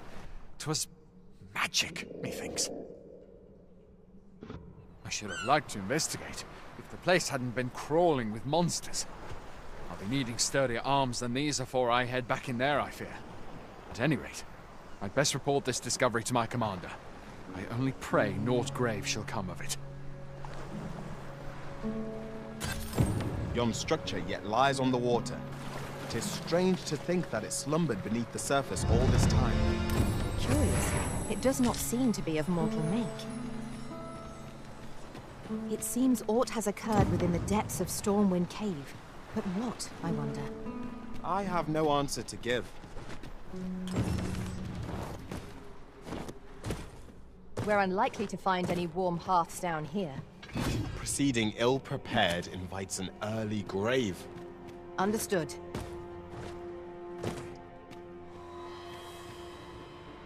Prepare to engage! I grant your weapon a magical boon.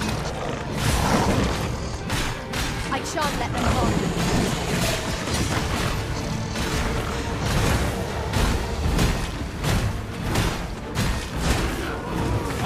Been drenched.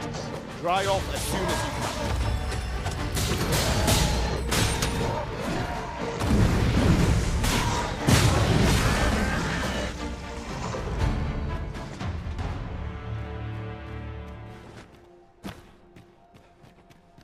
can. Aught appears to have changed since we were last here. Let us proceed with due caution. What could be the cause? This demands further investigation.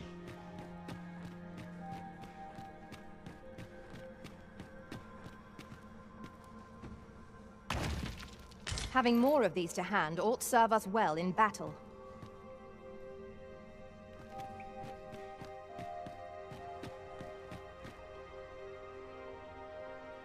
So, another comes seeking to inter me.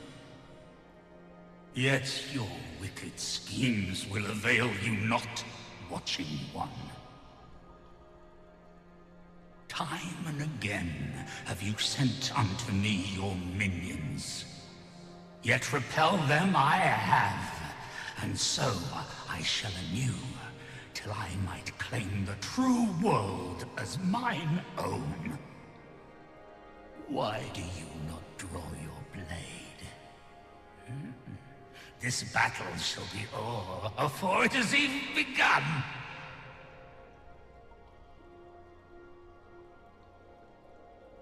You seek not my death. Then you are not of the Watching One. I am Rothas, founder of the Kingdom of Vermund. And you appear to be arisen. Tell me your reason for coming here.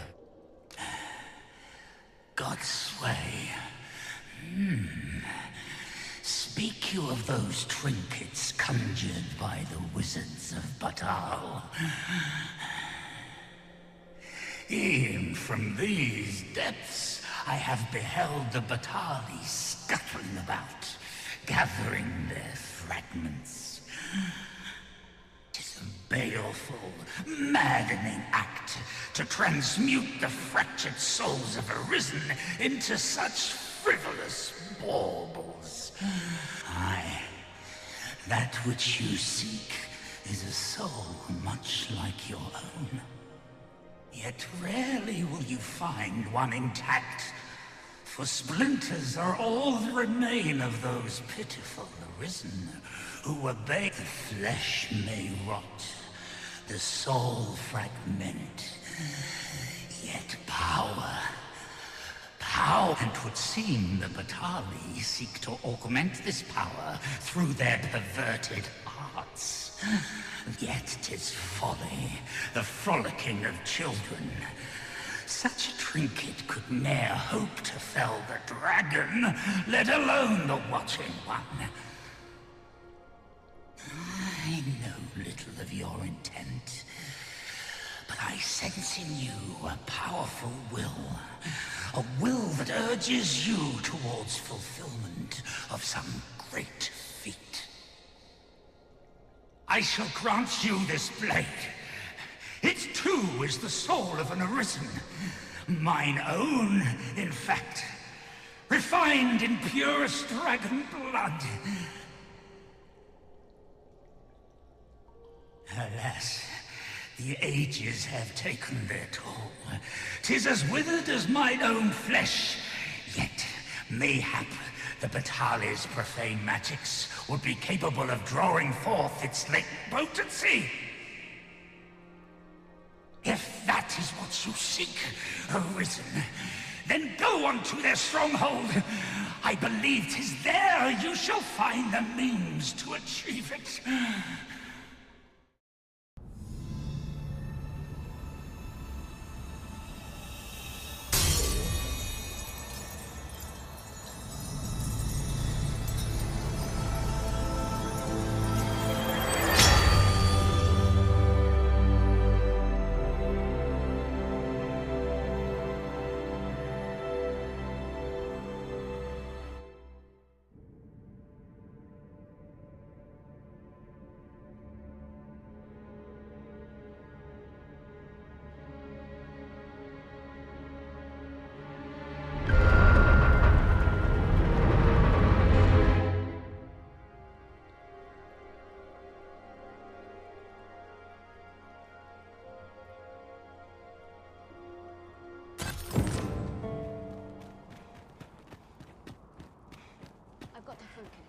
Well met, Sir Arisen. Some days ago, a fiend attacked Empress Nadinia during her supplications.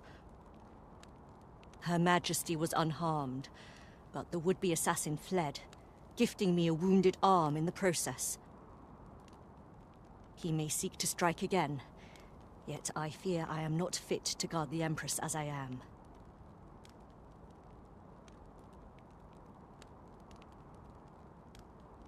And so I turn to you, Sir Arisen. Will you catch this villain in my stead? My deepest thanks. Her Majesty will next begin her supplications in Flamebearer Palace. I would use this opportunity to lure her assassin from the shadows. Empress Nadinia's life is in your hands, Sir Arisen. I trust you understand the gravity of this task. It seems we must part ways for the time being.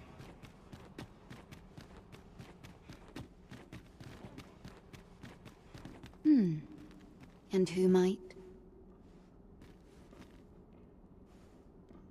Sir Arisen, you've come just in time.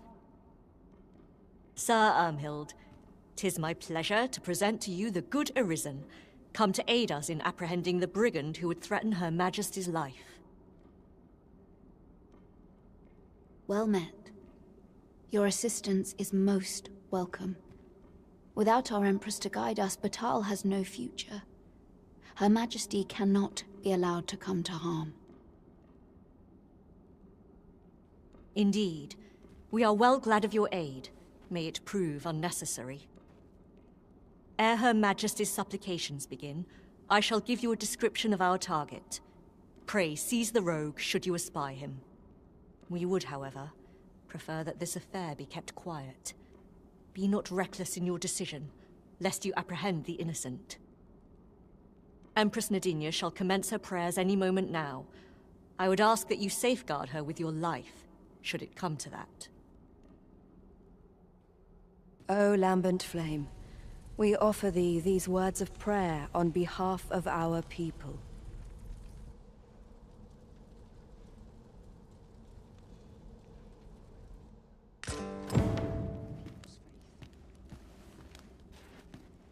Sir Arisen, Her Majesty's supplications are nearing their end.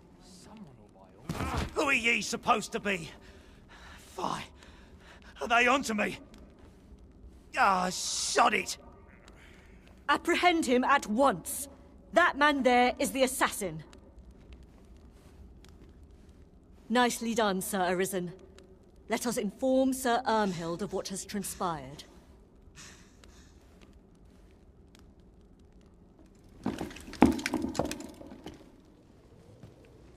Oh, Your Majesty. Full glad am I to see you unharmed. The brigand has been captured. The chaos of the past few days ought to be behind us now. We owe this outcome to you, Sir Arisen. You cannot know the depth of my gratitude. Ah, yes, of course. Batal is in your debt, Sir Arisen. The same is true of you, Sir Manella. Your efforts were most admirable, considering your wound. Now that a measure of peace is returned to us, however, you ought to devote yourself to convalescence for a time. You may. The curative hot springs on Volcanic Island are said to be wondrous for healing. Go there to recuperate. Very well, my lady. I shall leave presently, and return when I am fully recovered.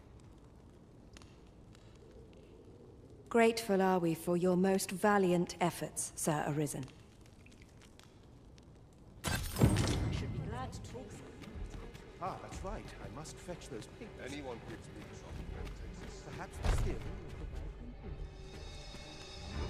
will provide... No. This is all wrong. What use of pitiful fragments such as these? What we have achieved is sufficient to sway the pawns. But when the time comes to fell the dragon, I fear it may not be enough. Lord Phasus insists we shall succeed, and yet...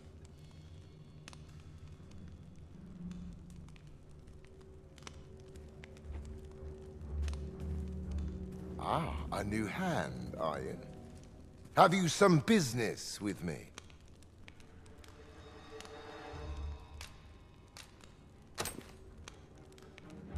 Why? 'Tis an Arisen's.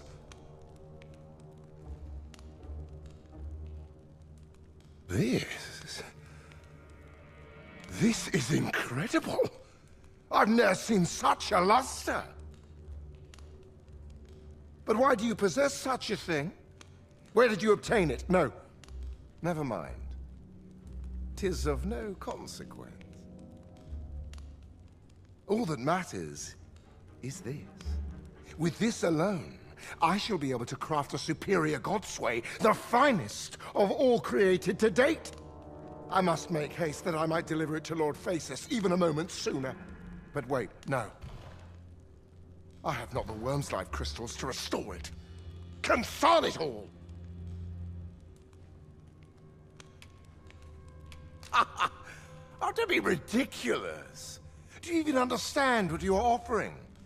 Worm's life crystals can only be obtained from drakes. But I suppose I am in no position to decline, even if 'tis a fool's errand. Lord Phasis is satisfied with the God's way as 'tis, you see. And as I can expect no support from him, you can expect little aid from me.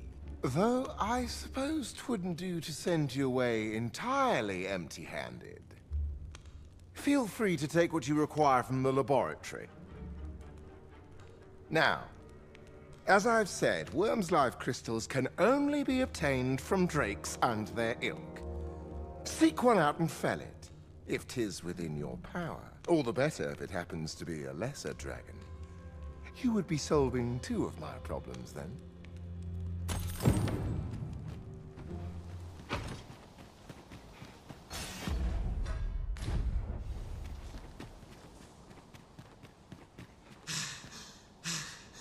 Tis clear to me that my fate is to aid you.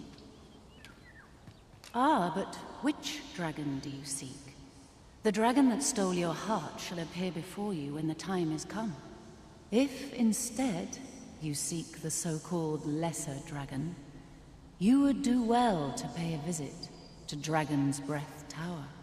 When you find your quarry, mayhap this time you will bring it low. If 'tis yet another dragon you seek, then perhaps you ought to search for it yourself. Your feet will guide you no less ably than any revelation on my part.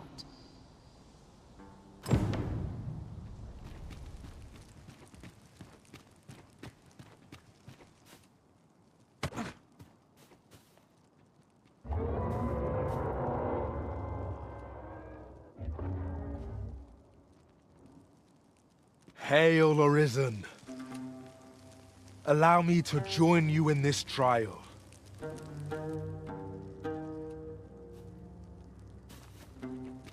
I can't imagine we're in need of a campsite just... Though you wouldn't know it, to look at me now.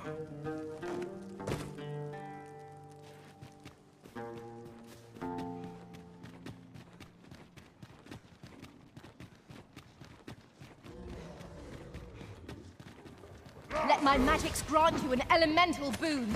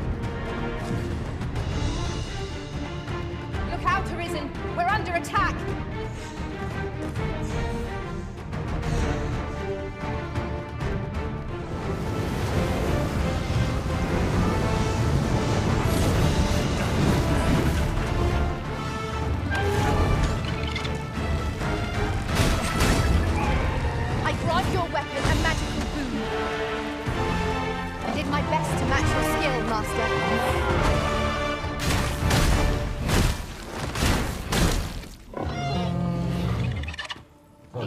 Is there nothing we can do about this obstacle? If a ranged attack is needed, you can count upon my aim. Might I be of assistance?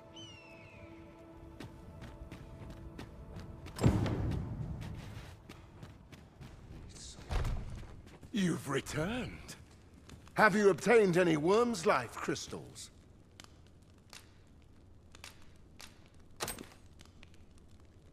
You have? Incredible!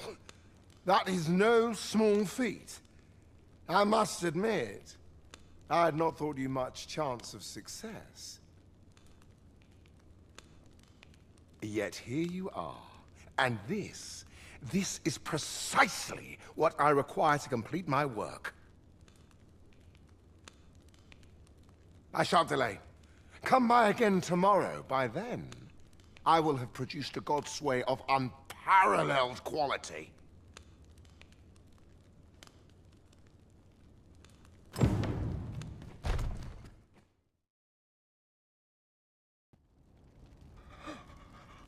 Oh, it is finished. The result is even more sublime than I'd hoped. I must deliver it to Lord Phaesus at once. Though, mayhap... Now, I cannot leave this in your hands. I may not be fleet of foot, but only I can do this.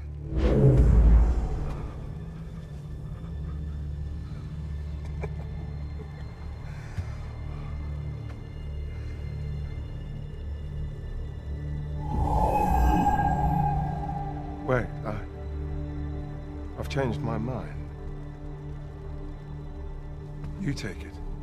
Deliver the blade to Lord Phaesus. You ought reach him in time. Go now. Make haste for Moonglint Tower. There your journey will come to an end, one way or another.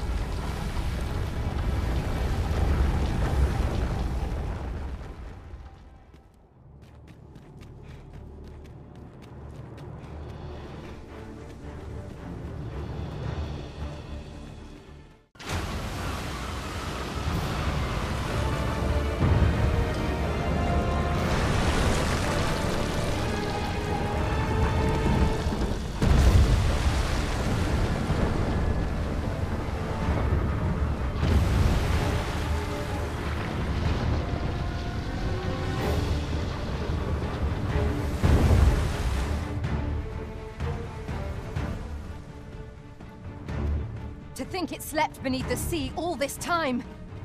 I should like to know its purpose. Where is it headed? I only pray it steers clear of settlements and causes no destruction.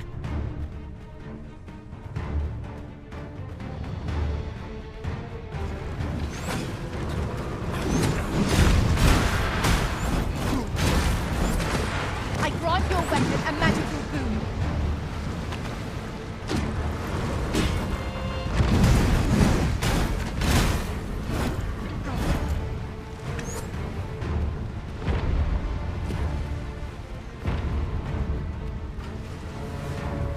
Master, watch out!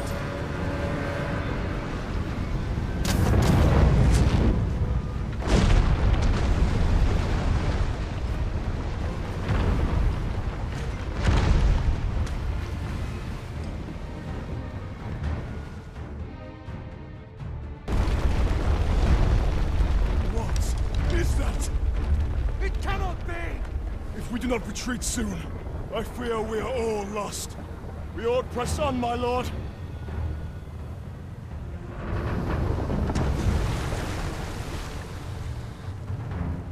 Mine's not the stone puppet, then. We move. It arose from the sea. What could have summoned it?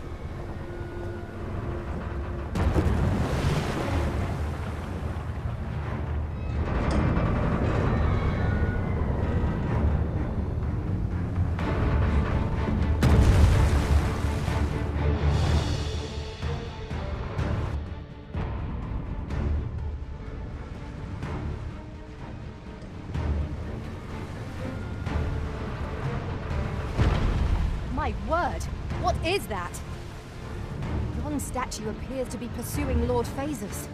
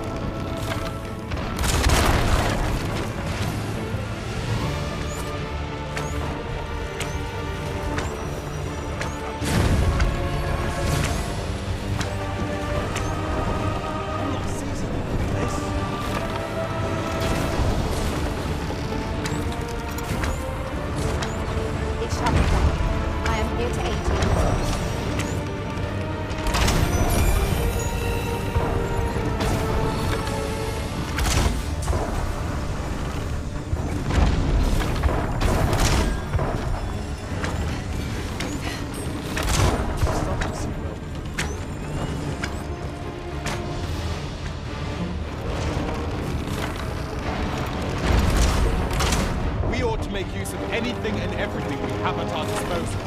We can always stock up again after the battle. We're not the only ones in this fight, but that's all the more reason to bring everything we have to bear. Understood.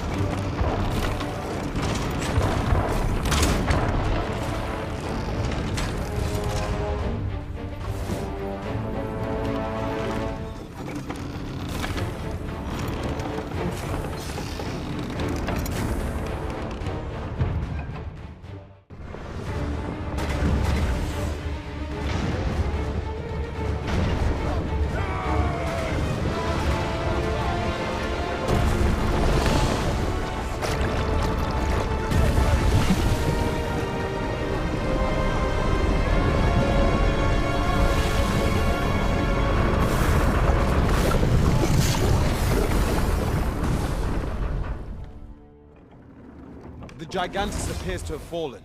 Let us hasten to Moonglint Tower. True enough.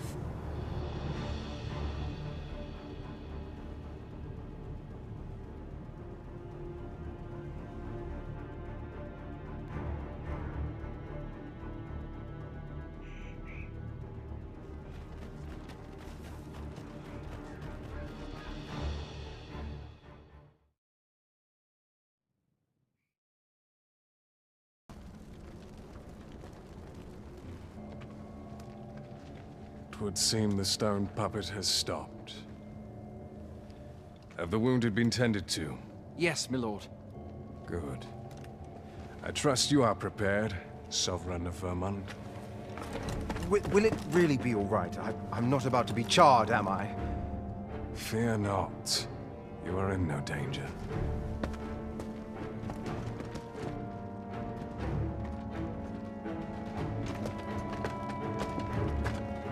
The dragon shall be under my control when it appears. Come. Let us press onward.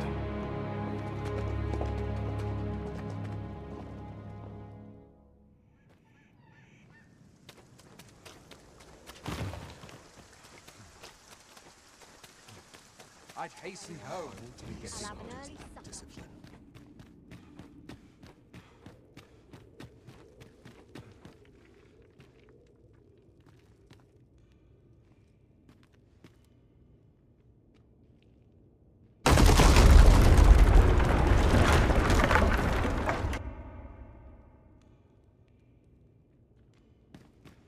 flicker of a shadow, the gleam of an eye, the echo of a footfall. If we hone our senses, no foe shall escape us. Be sure to keep your wits about you.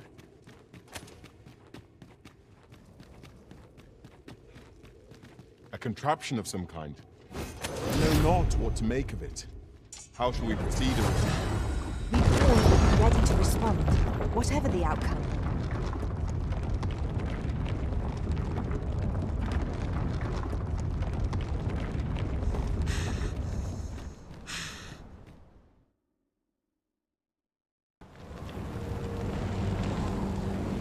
Dragon, heed my call. Your will is mine to command. Curses. This arrival of the true Risen is most inopportune. Sovereign of Vermin, the ritual must not be disturbed. Let not the Arisen approach. You can manage that, I trust. Last! You make me want to pretender to your title, Master.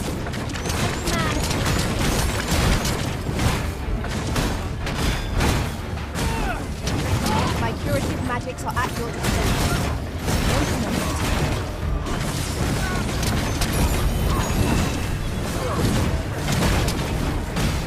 Let my magics grant me an elemental food.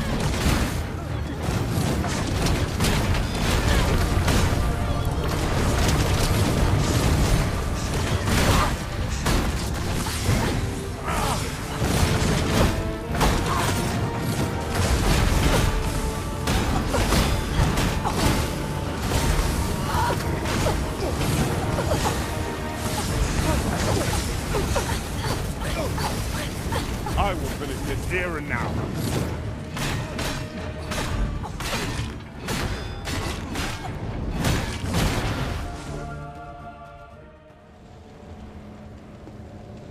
Your efforts are for naught, Arisen. Now, simply watch as this world's hollow and fruitless order is remade by my hand.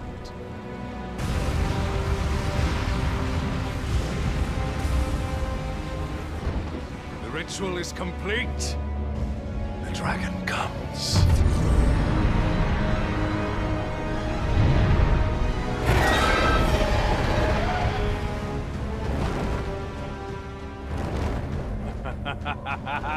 Behold! The Royce Dragon! By my power, the Dogma of Dragons is unmade.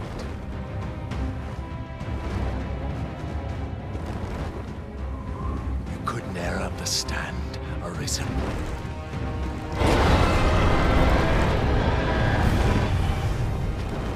We must all be freed from the vulgar order wherein the dragon's existence determines all.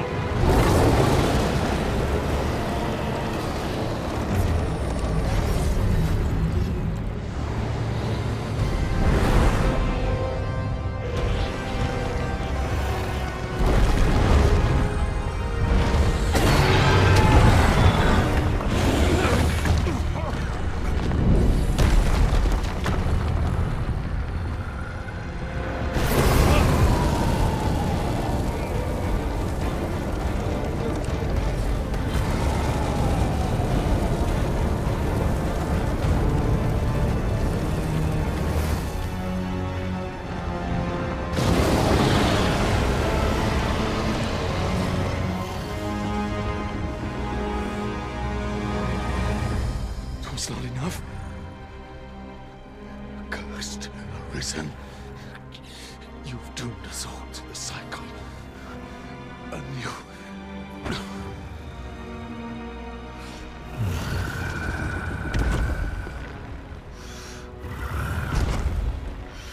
Greetings, Arisen. Hast thou summoned the resolution to face me? Then answer me this. Why dost thou fight? Is it to reclaim thy flesh, thy stolen heart? Or is it to reclaim thy throne? offer thee a choice. Grant unto me this life in my claws, and be gone from this place. Or stand and fight. Pitiable Arisen, the time for thou to make thy choice is come. Show me the path thou wouldst walk. Go, and thou shalt live to claim thy coveted throne.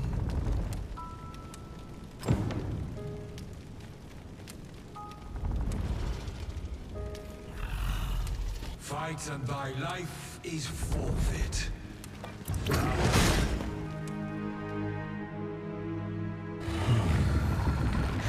Intriguing.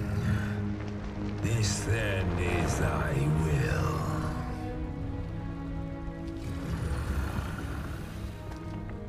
Our parley is done. We must fulfill our charges. I, as the dragon, and thou as the Arisen. Climb upon me. We shall depart for our true battlefield.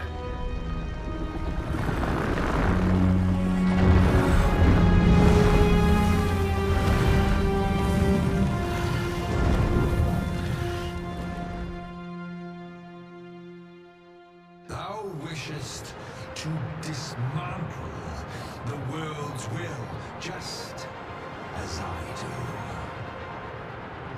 Yet dost thou know what awaiteth the world, should it meet such a fate? 'Twould become a fleeting, fragile, vacuous thing, bereft of the cycle. Naught would be born into its save chaos, great and terrible. Surviving in such a world would be no simple matter. The world shall not change with my death, nor shall it change with thine. Consider, Arisen, how it is thou came to be here. How have the once closed paths before thee come to be cleared? Think well, Arisen, but rest not.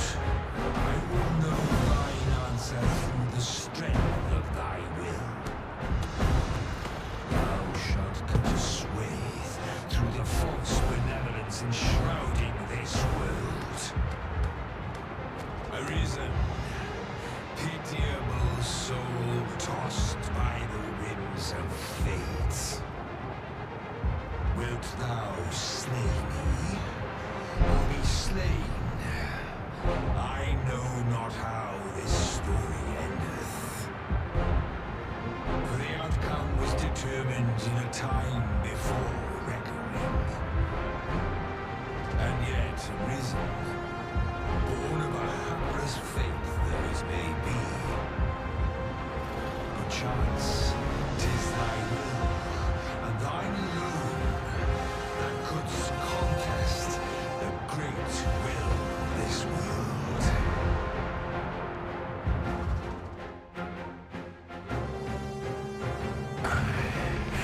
Thou art too late.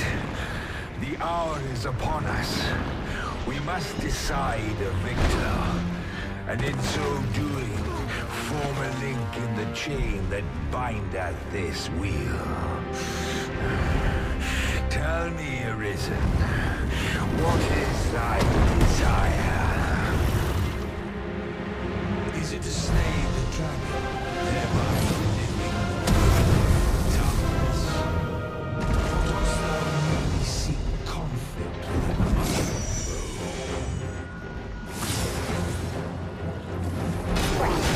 Give me more than a blister. Fight! Dost thou realize thy wonder? Even our battle here was preordained.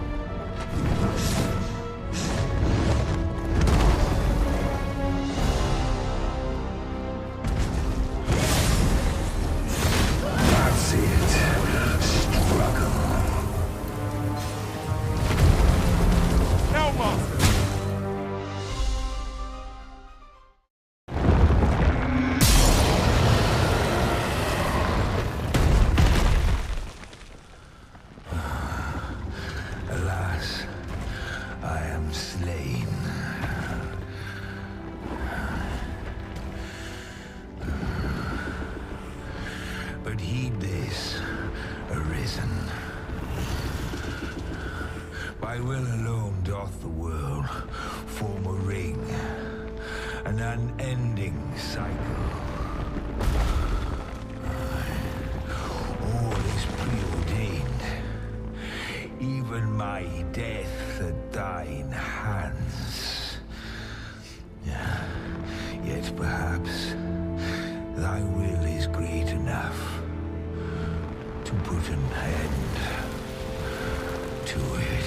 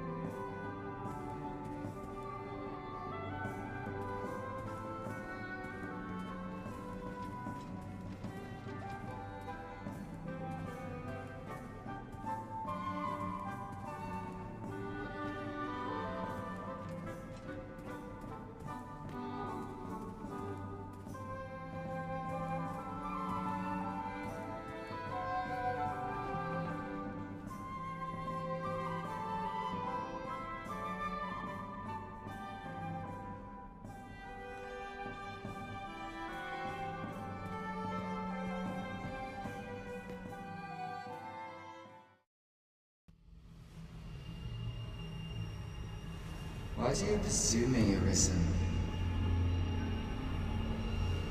You have fulfilled your charge. Are you not satisfied? Seek you greater status? Perhaps to rule the world entire?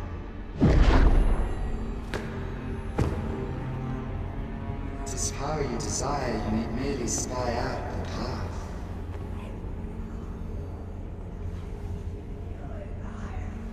The choice is thine, Arisen. By thy will alone can the course of the winds of fate be altered.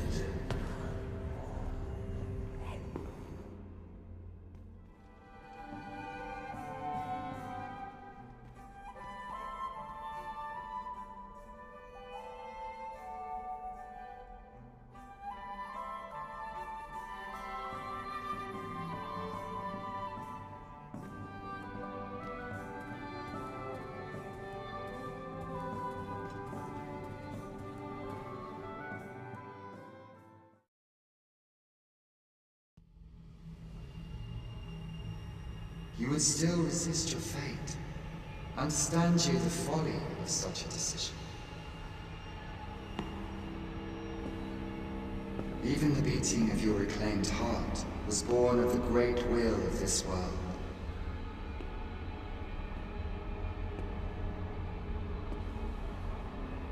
Yet you would abandon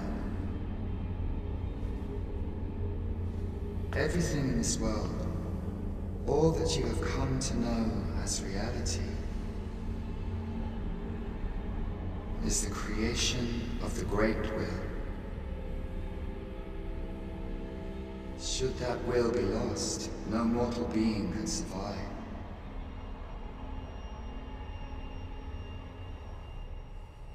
However, if regret yet assails your spirit, then perhaps you should reaffirm your choice.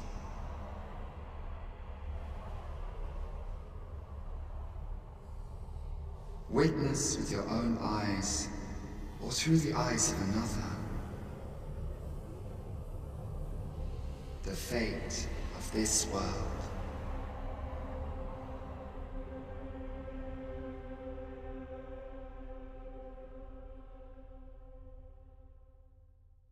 Thou wishest to dismantle the world's will, just as I do. Yet dost thou know what awaiteth the world, should it meet such a fate? 'Twould become a fleeting, fragile, vacuous thing, bereft of the cycle. Naught would be born into it save chaos, great and terrible. Surviving it.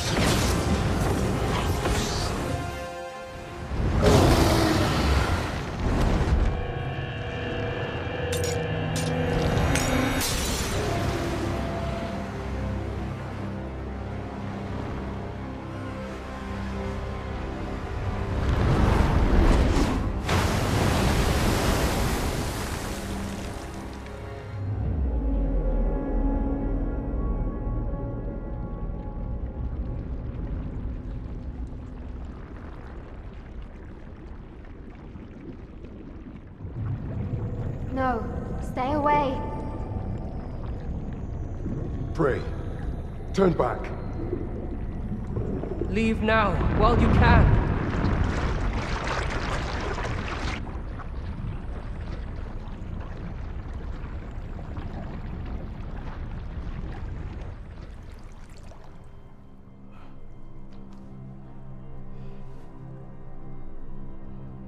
You have strayed, Arisen. And for what? Lest you forget.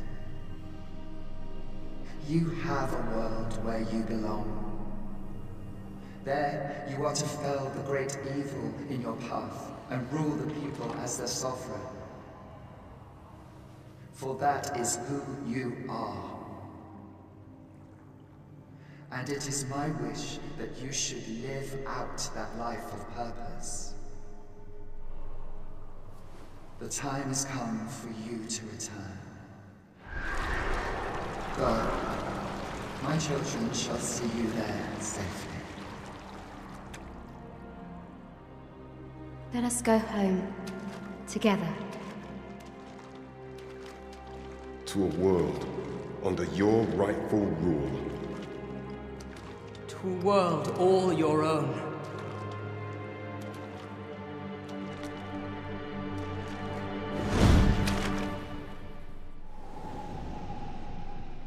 This is your will? Then behold, a world unmerciful, bereft the benevolent hands that guides.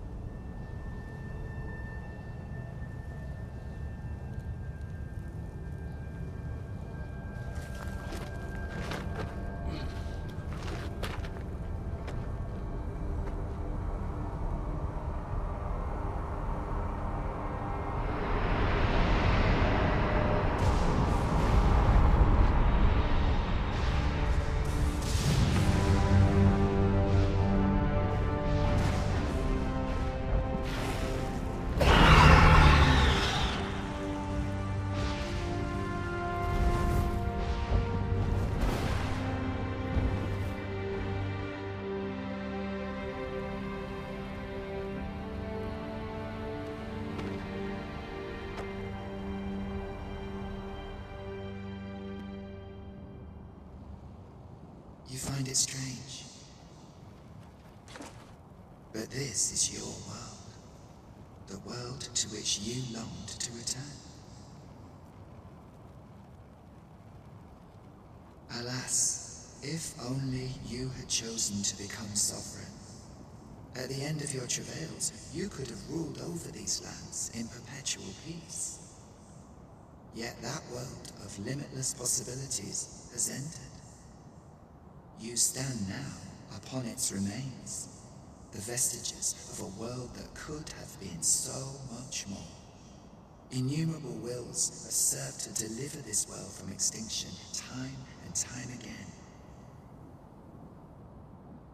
You alone have refused to carry out that great purpose. What you see before you is the consequence of your apathy. Behold.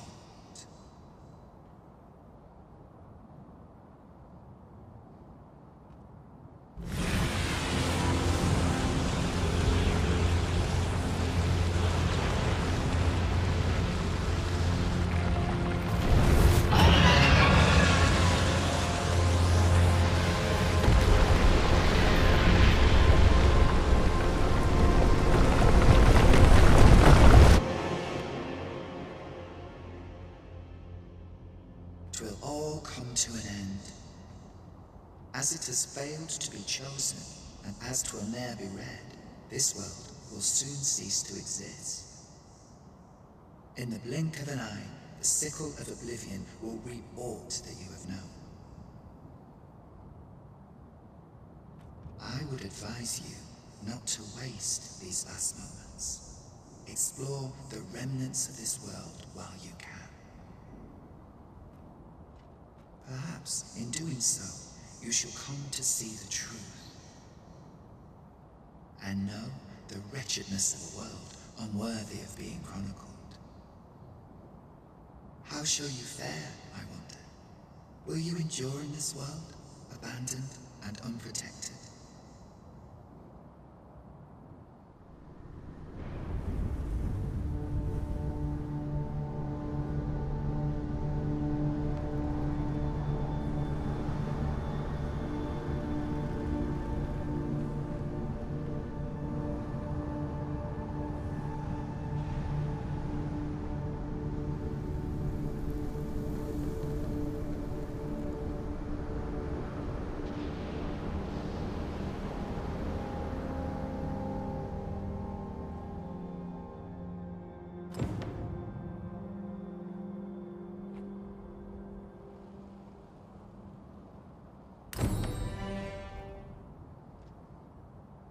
Really now? You mustn't shirk your duty, lest you forget 'tis the Arisen we serve here. Ah, Arisen. You yet live. I suspected as much, given that your pawn still remains. One might hypothesize that your pawn is sustained by your vital essence. Or perhaps something more. In any case, we ought to apprise one another of the situation. Is there aught you would know? Ah, yes. I trust it has not escaped your notice that the end of days is upon us. After you vanished, together with the Red Dragon, the seas rose to swallow the skies. 'Twas perhaps a month from that evil day when a new calamity befell us.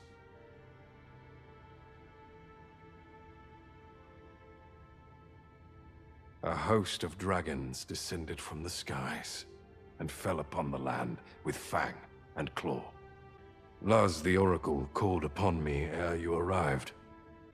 As she tells it, Melve and its environs have already fallen prey to the beasts. 'Tis surely only a matter of time before the rest of the kingdom follows suit. I found the poor creature collapsed by the wayside near Batal. Recognizing your pawn, I decided to take the ailing thing into my custody. I thought it possible that the Arisen's pawn might hold the key to making sense of all this madness. Alas, try what I might, your pawn will not wake. Mayhap you will succeed where I could not. The pawn is, after all, yours to command. Indeed, then I shall take my turn. In your absence, I had hoped your pawn might yield me some information. But as you have returned, I would hear the truth from your lips. Tell me, Arisen, what became of you this past month?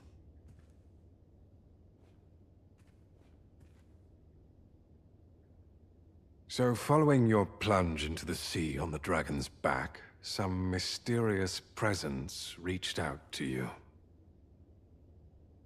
Could that have been the World Forged? Yet why would such a being linger in those fathomless depths?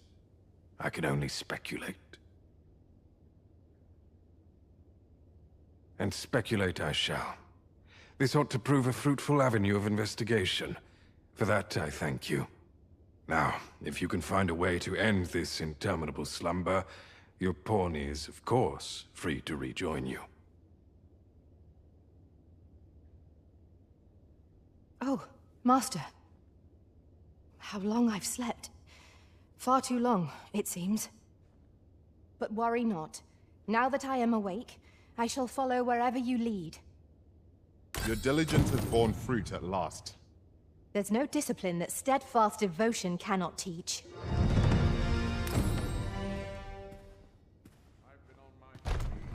This is no good. Seems my feet always... Isn't even gritty past that scuffle.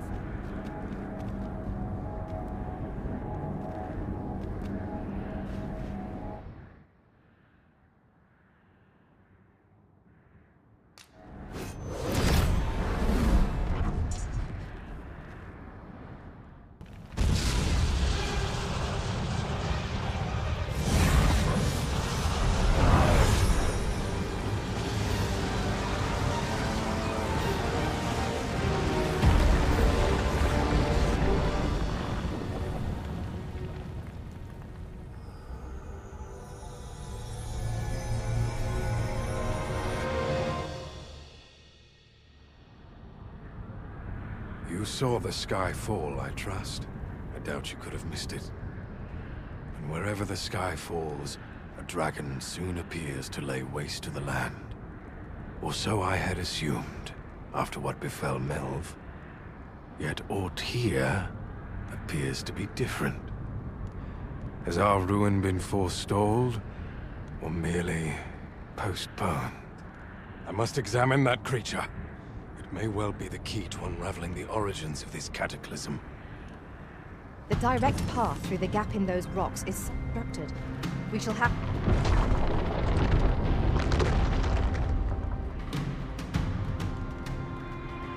Many paths are close to us now, on account of the dragon's descent, no doubt. But we must find a way to reach it. Confound this obstruction. But I suppose I ought to have expected this. Answers were ne'er so easily won.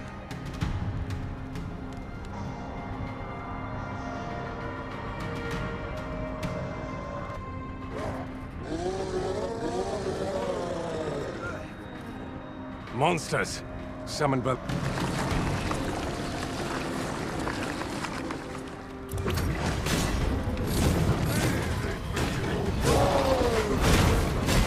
Have my protection.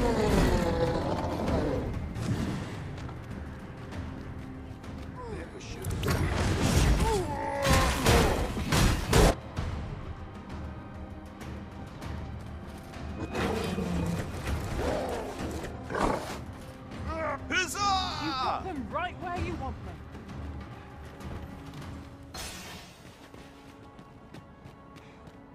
Are we leaving already?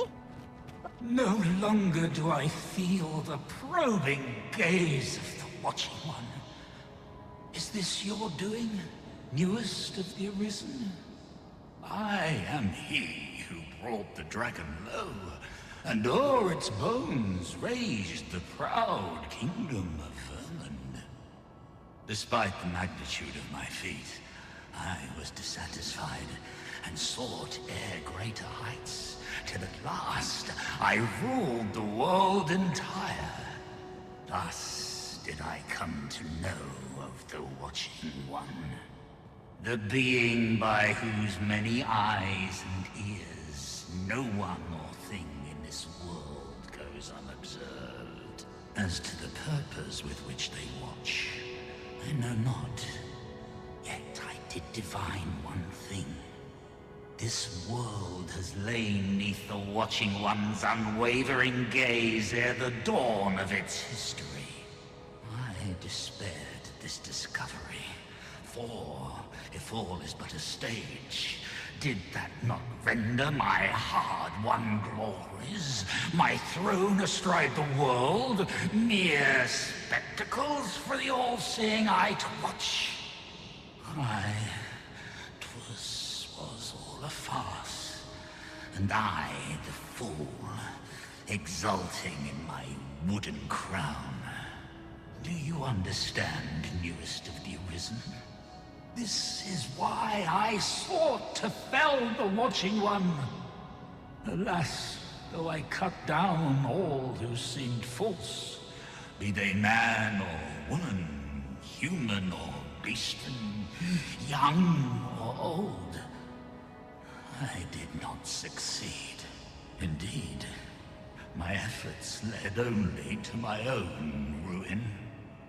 I was dubbed the Mad Sovereign, and by the hand of the new Arisen, consigned to this place forevermore.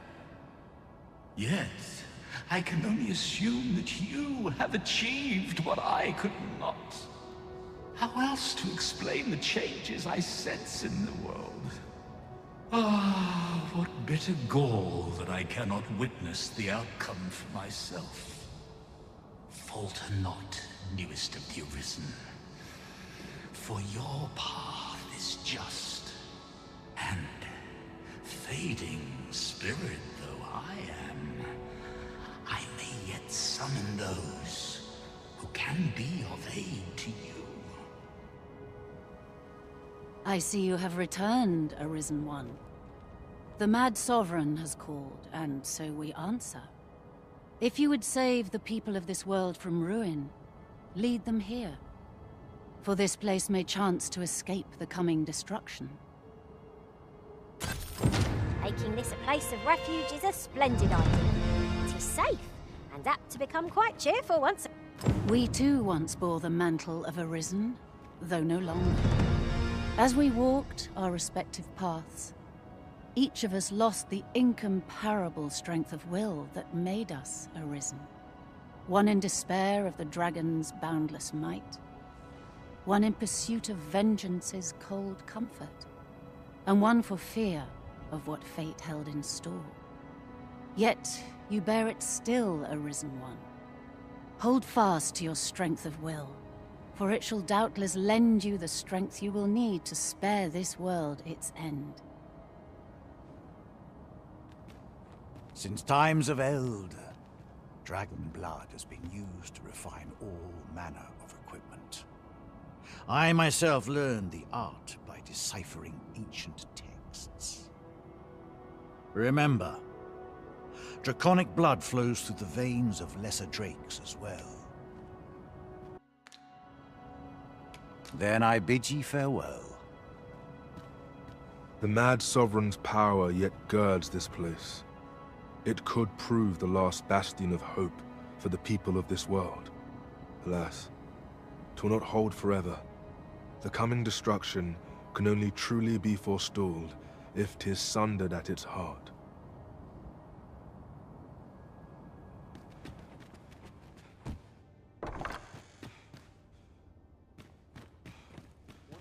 Ah, my friend.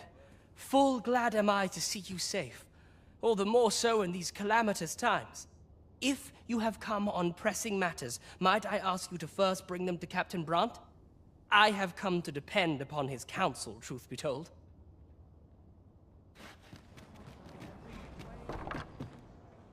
Your Majesty, how glad I am to see you safe. Where have you been this past month?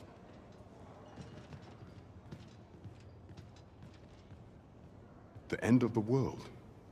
Are things truly so dire? Though, I am aware of the dragon attack on Melv. We received word that naught but a smoking ruin remains. 'Twas a tragedy, and I would not see it repeated. However, without a clear path, we and the Guard shall be hard-pressed to forestall the impending crisis. You would have me evacuate the city? I see. Mayhap 'twould be for the best. Ever since the fall of Melv, the citizens of Vernworth have lived in fear that their homes are next to be assailed. If there is safe harbor to be found elsewhere, I believe we have naught to lose by seeking sanctuary. But I doubt I could convince the people of this city to abandon their homes, however terrified they may be. Methinks your majesty would do better to ask this of the Regent King. After the false sovereign vanished and the world was altered, His Grace has been the one keeping order here in Vermont. If the people will heed anyone, 'tis him.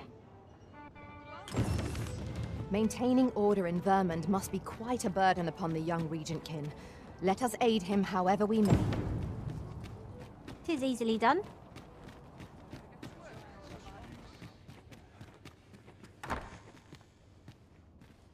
So you've come.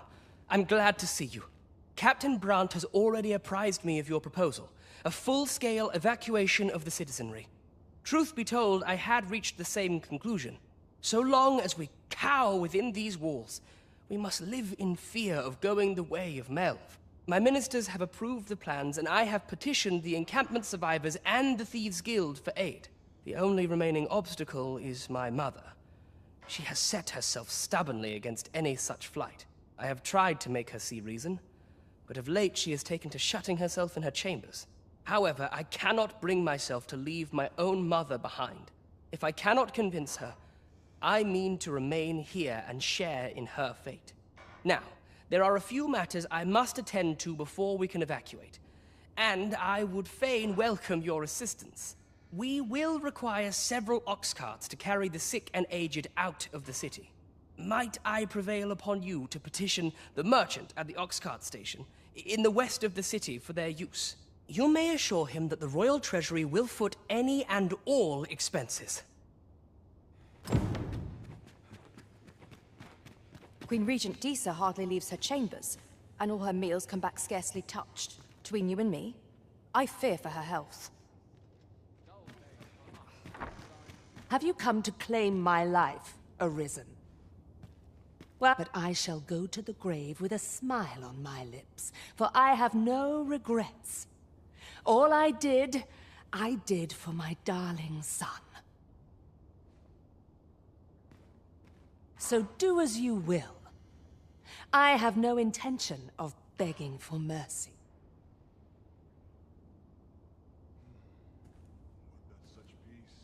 Do with me as you will. I care not what befalls me now. Time this place.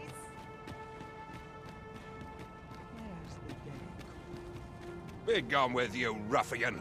These carts are mine. I paid good gold for them.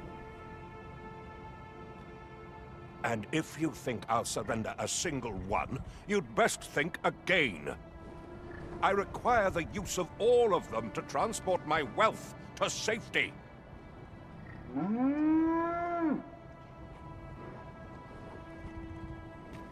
Begging your pardon, sir, but I've just sold off my last cart. That fellow over there gave me a handsome price for half a dozen of them. This might be worth a read. Shall we take a closer look? It's enough to have avoided the worst. Begone with you, ruffian. These carts are mine. I paid good gold for them. And if you think I'll surrender a I require the use of all of... What are you doing? But no! Spare me! I pray you! I fear for my life. Good day, sir. What might... Well, reckon he won't be coming back here in a hurry. As a matter of fact, I'd like to thank you for that.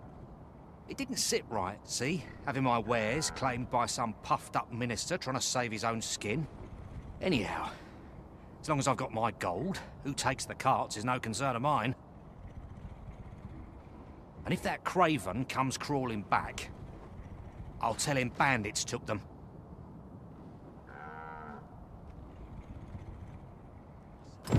They say a crisis reveals one's true character. But that man was no less miserably selfish than he always seemed. True enough. Sometimes I wonder if I'm... Ah, you've returned. How fares your procurement of those carts? Thank you. However, I cannot bring myself to leave my own mother behind. If I cannot convince her, I mean to remain here and share in her fate.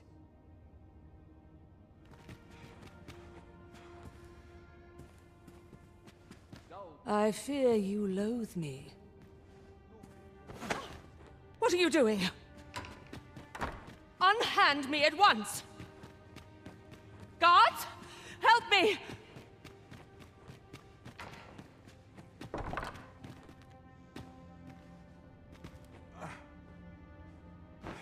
You have brought Mother to me, I see. My thanks, friend. You have done me a great service. Sven. You may leave us.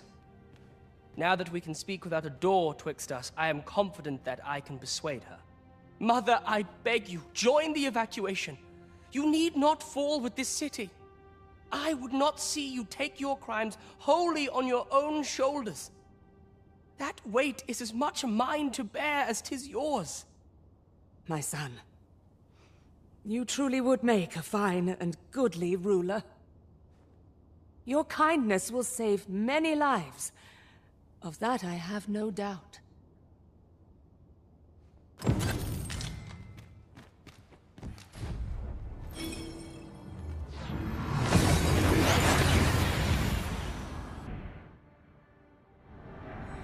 We seem to have arrived without issue. But are we safe here? You've pushed your luck too far. I'll not take that from you. Pray calm yourselves, good people. I will have none of this squabbling.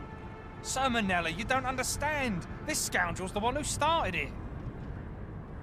No, you don't understand. This is no time for the people of Batal to be quarreling amongst themselves. We shan't weather this calamity unless we can recall our common purpose and unite our efforts towards it. Really now. You mustn't shirk your duty.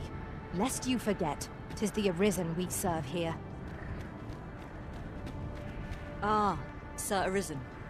You are returned, I see. With the world in such disarray, I could not stand to be away from my homeland. Thus did I return, to render what aid I may.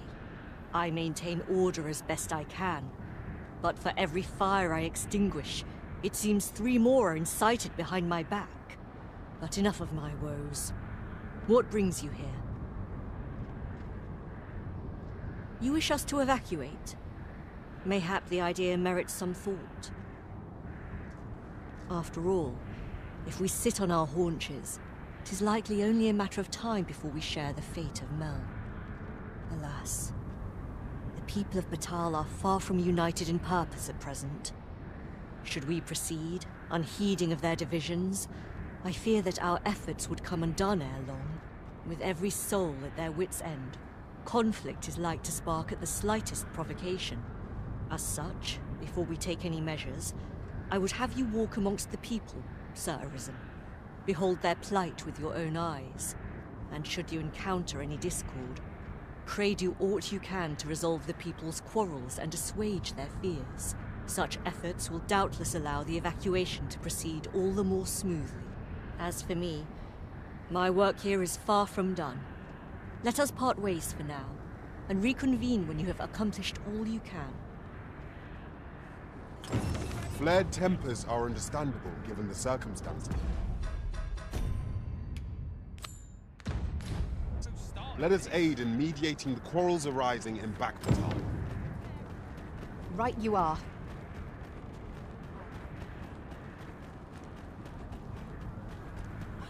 Ah! You're just riding on your father's coattails! You slander my honor, sir! I demand a duel. This is no business of yours. Begone! Now, Nara, let's not be too hasty. If we are to duel, we ought to have a witness. Otherwise, who's to say the victor fought with honor? Aye, true enough. Without a witness, either of us could simply kill the other, then disavow the use of any underhandedness. Well, sir, what say you? Will you watch over us while I take this scoundrel to task? This knave dared to slight my honor. He said my swordsmanship was hardly fit to wound a training dummy. The bloody nerve of him. And I'd say it again.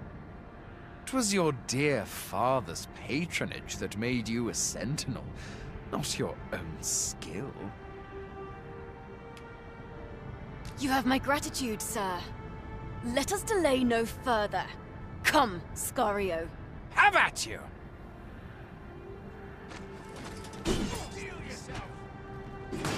Stay back. There's no caught in the fray.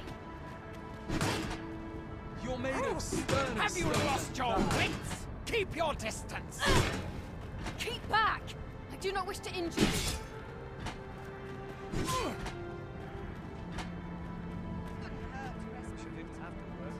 This can't be right. This can't be right. You're made of stone. The so-called Forbidden Magic Research Lab appears to have been constructed rather recently. I admit it. I underestimated your skill. The loss is mine. Nay. 'Twas I who underestimated you. I'd thought to score an easy victory, but you fought fair and capably. We owe you a debt, sir. 'Tis on your account that we've seen some sense. Were it not for your timely appearance, I'd wager this nonsense might have cost one of us their life. Indeed. Better to hone our respective skills than take up arms against petty slights, I say. It seems some things can only be resolved by crossing blades. But I doubt they'll quarrel again after this. 'Twas a pleasure to recount such good tidings. I've had well enough of your nitpicking. I reckon the world would be better off without you.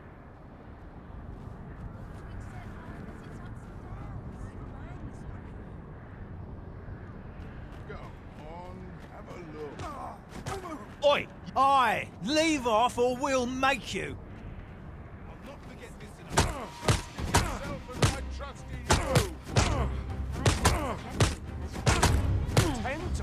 I'll ever be. What was all that about? Steel yourself! Just about had it. I believe in you. You'll come to regret angering me. Dare. Have you lost your bloody mind? Reckon you can just cut us down in the street? What's the matter with you? Eh? Fine, fine. We'll set our squabble aside for today, so bother... Oi! I saw it first. Phew. Trust a flea-ridden hide to take it all for himself. Why must I share with a fangless one? This is no more your food than Batal is your land. You there! You couldn't have come at a better time. Put this upstart in his place for me, won't you? Go on, lay into it.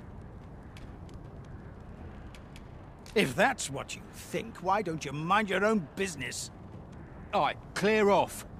Pretty words shan't fill our bellies.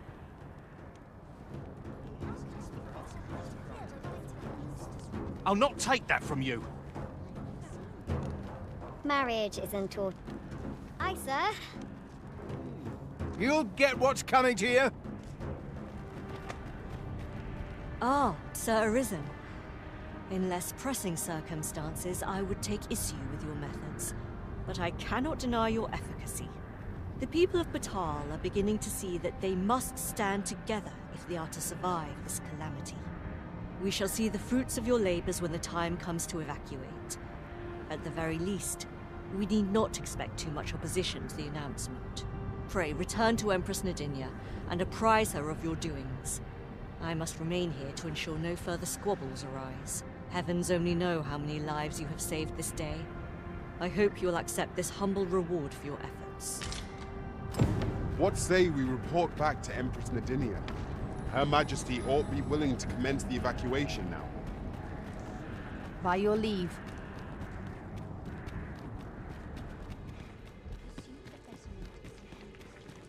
Her Majesty has begun her supplications. None may see her ere they conclude. Stay your hand, Vera. This one may pass. Come hither. We would speak with you.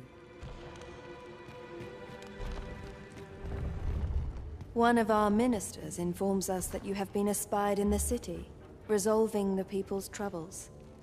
You have our gratitude for your efforts, which have doubtless bettered the fate of this nation and its citizenry. Your journey continues, does it not? We wish you good fortune on your travels, wheresoe'er they may take you. Yet, ere we part ways, we would make another request of you.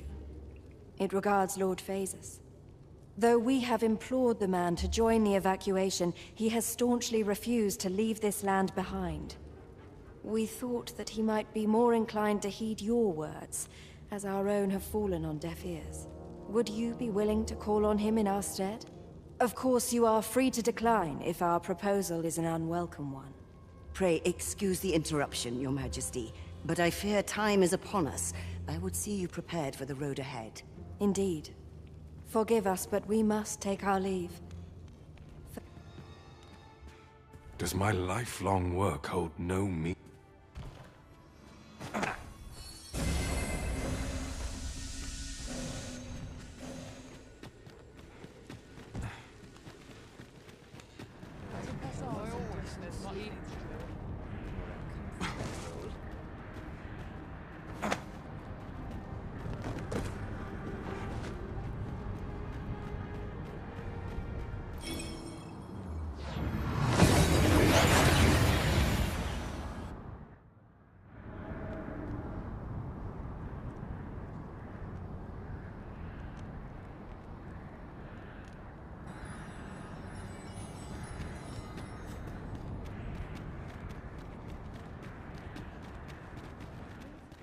Now, what might that be? Elelote an osto silfa malantha alecano mine in fair avehum? Nothing's coming to me, Master.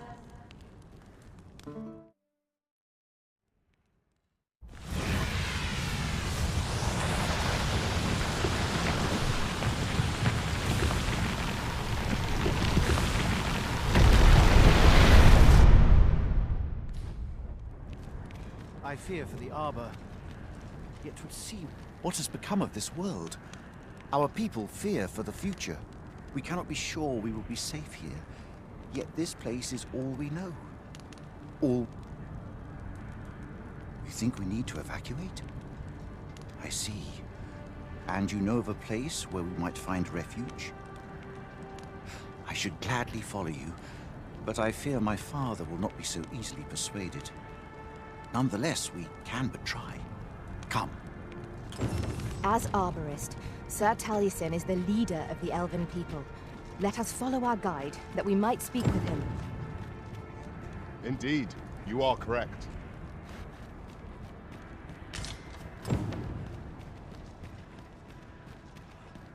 Findelnar, ne veo norwende lis kemen, moriven lis erumar meltol netara.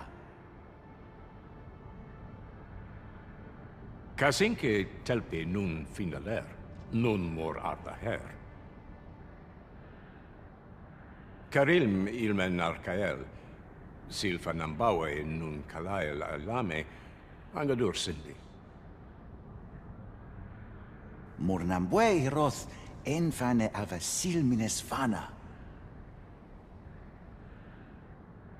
Erurne kemen malantar ingadur, fielis lintan morivin nun we ingerina? Kemenindor kanyan irils aldekar. Eteler, lea fermor eldalia eralote. Ondovana alvekil, eteler ne anler ailami.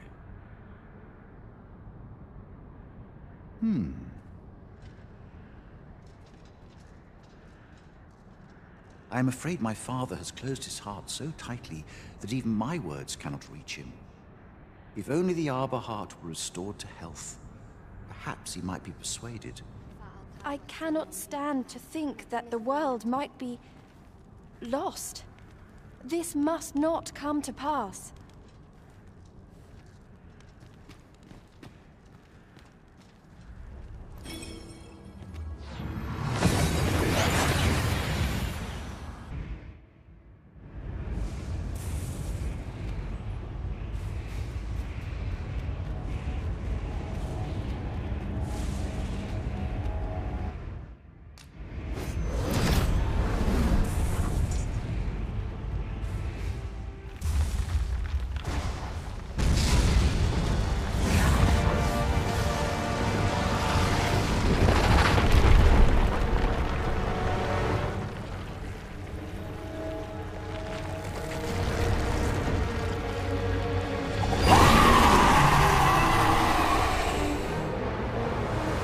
Dragon looked to be far more powerful than any monster we have yet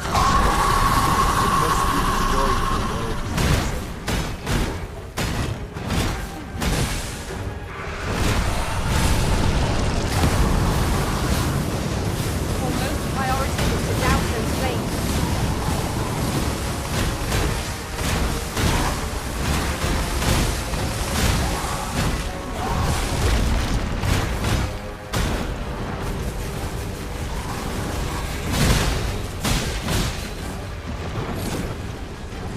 I grant your weapon a magic boon. Mine have receded. You'll not find a better opening. Strike the horn. Now! All together now. The attack as one. A focused attack or hit the foe.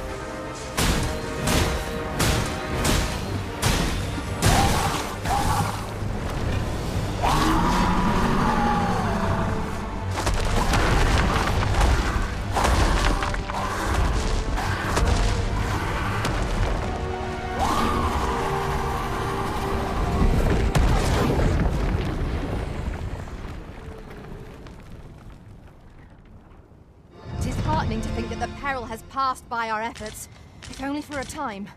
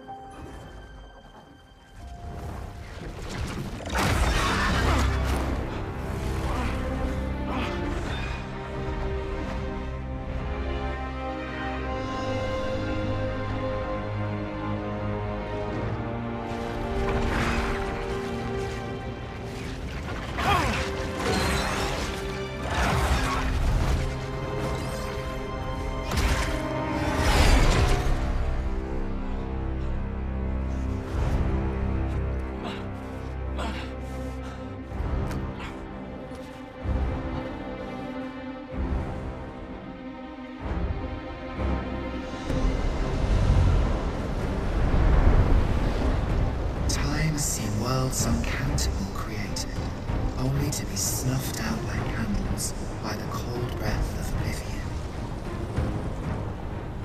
Eventually, the Great Will tired of witnessing this. It sought to overturn oblivion by granting unto it a role, a duty, an identity. I speak of the dragon. By the Great Will does the dragon create a cycle, allowing it to forestall the end of this world time and time again. Yes, Arisen. This world has been safeguarded by the dragon all along. You yourself were chosen to form a part of this cycle. The Arisen is selected by the Great Will to play the role of the dragon's counterpart. That is how this world is built. The dragon serves to continue the cycle, and the Arisen exists to oppose it. This is the true meaning of the dragon's dogma. Once, everyone in this world had a role to play. For a well-crafted tale has no excess. There must be a reason for each character's inclusion. Yet, this means that should even one of these characters stray from their assigned role, the tale entire will unravel. And if it does, their world will end. Such is the choice you have made, Arisen. By rejecting your own duty in this world, you have robbed all others of the chance to fulfill the roles they were assigned. The pawns are no exception. Born in the nothingness of oblivion, they were granted the role of aiding in the perpetuation of the cycle. Yet, bereft of the dragon, that role has been unwritten.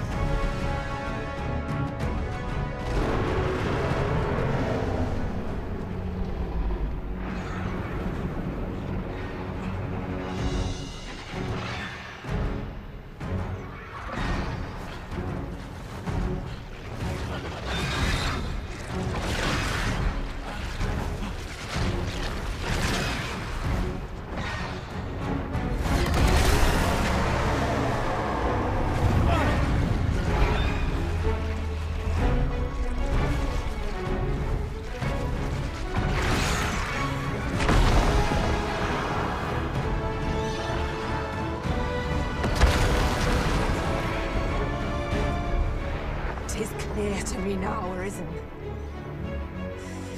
I am no longer a mere vessel. Your great will has imbued me with a lesser will of my own. Will is power. It is the means to shape the world as one desires.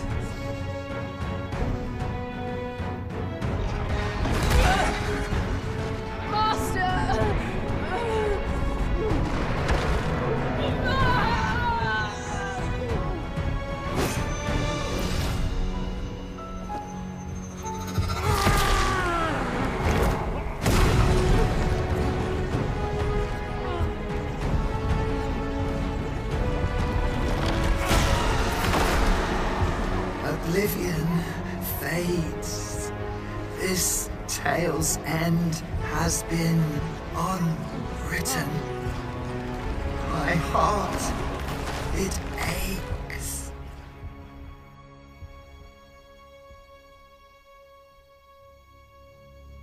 A new world comes. A new tale is set to unfold. Yet, it seems I will not be there. to watch it